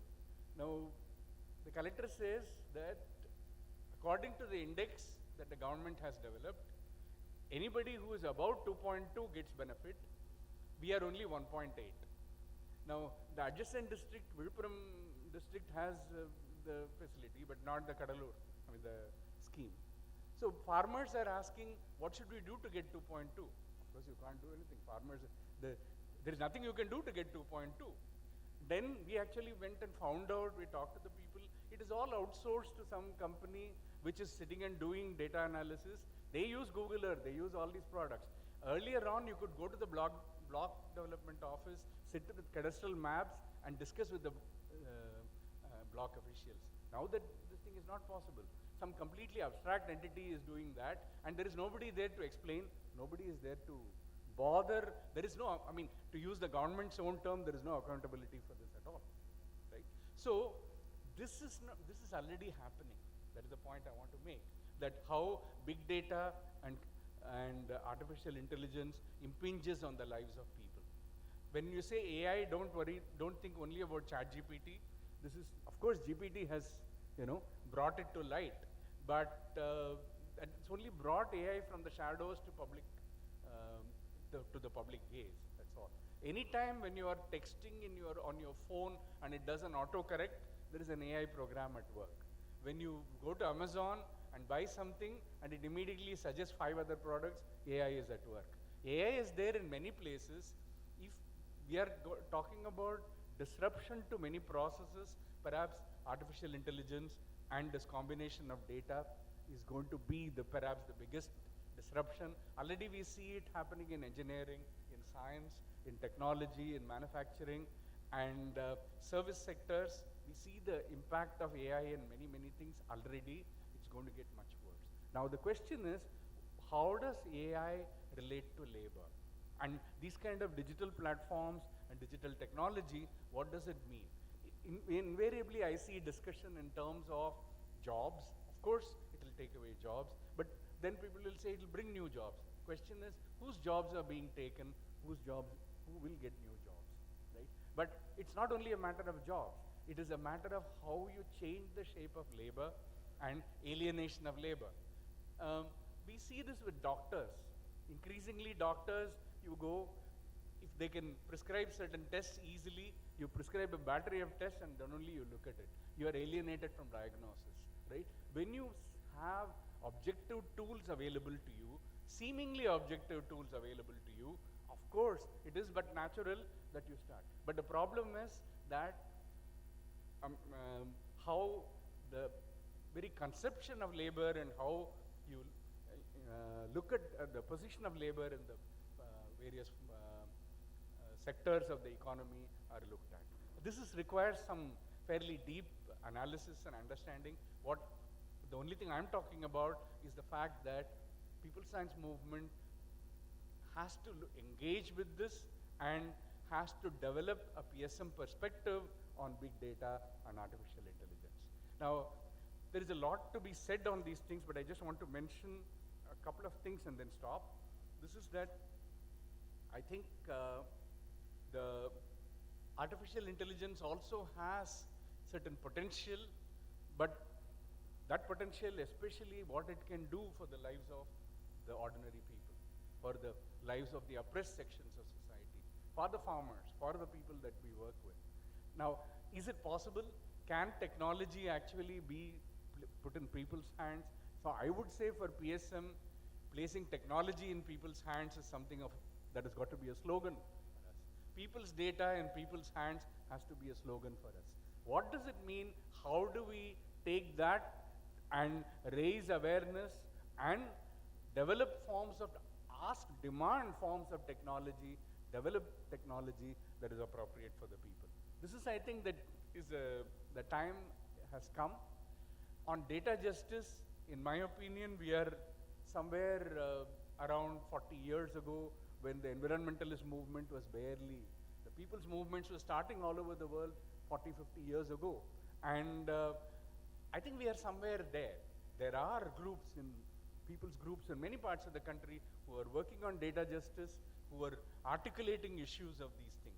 Now, the kind of solidarity that is needed world over of these associations to come together and come up with ways by which we can resist the kind of hegemony that we see from especially the digital platforms and the corporations. In fact, we are now talking about just about 5 to 6 global corporations.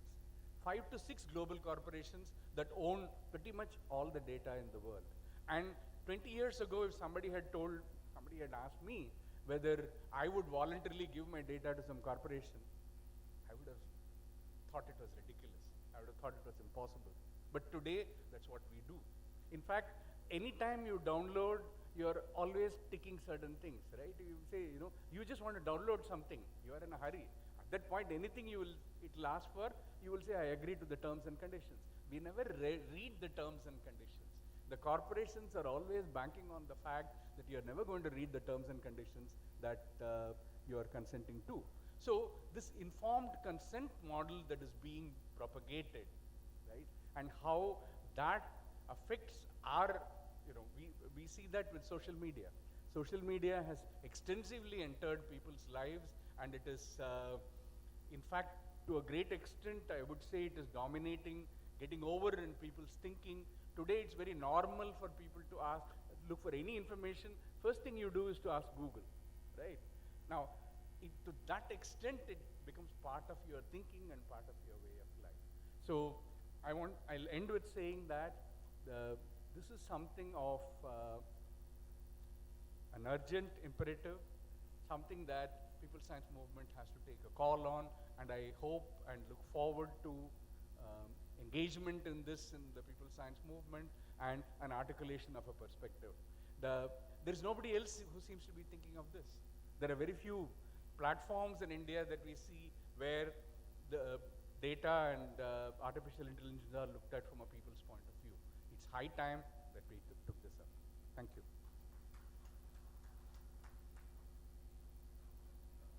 Thank you very much. इन्होंने जो बात पेश की उसका print out के form में है, वो वो सबको सब मेंबर ऑर्गेनाइजेशंस को मिलेगा. I now invite ND Jayaprakash, co-convener Bhopal gas पीड़ित संघर्ष सहयोग समिति, and also our साथी from Delhi Science Forum.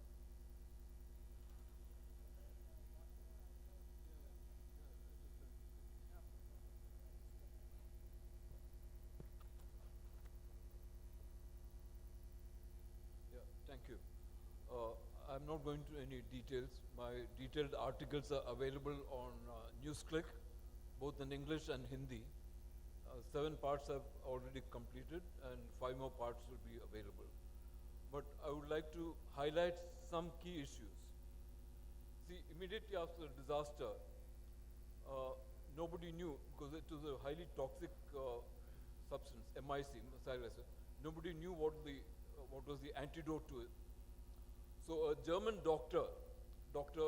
Dorender, came from Germany, and he had extensively worked on hydrogen cyanide poisoning, And because he knew that hydrogen cyanide was one of the derivatives of MIC, he came with thousands of vials of sodium thiosulfate, which is an antidote to hydrogen cyanide poisoning. And he said that is the antidote to MIC. In fact, earlier UCC itself had issued a circular recommending use of sodium sulfate as an antidote. But immediately after, because people knew, because hydrogen cyanide was the poison which the Nazis had used to kill Jews. Millions of Jews were killed during the 1940s. People were aware of the highly toxic effects of hydrogen cyanide. Immediately, UCC wanted to suppress this information. And they withdrew their own circular. But on 11th December 1984, ICMR itself issued a circular recommending the use of hydrogen cyanide as an antidote. But 2 days later, the government of Madhya Pradesh issued a circular banning the use of sodium thiosulfate, overriding the recommendation made by ICMR. I mean, many people are unaware of this, that ICMR's own recommendation was overruled by the state government because of pressure from Union Carbide. See? And for the next 6 months, sodium thiosulfate was not disallowed, it was banned.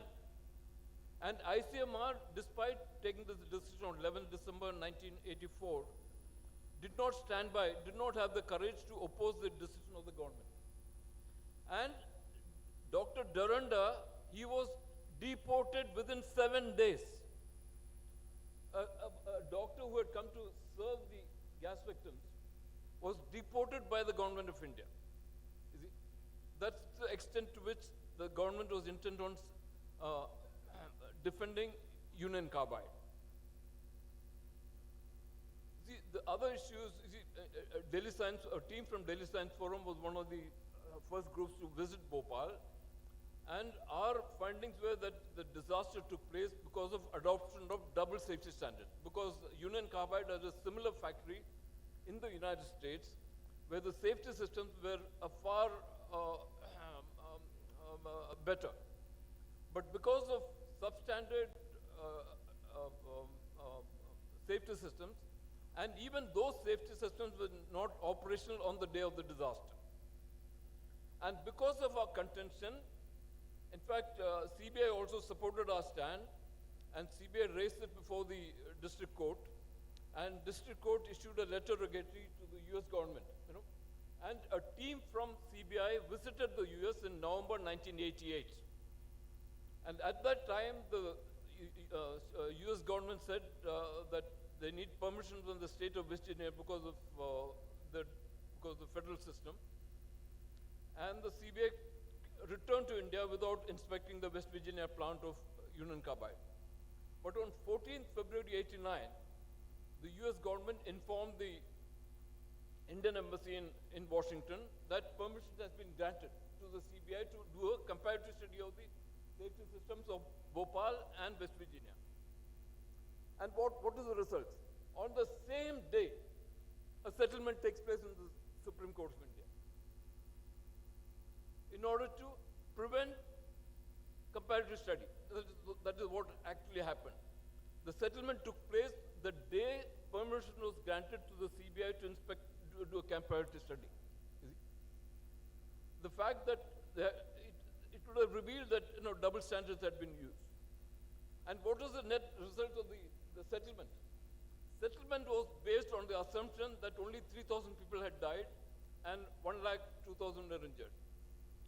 Mind you, at that time, more than 6 lakh claims had been filed. Even without processing the claims, the Supreme Court came to a decision that only 3,000 died. And on what basis did the Supreme Court reject more than 5 lakh claims, even without scrutiny of those claims? In fact, the scrutiny of the claims started 3 years after the settlement. See? By that time, more than 1 million claims had been filed. And it took 12 years to process the claims from 1992 to 2004 through 40 claim courts. And the claim courts came to the conclusion that more than 5,73,000 people were affected. Whereas the settlement was based on the assumption that only 1,05,000 were injured, the claim court determined that there were 5,73,000. And what happened? The compensation which was received for 1,05,000 was dispersed among 5,73,000. See? And then we pointed out that means that each gas victim only got less than 1/5 of the amount which he or she should have received under the terms of the settlement. And this issue we have been fighting. The matter of this issue is still pending before the court. We said that now that the court has determined that the magnitude is 5 times greater than the basis on which the settlement was arrived at, you should increase compensation proportionately. The government, the courts have still sitting on our petition for the last 14 years. And the other aspect is, immediately after the disaster, ICMR itself started a epidemiological survey based on a cohort of 95,000, 80,000 gas victims and 50,000 control population. And today, the size of that cohort has come down from 95,000 to barely 10,000. And there is no explanation where this 80,000 cohort has disappeared. Our assumption is all these people are dead. But this is not being admitted by the government. The cohort on which the epidemiological survey is being conducted has disappeared. And the fact that neither the government or the courts are willing to accept that these people are dead. See? And we are fighting this matter before the High Court, in fact, Supreme Court from 1998. Because we said all the records, medical records of the gas industry should be computerized. You know, this was a petition we filed in 1998. And after 14 years, the Supreme Court gave us a favorable verdict and directed the High Court to monitor the compliance of the decision. The decision was to computerize the medical records of all gas victims. And till today, the last 14 years, 12 years, the matter has been pending in the High Court. You see? Even after 40 years, the medical records of gas victims have not been computerized. Because there are 19 different facilities, and every day, nearly 6,000 gas victims continue to visit the hospital even today. And they have multiple medical records. So each hospital maintains a separate medical record, and the same victims visit one hospital after another. We said if you computerize all these records, there will be one record for all gas victims, and they will have complete medical records. This is a deliberate act to underplay the enormity of the disaster. See? Unless a gas victim cannot claim more compensation without producing medical records. But medical records are not being properly maintained. And the other thing is, there is 1,200 crores lying unutilized in the main hospital, in the Bhopal Memorial Hospital, has 1,200 crores lying unutilized, but they are unwilling to pay higher salaries to consultants and super specialists, because of which the gas victims are being provided second-rate treatment. Because the main hospital does not have specialists and super specialists, because the poor salary scale, you know. And we have been repeatedly saying that the BMHRC should be attached with the All India Institute of Medical Sciences, Bhopal, so that recruitment of specialists and super specialists is possible. The other thing is about the criminal case.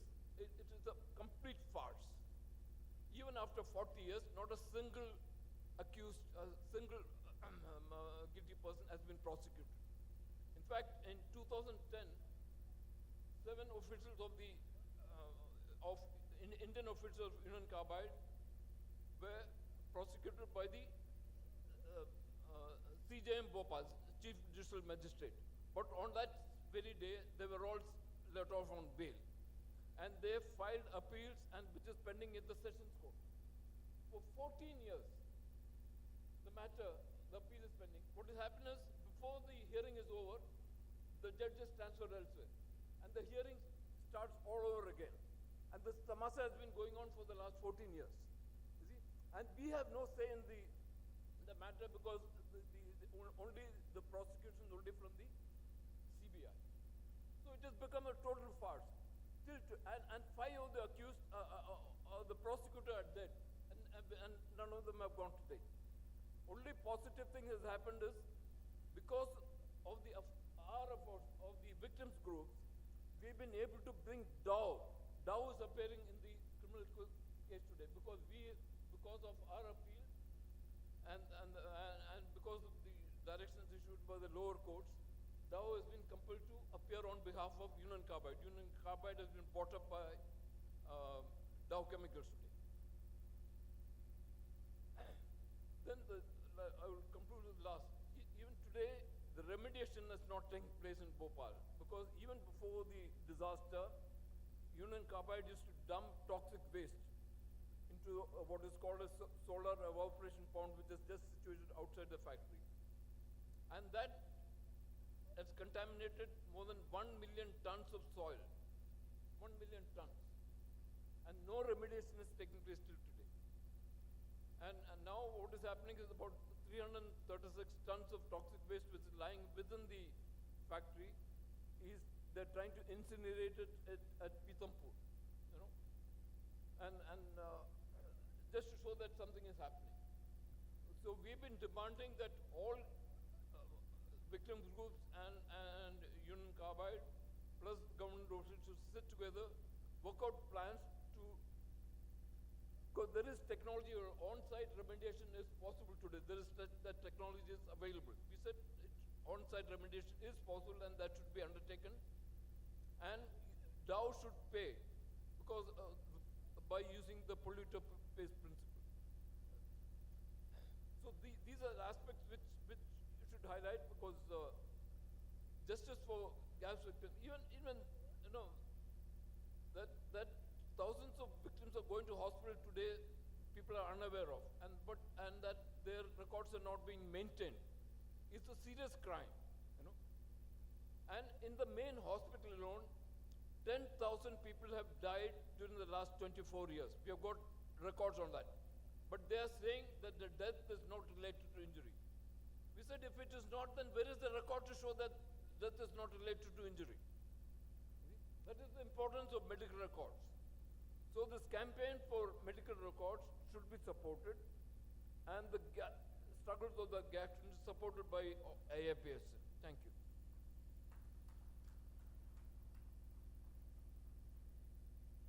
Thank you very much.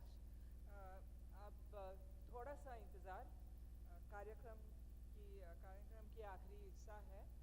This is the last part of today's program, and I request Asha, General Secretary, AIPSN, to make her remarks.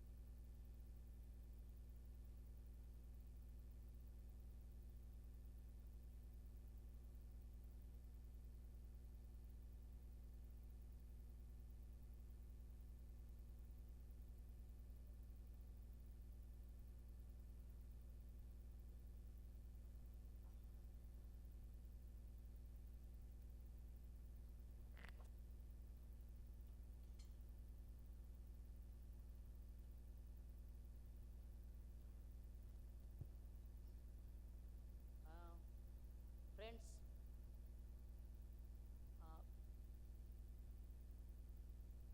we have the norms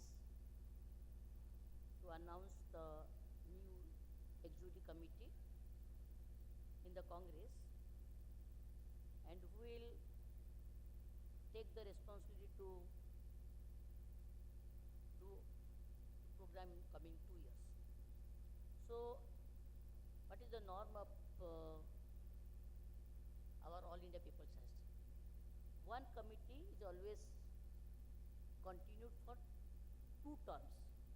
1 term is 2 years and 2 terms is 4 years. So first, we had our GC on 27th, and that GC has approved the new EC in the same way. So I am just going to present before you the new EC. So we have 3 kind of members. One is the 31 EC members. Second one is our special invitees, and third is the former general secretaries of AIPSN. So, and we have some the observation and suggestion in the GC. So that suggestion will be confirmed in the first issue of our, after this agenda, the first issue will confirm that suggestion. Our EC has our GC has observed all the things, and that will be confirmed in first EC. So I am just पढ़ना चाहती हूँ कि कौन, क्योंकि repeat हो रहा है, तो then again also I am going to read the things. Satyajit Rath is our president. Yes, you have 3 vice president, S. Krishna Swami, Komal Srivastav, and Prajwal Sastri.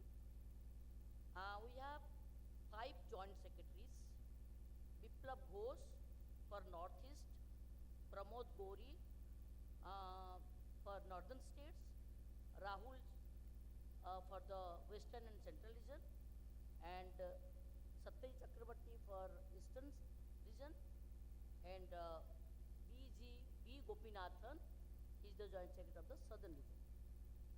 Our treasurer is, because there is the norms that where is your secretary, the office, the treasurer also from the same organization. So our office is in Bhopal. We have decided in the last Congress. So that's why the treasurer is from Madhya Pradesh Vigyan Sabha, S.R. Azad. Other EC members: Aruna Mishra is from Paschim Banga Vigyan Manch. Anup Sarkar, he is from BSPS, Bangiya Sakshata Prasar Samiti, West Bengal. Then Lorin Mahanti is from Odisha, Bharat Gyan Vigyan Samiti Odisha. Agita Mahashabde from Navniviti Foundation, Maharashtra. Najimuddin Ahmad from Ellora Vigyan Manch, Assam. Tapan Sharma from Gyan Vigyan Samiti, Assam. Upi Ureita from Himachal Gyan Vigyan Samiti. Naresh Prerna from Himachal Haryana Gyan Vigyan Samiti. Then Murlidhar is from JBB Andhra Pradesh. Baraprasad from JBB Telangana. Satyavan Pundir from Himachal Gyan Vigyan Samiti. Mohammad Badusha from Tamil Nadu Science Forum. Dr. Mohana from Tamil Nadu Science Forum. Kamla Menon from Delhi Science Forum. Pushpa from Gyan Vigyan Samiti, Bihar. Ashok Gaidhani from Bharat Gyan Vigyan Samiti, Maharashtra. And Partha Sarthi from Puducherry Science Forum. These 31 EC members. I think with a club we should approve this 31. Number 2, I am just going to the special invitees. We have special invitees, 18 special invitees. Vivek Pantorio from Maharashtra, Ramanimiti. Kavita Kabir, Anita Rampal, Ashok Rao, T. Sundar Raman, B.R. Raman, Madhavan from Tamil Nadu Science Forum, N. Prabha from Karnataka, Pradeep Mahapatra, because Parthi Basu is not with us, so in place of Parthi Basu, Pradeep Mahapatra is there. Joginder Walia from STD, Society for Technology and Development. Manoj Nigam from Eklavya. Richa Chintan from DSF. D. Thirunavuka Saru from Tamil Nadu Science Forum. Raja Raja from JBB Telangana. Prabhat Bera from FOSET. C. Ramakrishnan, Kasina Chatterjee, and Srinivas Rao. These are the 18 our special invitees. And we have 9 ex officio. MP Parameshwaran, D. Raghunandan, Dinesh Abral, Siddhi Bhattacharya, Gautam Roy, T. Gangadharan, R.S. Daiya, Sabyasachi Chatterjee, and P. Rajamanikam.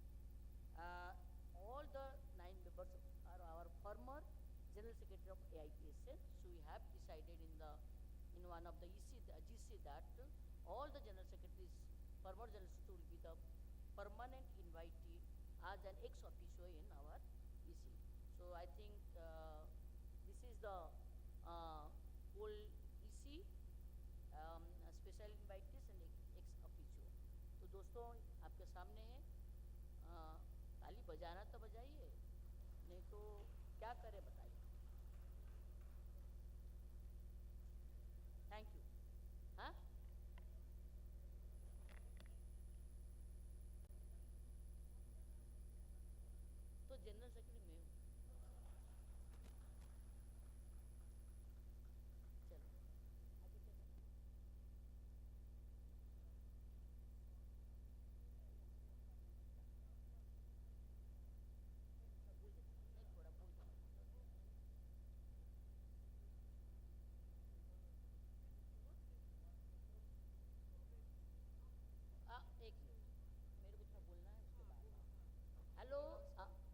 Please थोड़ी देर और है, सुमित्रा जी और सभी को request है, अनीता जी को 10-15 minute के बाद हम ख़त्म कर देंगे।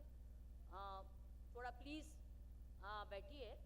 कभी कभी होता है, हम 2 बजे तक तय किए थे, 1 घंटा तो होता है, मान के चलते हम लोग।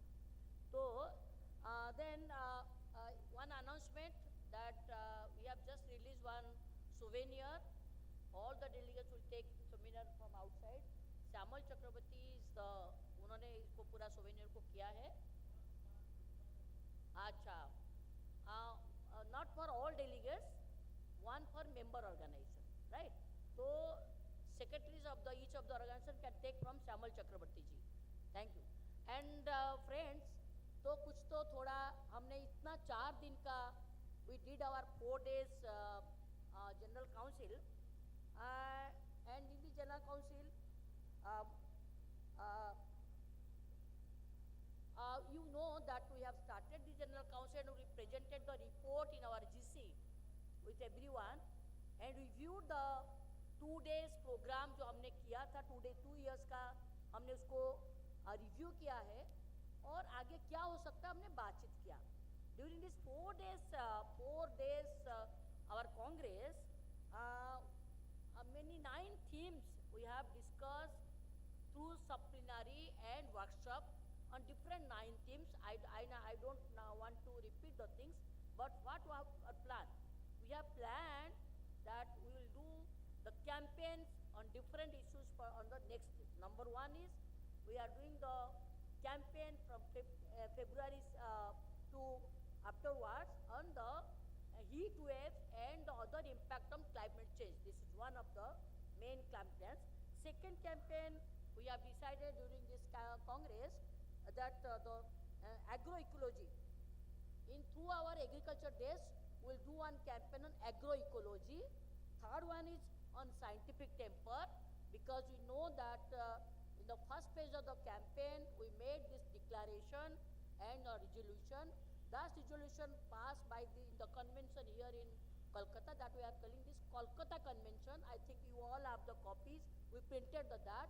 So now in the second phase, we from this Congress, we take this declaration and resolution to the people, and we do this campaign through this. Fourth one is education. You know, we did the Save Education, Save the campaign. We again will continue this in the second phase. We will take this our declaration and charter of demand on NEP to the people of India, in many states up to the village level, do some dialogues, get the suggestions, and make the people to struggle against this NEP. This is the second phase campaign, and also we decided that we will make one 5 years report of NEP because NEP started in 2020, so it will be completed 2025 is the 5 years of NEP. So we will prepare one very good report on NEP on behalf of All India People Science Network. And also we have decided many things. I am not going to that forming the learning center not only for the children but for the adult also. These are the things that we have decided. And we are also planned one very good campaign on gender and social justice that has been planned by the committee. That will be from 8th March to 14th April. There are good plan on gender and social justice. And also we have done all the things in this campaign. Culture will be the main aspects, and of course through this we will do a very good media campaign. So these are the things that we have decided in our 3 days camp. So I think दोस्तों मुझे लगता है कि अभी कुछ challenges क्या है, चुनौती क्या है? चुनौती है कि how to reach many people, many more scientists, many more social scientists. We have to reach them, we have to bring in our organization, उनको हमारे संगठन में लाना है. अकेले नहीं कर सकते जितनी बड़ी political situation of this country. So we have to fight against that. For that we have to involve so many people in this network. This is our main challenges. What we are doing this campaign, not we are doing this campaign as an event. This is a political campaign, cultural campaign. Through this, how can we bring the people and how can we fight against this fascist government? This is the This is a challenges before us. So that's why हमको केवल इनको लाना है and also we have to expand network. Now we have 40 organization.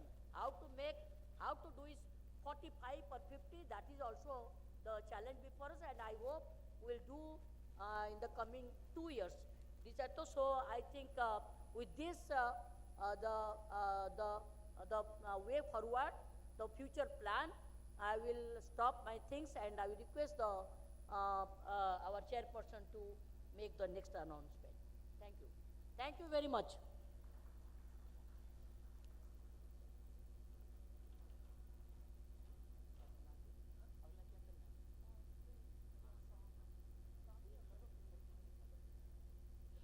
अभी ये कांग्रेस के बारे में एक छोटा सा वीडियो दिखाया जाएगा. There will be a small video which is a summary of the conference.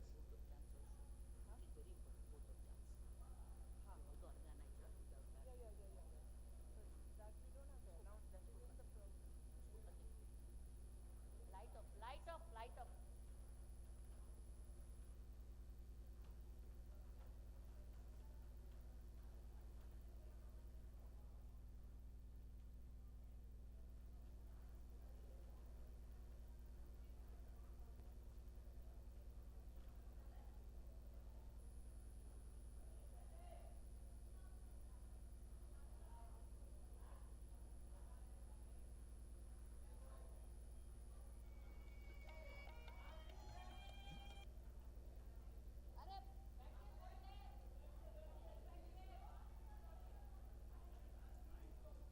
There is going to be a video of the entire proceedings which happen, which has been very nicely made, and after that there will be a closing song, so please stay, and following that there will be a vote of thanks by Asha General Secretary. So kindly just stay on for a few more minutes.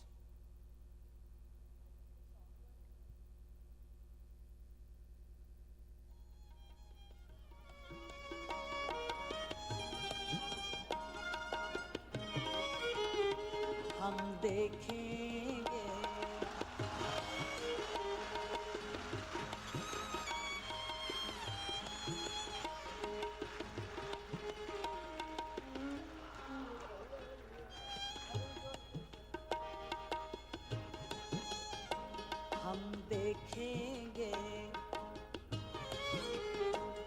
हम देखेंगे लाजिम है कि हम भी देखेंगे हम देखेंगे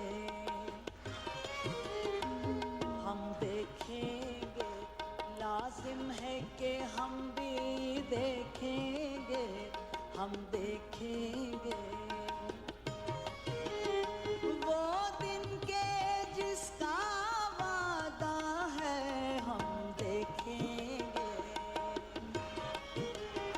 वो दिन के जिसका वादा है हम देखेंगे जो लौहे अज़ल में लिखा है हम देखेंगे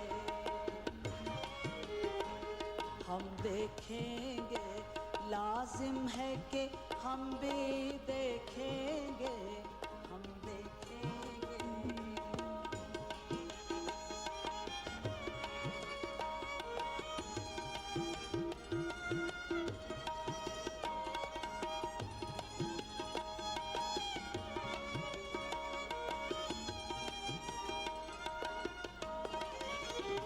जब जुल्मो सितम के कोहे गरा जब जुल्मो सितम के कोहे गरा रूई की तरह उड़ जाएंगे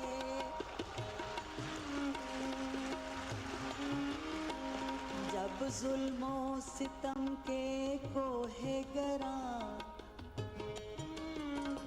रूई की तरह उड़ जाएंगे हम महकूमों के पाँव तले ये धरती धड़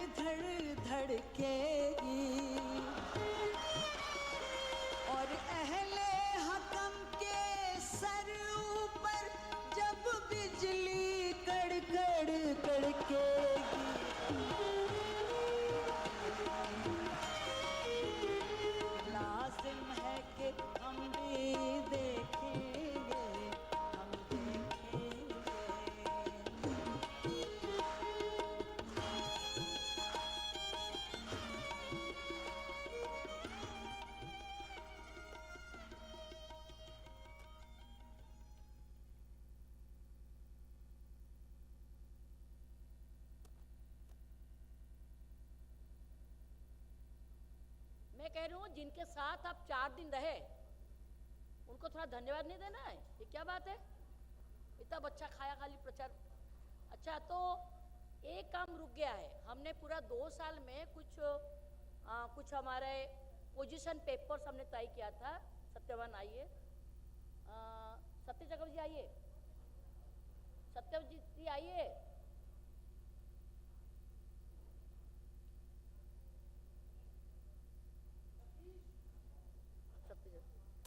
ये रिलीज करिए, सत्यवान दे दो उनको, रिलीज करिए।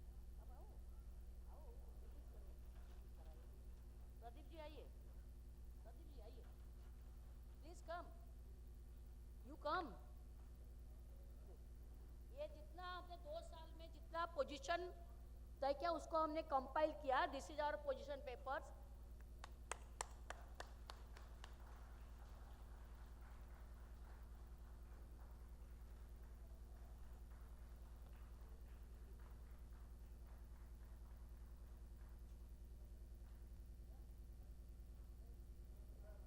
One minute. सबसे पहले मैं क्योंकि इतना अच्छा तैयारी था, अच्छा था या नहीं? हाँ, तो 3 संगठन और जिन्होंने और सब काम किया है, सबसे पहले मैं बुलाऊंगी प्रदीप कुमार महापात्र जो general secretary PBVM, please come, he is here. And our Anup Sarkar, secretary of BSPS, please come. Anup ji, where is Anup ji? And Prabhat Bera ji, he is the secretary of FOSET, please come. Prabhat ji please come. And 2 EC members, Aruna Mishra ji and Satyaji Chakraborty ji. And apart from this the director of this council of veterinary council, Dr. Pradeep Kumar Das, where is he? Please come, Pradeep ji।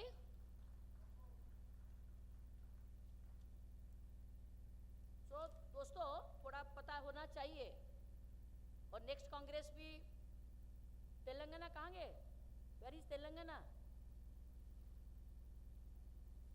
Okay, so I think ये we will thanks, हम धन्यवाद देंगे PBVM, FOSET और BSPS को और बहुत से ऐसे ऑर्गेनाइजेशन, लगभग more than 25 organizations with this 25 organizations they have constituted an organized as we did in all the Congress. They have constituted an organizing committee and that committee, वो committee ने इसको पूरा किया। उस कमिटी में और उसके साथ साथ ये जो यहाँ जो यूनिवर्सिटी के जो वेटनरी काउंसिल है वहाँ के, और राम जी हम आपको बुलाए थे मंच पे, आइए। अरे आप बुलाए थे, कहाँ गए आप? इधर आइए। तो उसमें लगभग टीचर्स, स्टूडेंट्स, स्टाफ और जो ये सभी मिल के बहुत काम किया। आपने देखा होगा कितनी अच्छा से वो किया है उन्होंने। पूरा सारे टीचर, पूरा स्टाफ लगे थे।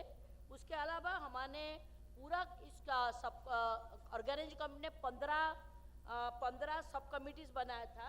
वो 15 सब कमिटीज का नाम जो है इसमें उनका जो अपने सोवेनियर दिया उसमें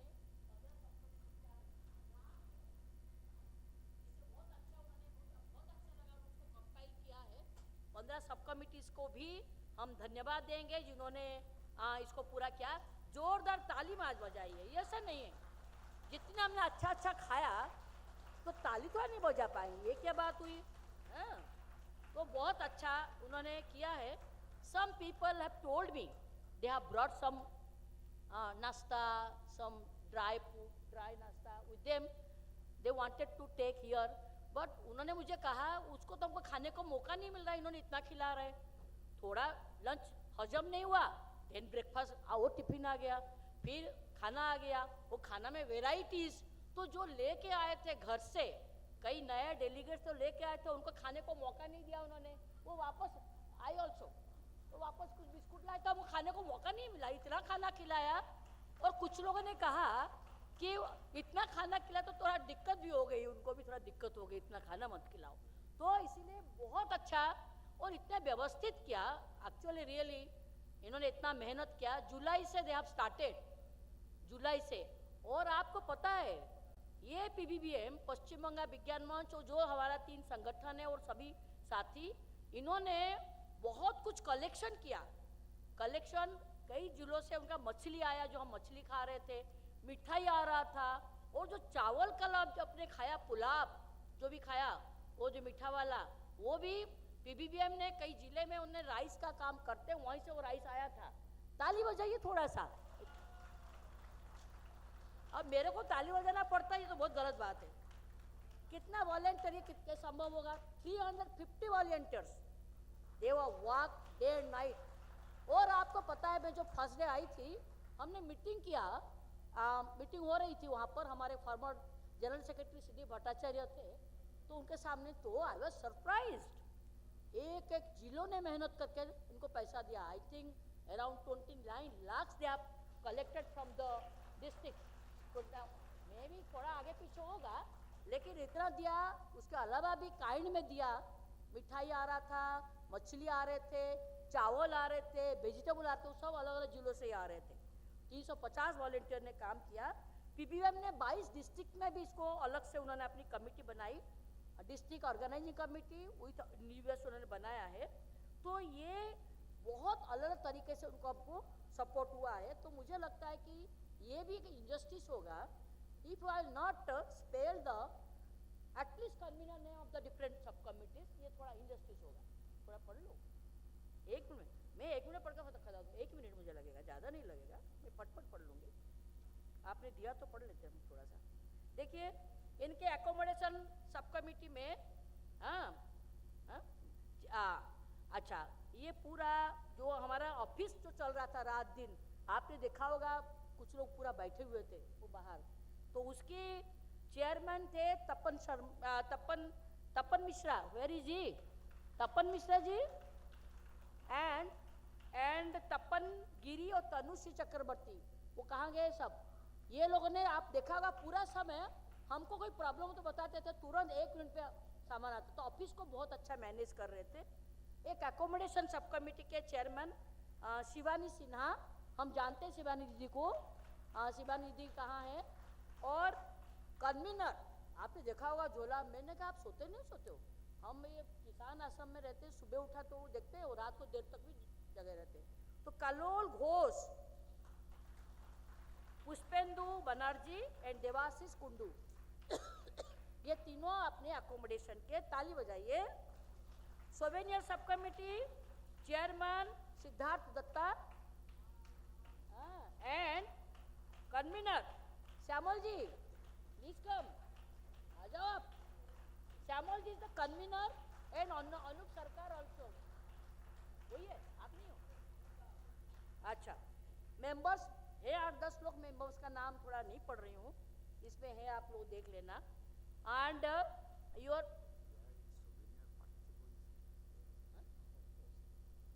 Parthiv was there in the souvenir subcommittee. Unfortunately, he is not with us. The other members have completed their tasks. And this seminar subcommittee, Tapan Shah ji, where is Tapan Shah? ये सब लोग खाना खाने चले लगता है। And convener Milan Gain or Sovanik Roy, Milan Gain and Sovanik Rai. Okay, there are other members also. Reception subcommittee, chairman Nilanjan Sengupta and convener Partho Ghosh and Maitri Vasu Vishwas. Tali. Food subcommittee अब काम किया गया। Chairman Utpal Dutta, chairman, और convener Sanjay Ghosh and शक्तिपदा Pradhan, and other members are there. So many volunteers are there in the food. Transport subcommittee chairman Gautam Gangopadhyay and convener SK Suleman पुलक चक्रवर्ती। ये सबका नाम आप सुनते होंगे, आप लोग फोन आप करते रहे बीच में। यहाँ है सुलेमान, SK और पुलक भी नहीं है। Okay, then our volunteer subcommittee chairman Joydeep Mukherjee, he was there in the office always. Jaydeep Mukherjee, and the convener Devashish Roy, Gopal Chandra, Naskar and Tapas Shah. ताली बजाइए। फाइनेंस की बात आ गई, अपन ने कुछ छोटा है पैसा देना है इनको। Finance sub committee chairman Niratan Bandopadhyay and convener Tarun Mandal is the treasurer of Paschim Bengal Vigyan Mancha. Campaign sub committee chairman Gopal De and convener Basak Amit Mukherjee was taking photographs. Where is Amit Mukherjee? Then technical subcommittee chairman Sujata Maiti, Dr. Sujata, and convener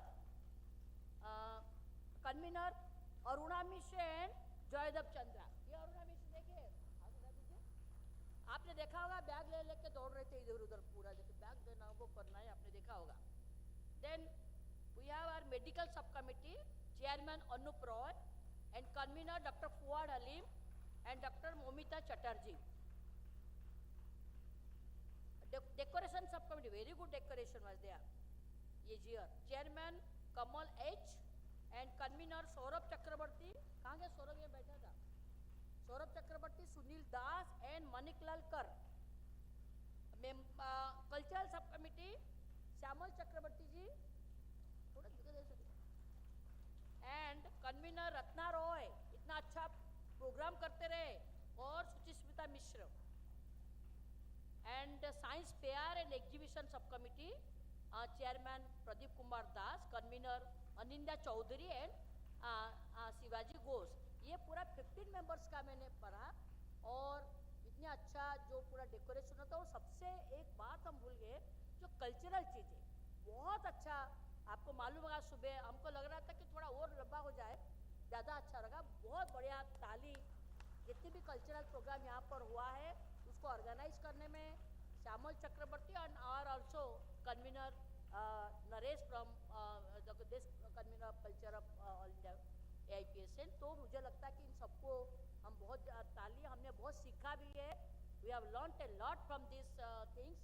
I think in the coming congress will do, and not only हमने एक तरीके से केवल खाना नहीं सीखा, कितना organise तरीके से किया हुआ है।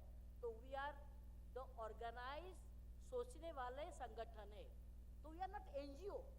सो दैट्स व्हाई ये हमने लर्न किया। अगर आप इस तरीके से ऑर्गेनाइज करते एक समझ के साथ, तो वो बहुत अच्छा हो सकता है। ये पीपल साइंस मूवमेंट है, they have involve the peoples of Paschim Bengal West Bengal, they have involve the peoples and they made this as a people science congress. Great thanks, many thanks to the organising committee and all the 3 organisers. Thank you very much. बहुत लोगों ने credential नहीं दिया है, इसमें 300 कितना बता दो, बहुत लोगों ने क्रेडेंशियल नहीं दिया। Please give the credential to your general secretary and send here, because we are not able to present the credential report because we have no credential form. Please please please, thank you very much. Please hold. There is a concluding song. Concluding song, Satish from Uttarakhand, and then Tamil Nadu, Shashi Kumar. Satish, please come on the stage. Please wait for last 3 minutes. Everyone, please. Satish, आपको सबको साथ मिला के गवाएगा, अकेला नहीं गाता वो कभी भी, ये उसका तरीका है ही नहीं। सतीश आओ। सत्यवान आओ, ये स्टेज पर आइए। हेलो सत्यवान जी,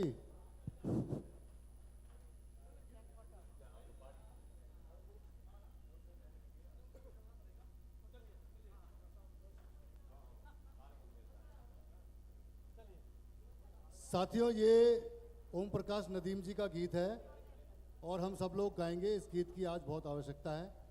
ढाई आखर प्रेम का पढ़ने और पढ़ाने आए हैं, ढाई आकर प्रेम का पढ़ने और पढ़ाने आए हैं। अरे ढाई आखर प्रेम का पढ़ने और पढ़ाने आए हैं।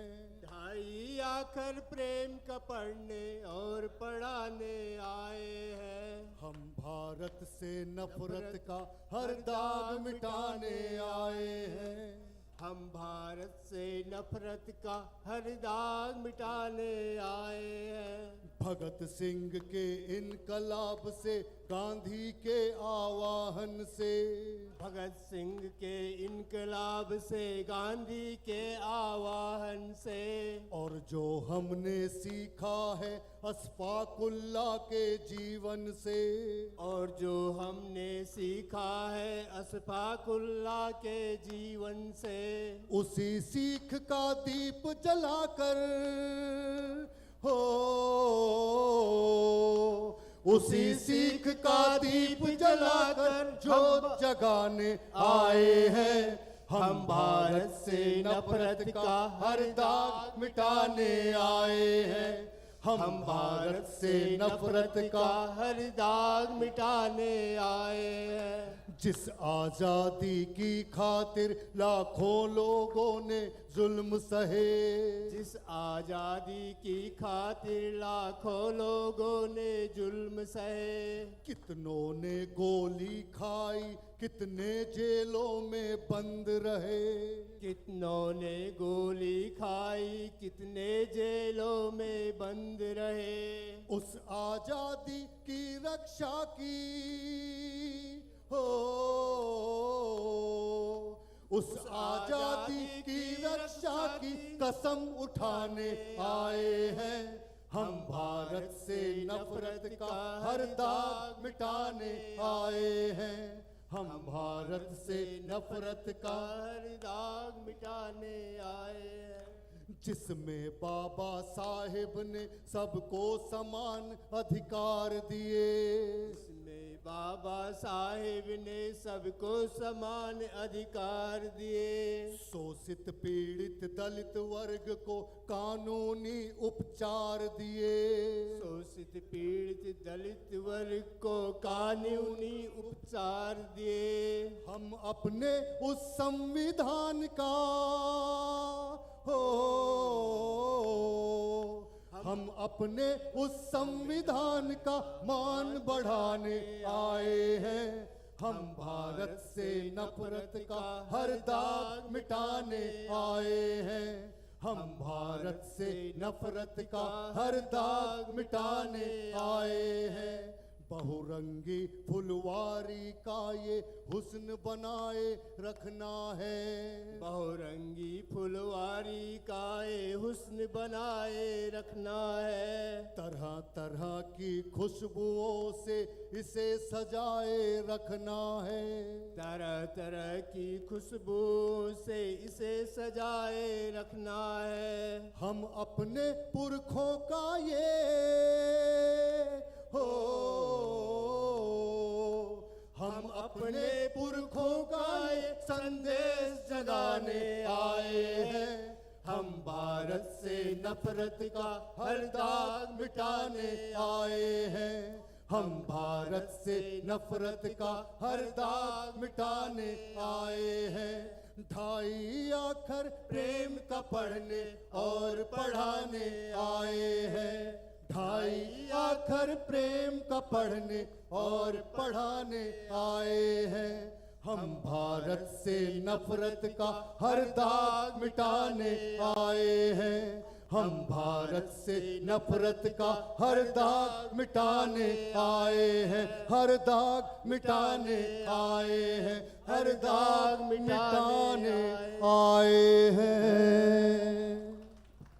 अभी तमिलनाडु से हमारा आज इस पूरे प्रोग्राम का आखिरी गान तमिलनाडु से। तादैय तादैय तेय तरिगिडदित्तोम तरिगिडदित्तोम तादैय तादैय तेय तरिगिडदित्तोम तरिगिडदित्तोम காலம் நம் கையில் தானே எதிர்காலம் நம் கையில் தானே காலம் நம் கையில் தானே காற்றில் கலந்து வரும் ஒளியில் நீல கடலில் குதித்து வரும் அலையில் காற்றில் கலந்து வரும் ஒளியில் நீல கடலில் குதித்து வரும் அலையில் வானில் சிரித்து வரும் நிலவில் வானில் சிரித்து வரும் நிலவில் நாம் வாழ்வோம் வாழ்வோம் என்ற கானத்தை கேளு வாழ்வோம் வாழ்வோம் என்ற கானத்தை கேளு தாதைய தாதைய தெய்ய தரிகிடதித்தோம் தரிகிடதித்தோம் தாதைய தாதைய தெய்ய தரிகிடதித்தோம் காலம் நம் கையில் தானே எதிர்காலம் நம் கையில் தானே காலம் நம் கையில் தானே थारू AIPSC कामयाब थारू AIPSC कामयाब थारू AIPSC कामयाब बंगाल के साथियों का धन्यवाद बंगाल के साथियों का धन्यवाद